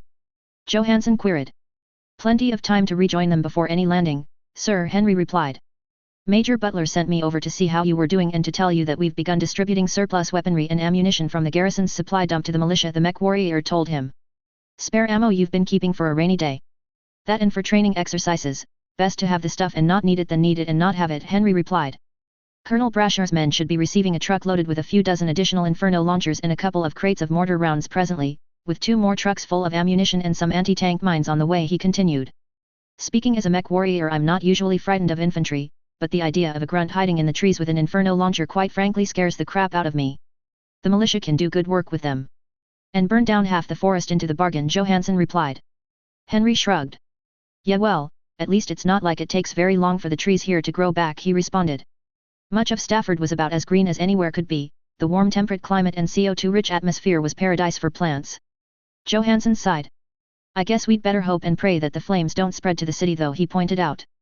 Hardwood was mostly of wooden construction, effectively a great pile of lumber waiting to catch a light. Set enough of it aflame and you wouldn't need to hit it with an orbital bombardment to raise the place to the ground. It could readily firestorm itself to perdition, as Dresden or Tokyo had during Terra's Second World War. "The Major informed me that you intend on declaring Hardwood a free city if they land an assault force. Is that the case, sir?" Henry asked. "You don't approve?" "Not for me to say, Governor Johansson," Henry replied noncommittally. "Although in my professional capacity I'd have to agree that this isn't exactly a town all that well suited to defensive urban warfare, even though that's usually the best terrain for infantry to take on tanks and mechs," he said. "The walls here would offer little if any protection against incoming fire, and the sheer flammability of the place means that the old standby tactic of using flamers to flush out the defenders would work even better than normal." Johansson nodded. "When I discussed it with Major Butler earlier he mentioned your use of flamers to clear out enemy dugouts on Aaron," he said. "Terrible way to kill a man if you ask me." "I agree, but what usually happens is they surrender or run away first," Henry told him. "Every grunt's enthusiastic to fight and determined to hold his ground until a fire starter turns up," he sagely observed. "Fortunately for the civilian population it has historically been the case that the Lyran military has been pretty decent when it comes to dealing with non-combatants, at least when they're looking them in the eye, not bombing them from space, so they might go along with your proposal as long as they don't think of it as some kind of trick." "Here's hoping," Johansson replied. "Of course the guy in charge on their CAD was usually a lot less nuts than the one we have now, so I don't know if the old rules still apply. If they don't recognize Hardwood as a free city then we'll have to try and find a way to evacuate the people and cross our fingers that they're not so far gone that they'll strafe columns of refugees." "Sir, if they start pulling shit like that then we'll tell them to stop or we'll cut loose with the battlefield nukes," Henry told him. "And if they don't? Then we'll hit one of their ground formations with a Davy Crockett to show them we weren't bluffing," Henry replied evenly. "Normally we wouldn't want to be the first to reach for the WMD, but if they've already shown a willingness to slaughter civilians then we'll need to send a message in no uncertain terms that we consider that a major no-no," he said. "In a way we are lucky it's the Lyrans. If we were facing Capellans, for example, we'd have to worry a lot more about nerve gases or even bioweapons. The Cappies love that shit and they're also more willing to lose their own people in retaliatory strikes." Johansson mouthed an obscenity under his breath. "Maybe we'd be better off if I was okay with just surrendering outright and handing Lady Melissa over without a fight," he said gloomily. "Trouble is that would go against the grain," he added. "Yeah, Johansson confirmed. "I'm a country boy. Where I'm from if someone trespasses on your land you ask them to leave, politely," he said. "If they don't then you tell them to leave, and if they still don't then you get your gun and shoot them. If this Claudius Steiner fella thinks he can just come into my house, order me around and assumes I'll just do what I'm told like a good little lapdog then he's got another think coming. Chances are he thinks that he doesn't need to care about you or anyone else here thinks as long as he's got a warship hanging over you," Henry suggested. Johansson smiled. "I remember when your pa was here for the ceremony when we officially joined up with NEOPS," he recalled. "He was mingling with the crowd afterwards and he was explaining why NEOPS did things the hard way when it came to expanding the hegemony, getting people to join willingly through negotiation with some give and take, rather than save a lot of time and effort by just threading them with all your battle mechs and warships. What did Dad say the reason was? He said it was because you weren't assholes, and then he added that he thought the inner sphere had more than enough of those already without Neops joining in, Johansson told him, chuckling. Claudius Steiner is a fucking asshole, and I'd like to think I've got the guts to tell him so to his face, even if it meant getting the axe treatment like he gave Karl von Strang, he continued. That said, I'd bet the house that Karl thought that you were assholes when you turned up in his system uninvited, intent on giving him a whooping. I guess Henry conceded, but damn if he didn't deserve it. Every rule needs to be open to exceptions, right? He asked rhetorically as the big screen started flashing before a woman wearing an Encomnet jumpsuit appeared, looking to be sat at a desk. Can you see and hear me, Governor Johansson? The woman asked. Can do, ma'am, Johansson replied. It's Senior Technician Adams rather than ma'am, if you please, Governor, the woman replied, or Jackie if you prefer. Ma'am makes me feel old, she said. My boss is working on the HPG, making sure we can maintain a constant connection to Neops via the Alphard station, and he asked me to tell you the Lyran vessel is now close enough to get a good look at it. I'm forwarding a feed from the orbital telescope to you now, copying in the SLDF garrison, Colonel Johnson's people and militia HQ, she said as her image was replaced by what appeared to be a blurry grey shape. Oh sorry, we must have zoomed in too far, the technician's disembodied voice continued. Hang on, she said as the image pulled back and sharpened considerably, now displaying the massive warship LCS Invincible heading towards them in all its glory. Given that the battlecruiser was still literally days away from reaching Stafford orbit, Johansson's first reaction was that he was being pranked until he was struck by a more shocking realization. Wait, are you saying that the big telescope up there is really just a big telescope? He asked, nonplussed. Yes. What did you think it was? Senior Technician Adams responded, confused. I thought it was an orbital weapon platform, Johansson replied. Henry frowned.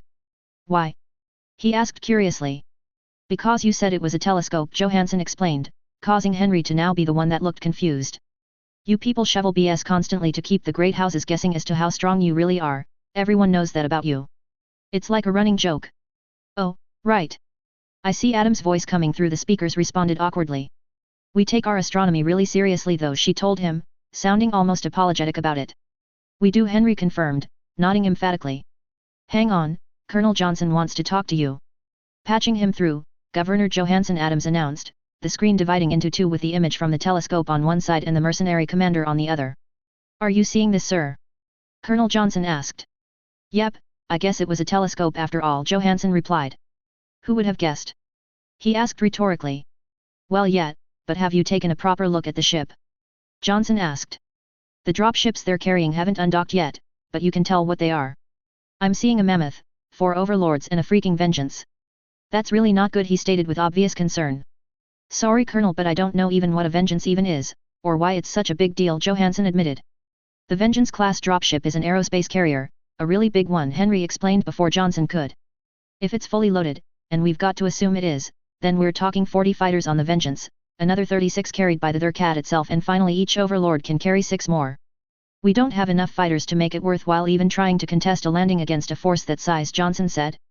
They outnumber us nearly 3 to 1 in ASF strength, which also means that when they do land they'll have enough machines in the sky to maintain a solid cap while still having multiple squadrons available to provide air support for their ground forces and conduct strike missions.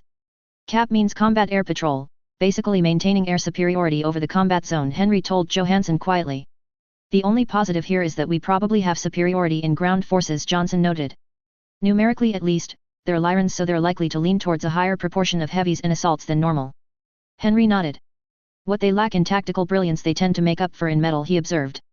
Given that the Blackhearts are providing the bulk of our mechs, and they lean the other way towards lights and mediums, we really don't want to get involved in a slugging match even if we have the number advantage. He's right, ideally I'd want to keep them off balance with hit and run tactics, draw them into ambushes when they chase after us, Johnson concurred. The problem for that approach now is them almost certainly having air supremacy and hence plenty of eyes in the sky, he said, pursing his lips. That'll make it difficult to obtain the element of surprise even with all the great forest cover here to play with, he continued. Don't get me wrong, my guys will be in their element, and the militia have home field advantage on their own turf, but the opposition are going to find it real easy to conduct aerial recon if our ASFs can't get within 100 clicks of where the fighting is. If I might interject, I just checked and according to our database the Lyrans don't manufacture the Vengeance class dropship themselves. So presumably this must be one they captured from either the Free Worlds League, or Draconis Combine at some point, the disembodied voice of Adams, who was still listening in, suggested. Chances are they've never captured more than a handful of them, and it sure wouldn't be easy to keep them running, but I guess if you're already invested enough to send your flagship you might as well go the whole hog and send a possibly irreplaceable dropship too, Johnson remarked. Raises the chances of their warship getting home in good condition too if they give it a fighter escort so large that their asps will blot out the Sunday. Then we'll fight in the shade, Governor Johansson responded, feeling pretty pleased with himself for the reference. You know, what with all the forest cover, he added, ruining it slightly. 1 second people, I've managed to improve the computer enhancement of the images from the telescope. We might be able to see some more detail now, the Encomnet technician interjected again. The warship being projected on the screen shimmering for a second before coming back into focus even sharper. Can you zoom in on those overlords a little? Colonel Johnson requested. We might be able to make out unit markings, give us a better idea of what we're facing on the ground. Can do, just a moment, Adams replied. Thanks to the way space travel works, the LCS Invincible wasn't actually pointing nose first at Stafford as it traveled there, but rather at the point its trajectory would intercept the planet's orbit in a few days' time. Effectively it was aiming to where Stafford was going, not where it was right now, and as such the orbital telescope had a somewhat side-on view of the Lyran warship as it burned through space. Those are the markings of the 2nd Lyran Guards. Henry recognized them. His childhood had involved a great deal of time spent reading recognition guides, not just the profiles of tanks and battle mechs but also unit insignias. That's Claudius Steiner's own command. Effectively his Praetorian Guard these days. You don't think he's nuts enough to come himself, do you? Governor Johansson asked, raising his eyebrows. Doubt it, he'll want to stay close to the seat of power, but dispatching some of his own to fetch back his sister-in-law might be the next best thing to doing so himself, Colonel Johnson responded. That's only one of the 4 overlords though, the others aren't even painted up in regular Lyran colors, he noted. Henry blinked and did a double take as he recognized the insignia on the other mech-carrying dropships the Durkad was hauling. Geez, I guess Claudius really wants to rub our noses in it, he said, shaking his head. I'm pretty sure that's Raymond's redcoats. Johansson frowned. Those guys who pretended to be you? He asked. Before you went public that you'd been hiding out on Neops, I mean. He added, remembering seeing something about that on Encomnet News. The very same, Henry confirmed. I guess they thought pretending to be a former SLDF unit would be better for their career prospects as mercenaries than listing, formerly known as the pirate band Cameron's Curse and before that the 38th Amorous Fusiliers on their resume, he said wryly. Probably not many ex-pirates still to be found among their ranks by now, and none of the guys that raped, looted and pillaged their way across Castor in 75, but if you believe that the apple doesn't fall far from the tree then you might want to warn the civilian population that some extremely bad hombres might be about to arrive, sir, he advised the governor. I hope you're exaggerating about the rape, loot and pillage, son. Johansson replied. No, and I left out the part about how many nukes they tossed around to try and slow up Kerensky's advance, Henry replied evenly. Amorous had the notion that as well as using them against military targets that if his people struck the odd population center with WMD into the bargain, it would play havoc with SLDF logistics because our side would be drawn into relief efforts, he continued. Large parts of Castor were literally scorched by the 38th before they decided the war was lost and decided to hightail it out to the periphery, civilian casualties just as high as you'd expect, he said before chuckling mirthlessly. It's all kinda a sore point with us really, he added. If you ask me, Claudius might not have just picked them for this job because it would get your goat, Colonel Johnson spoke up. It could also be his way of guaranteeing the mercs he sent don't swap sides or surrender if things go wrong. If you were one of the redcoats, would you raise the white flag knowing how Romanov thinks about you? He asked rhetorically. They might think this job only has 3 possible outcomes for them. They either win and earn a healthy bonus from a happy Archon, they die in battle, or they lay down their arms and get strung up from the nearest tree by some angry grunt from the 295th that's still holding a grudge after all these years. We don't summarily execute prisoners, Henry stated firmly. Maybe not, but they don't necessarily know that, and people right across the inner sphere do know that you like to hand folks you don't like a shovel, drag them out into the desert and make them dig up germanium for the rest of their lives, Johnson countered. You did it to one bunch of amorous goons turned pirate, you might do it to another, especially since they sullied your good name as you see it. Anyhow, if we find ourselves in a situation where we have the opportunity to capture some redcoats, better let my people handle it. They might assume that professional courtesy between mercs, and our lack of a personal grudge against them, means less chance of their pals being put up a wall and shot after they lay down arms. You were an SLDF unit once too, Henry reminded him. They might be wary of the Blackhearts as well on that account. Yeah, Captain, we were, but most of my people have more Taurian blood in them these days than anything else, and they were born on Starapi like me. You're still basically displaced Terrans, we just don't have the same cultural baggage that you do. Cultural baggage? Tell me honestly that you don't dream of booting the great houses off all the Terran hegemony worlds they annexed and bringing back the good old days when the entire galaxy tiptoed around a guy named Cameron or McKenna, Colonel Johnson asked him knowingly. Not that I'm saying that it hasn't all been a total shit show since Richard Cameron got his brains ventilated, what there were of them, he said wryly. Anyhow, my people can play the Taurian not Terran card, so, like I said before, better let mine handle any surrendering redcoats. If we're lucky enough to win some fights despite a lack of air cover, it'll go smoother. What about the Lyran regulars? Johansson asked. If any of them throw in the towel, then let the militia handle them, it'll totally humiliate the bastards, Johnson replied, grinning. Governor Johansson laughed. Do you think we really have a chance? He asked. Depends, Colonel Johnson responded with a shrug. Given a little patented Lyran tactical ineptitude, if Claudius put one of his social generals in charge, then maybe, but then we might run into a bigger problem if we did manage to give their ground forces a big enough shellacking. They might just take it very badly and respond with scorched earth tactics. Just because they'd prefer to stomp us into the dirt with mechs, achieving a glorious victory for Archon Claudius and the newsreels back home as they bring Melissa Nin back in chains, they'll always be able to resort to orbital bombardment as their plan B. Melissa has offered to give herself up if they start bombarding us from orbit, Johansson told him. She seemed a little surprised I wasn't going to just hand her over without putting up any fight at all, what with Neops not having anything to send as help. I talked to the High Associator via HPG, and while he says that the captain and crew of the Cape Bon are willing to jump from Alphard to try and take on the Invincible, it's not a fight they can win. I'm not prepared to ask them to throw their lives away by pointlessly committing suicide like that. I'm just not. Henry nodded.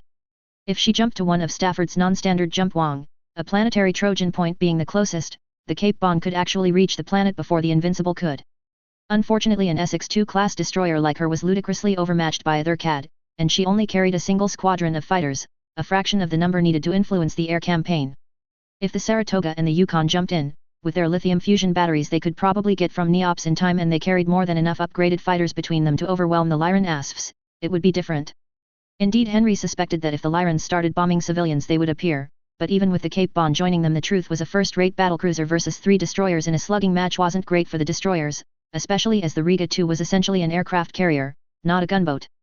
The appearance of Saratoga and Yukon would also let the cat out of the bag as regards where Clan Wolverine ended up too, potentially bringing Old Nick and his fleet to Neops's door, not to mention the mystery of the Canada tribe would be solved once and for all, which wasn't exactly good either.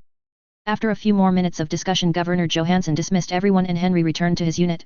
They still had time to dig in and camouflage their positions as best they could against aerial reconnaissance. Henry didn't doubt that they probably could beat 3 battalions of mercenaries and 1 of Lyran regulars in a stand-up fight, although enemy air superiority would make it bloody even if Claudius sent his dumbest general to lead them, but the notion that if they won they could still lose because of the warship looming above their heads really sucked. Philomena should be safe at least. She had been evacuated to a small farming community a few hundred kilometers to the north, where she was undoubtedly being stared at a lot by rednecks that could at least sympathize with her people's ongoing problem with inbreeding, but more than half of the population of Heartwood had opted to stay put.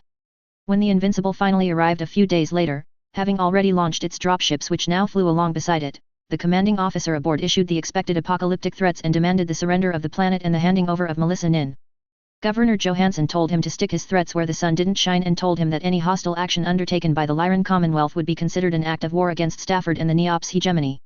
In a more diplomatic and conciliatory matter, he also requested that Heartwood be considered a free city, one where no fighting would take place to avoid civilian casualties, and then he challenged the Lyrans to meet the defenders in battle outside the capital like soldiers from a civilized nation, not like pirates from a bandit kingdom. The Lyran flag officer refused to accept Heartwood being designated the status of a free city, although he did accept the challenge to meet his enemy in the field and said he would not bombard civilian areas without provocation.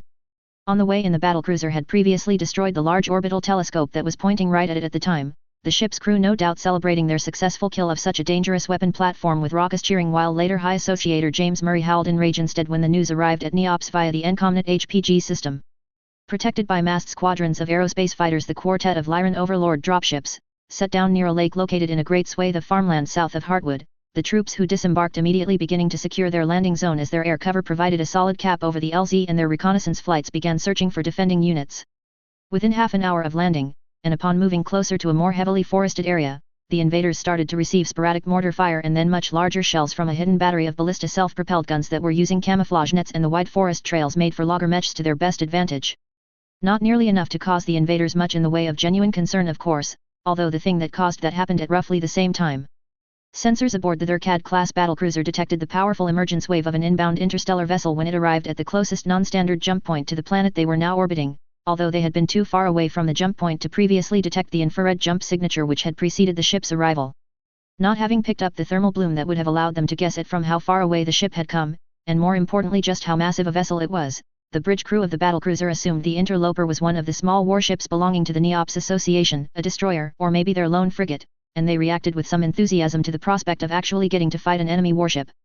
Rather than letting the army below get all the glory, this could be a time for the navy to shine.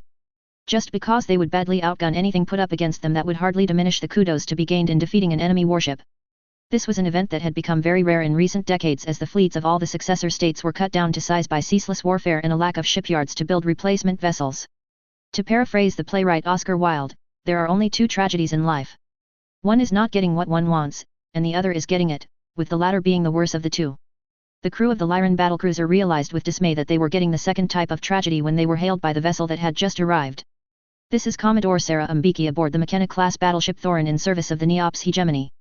If the hostile warship currently orbiting Stafford does not surrender before we arrive, then mark my words, we will find out just how fucking invincible you really are. Also, if you bombard that planet from orbit, then I swear to God I will kill you all whether you decide to surrender afterwards or not. Thorin actual out. As a point of historical trivia, the Lyrans aboard the LCS Invincible weren't actually the first outsiders to start freaking out about this extremely unexpected development. That honor fell to an undercover ROM agent posing as a trader who had been aboard the Olympus-class recharge station at the Neops Nader Point a few days earlier, when he watched through a porthole as a couple of transport jump ships undocked from their charging cables and then a goddamn battleship rolled up in their place. Thanks to Encomnet running the local HPG, and Neops not allowing anyone to jump out under threat of opening fire on them if they tried, the Comstar operative couldn't get the word out before the McKenna had completed a quick charge and was off on its way, hundreds of locals aboard the station cheering wildly as it did so before one of them yelled out, "Who doesn't have to take shit from anybody because we've got a fucking McKenna," to which the others all chorused Neops, in response. The ROM agent grimaced and thanked Blake that he wasn't going to have to be the person to tell Primus Karpov about this, because the man didn't seem the type that was totally averse to shooting the messenger when he received bad news. Note from the author. A Thurcad-class battlecruiser carries 6 squadrons of aerospace fighters for the purposes of self-defense and conducting strike missions, but having it bring a Vengeance-class carrier dropship along with it more than doubles the number of available ASFs, plus each Overlord itself provides an addition squadron. Archon Claudius Steiner really threw some resources at this operation. Sending Raymond's redcoats at Neops seems like a notion that would appeal to the Mad Archon if he felt slighted, although he's want a battalion of his beloved 2nd Lyran Guards along too to get the glory. Don't worry, fight fans, there will be plenty of action in the next part, trust me. I just wanted to set the scene a little first. We have caught up with the latest chapter, last updated December 10, 2024.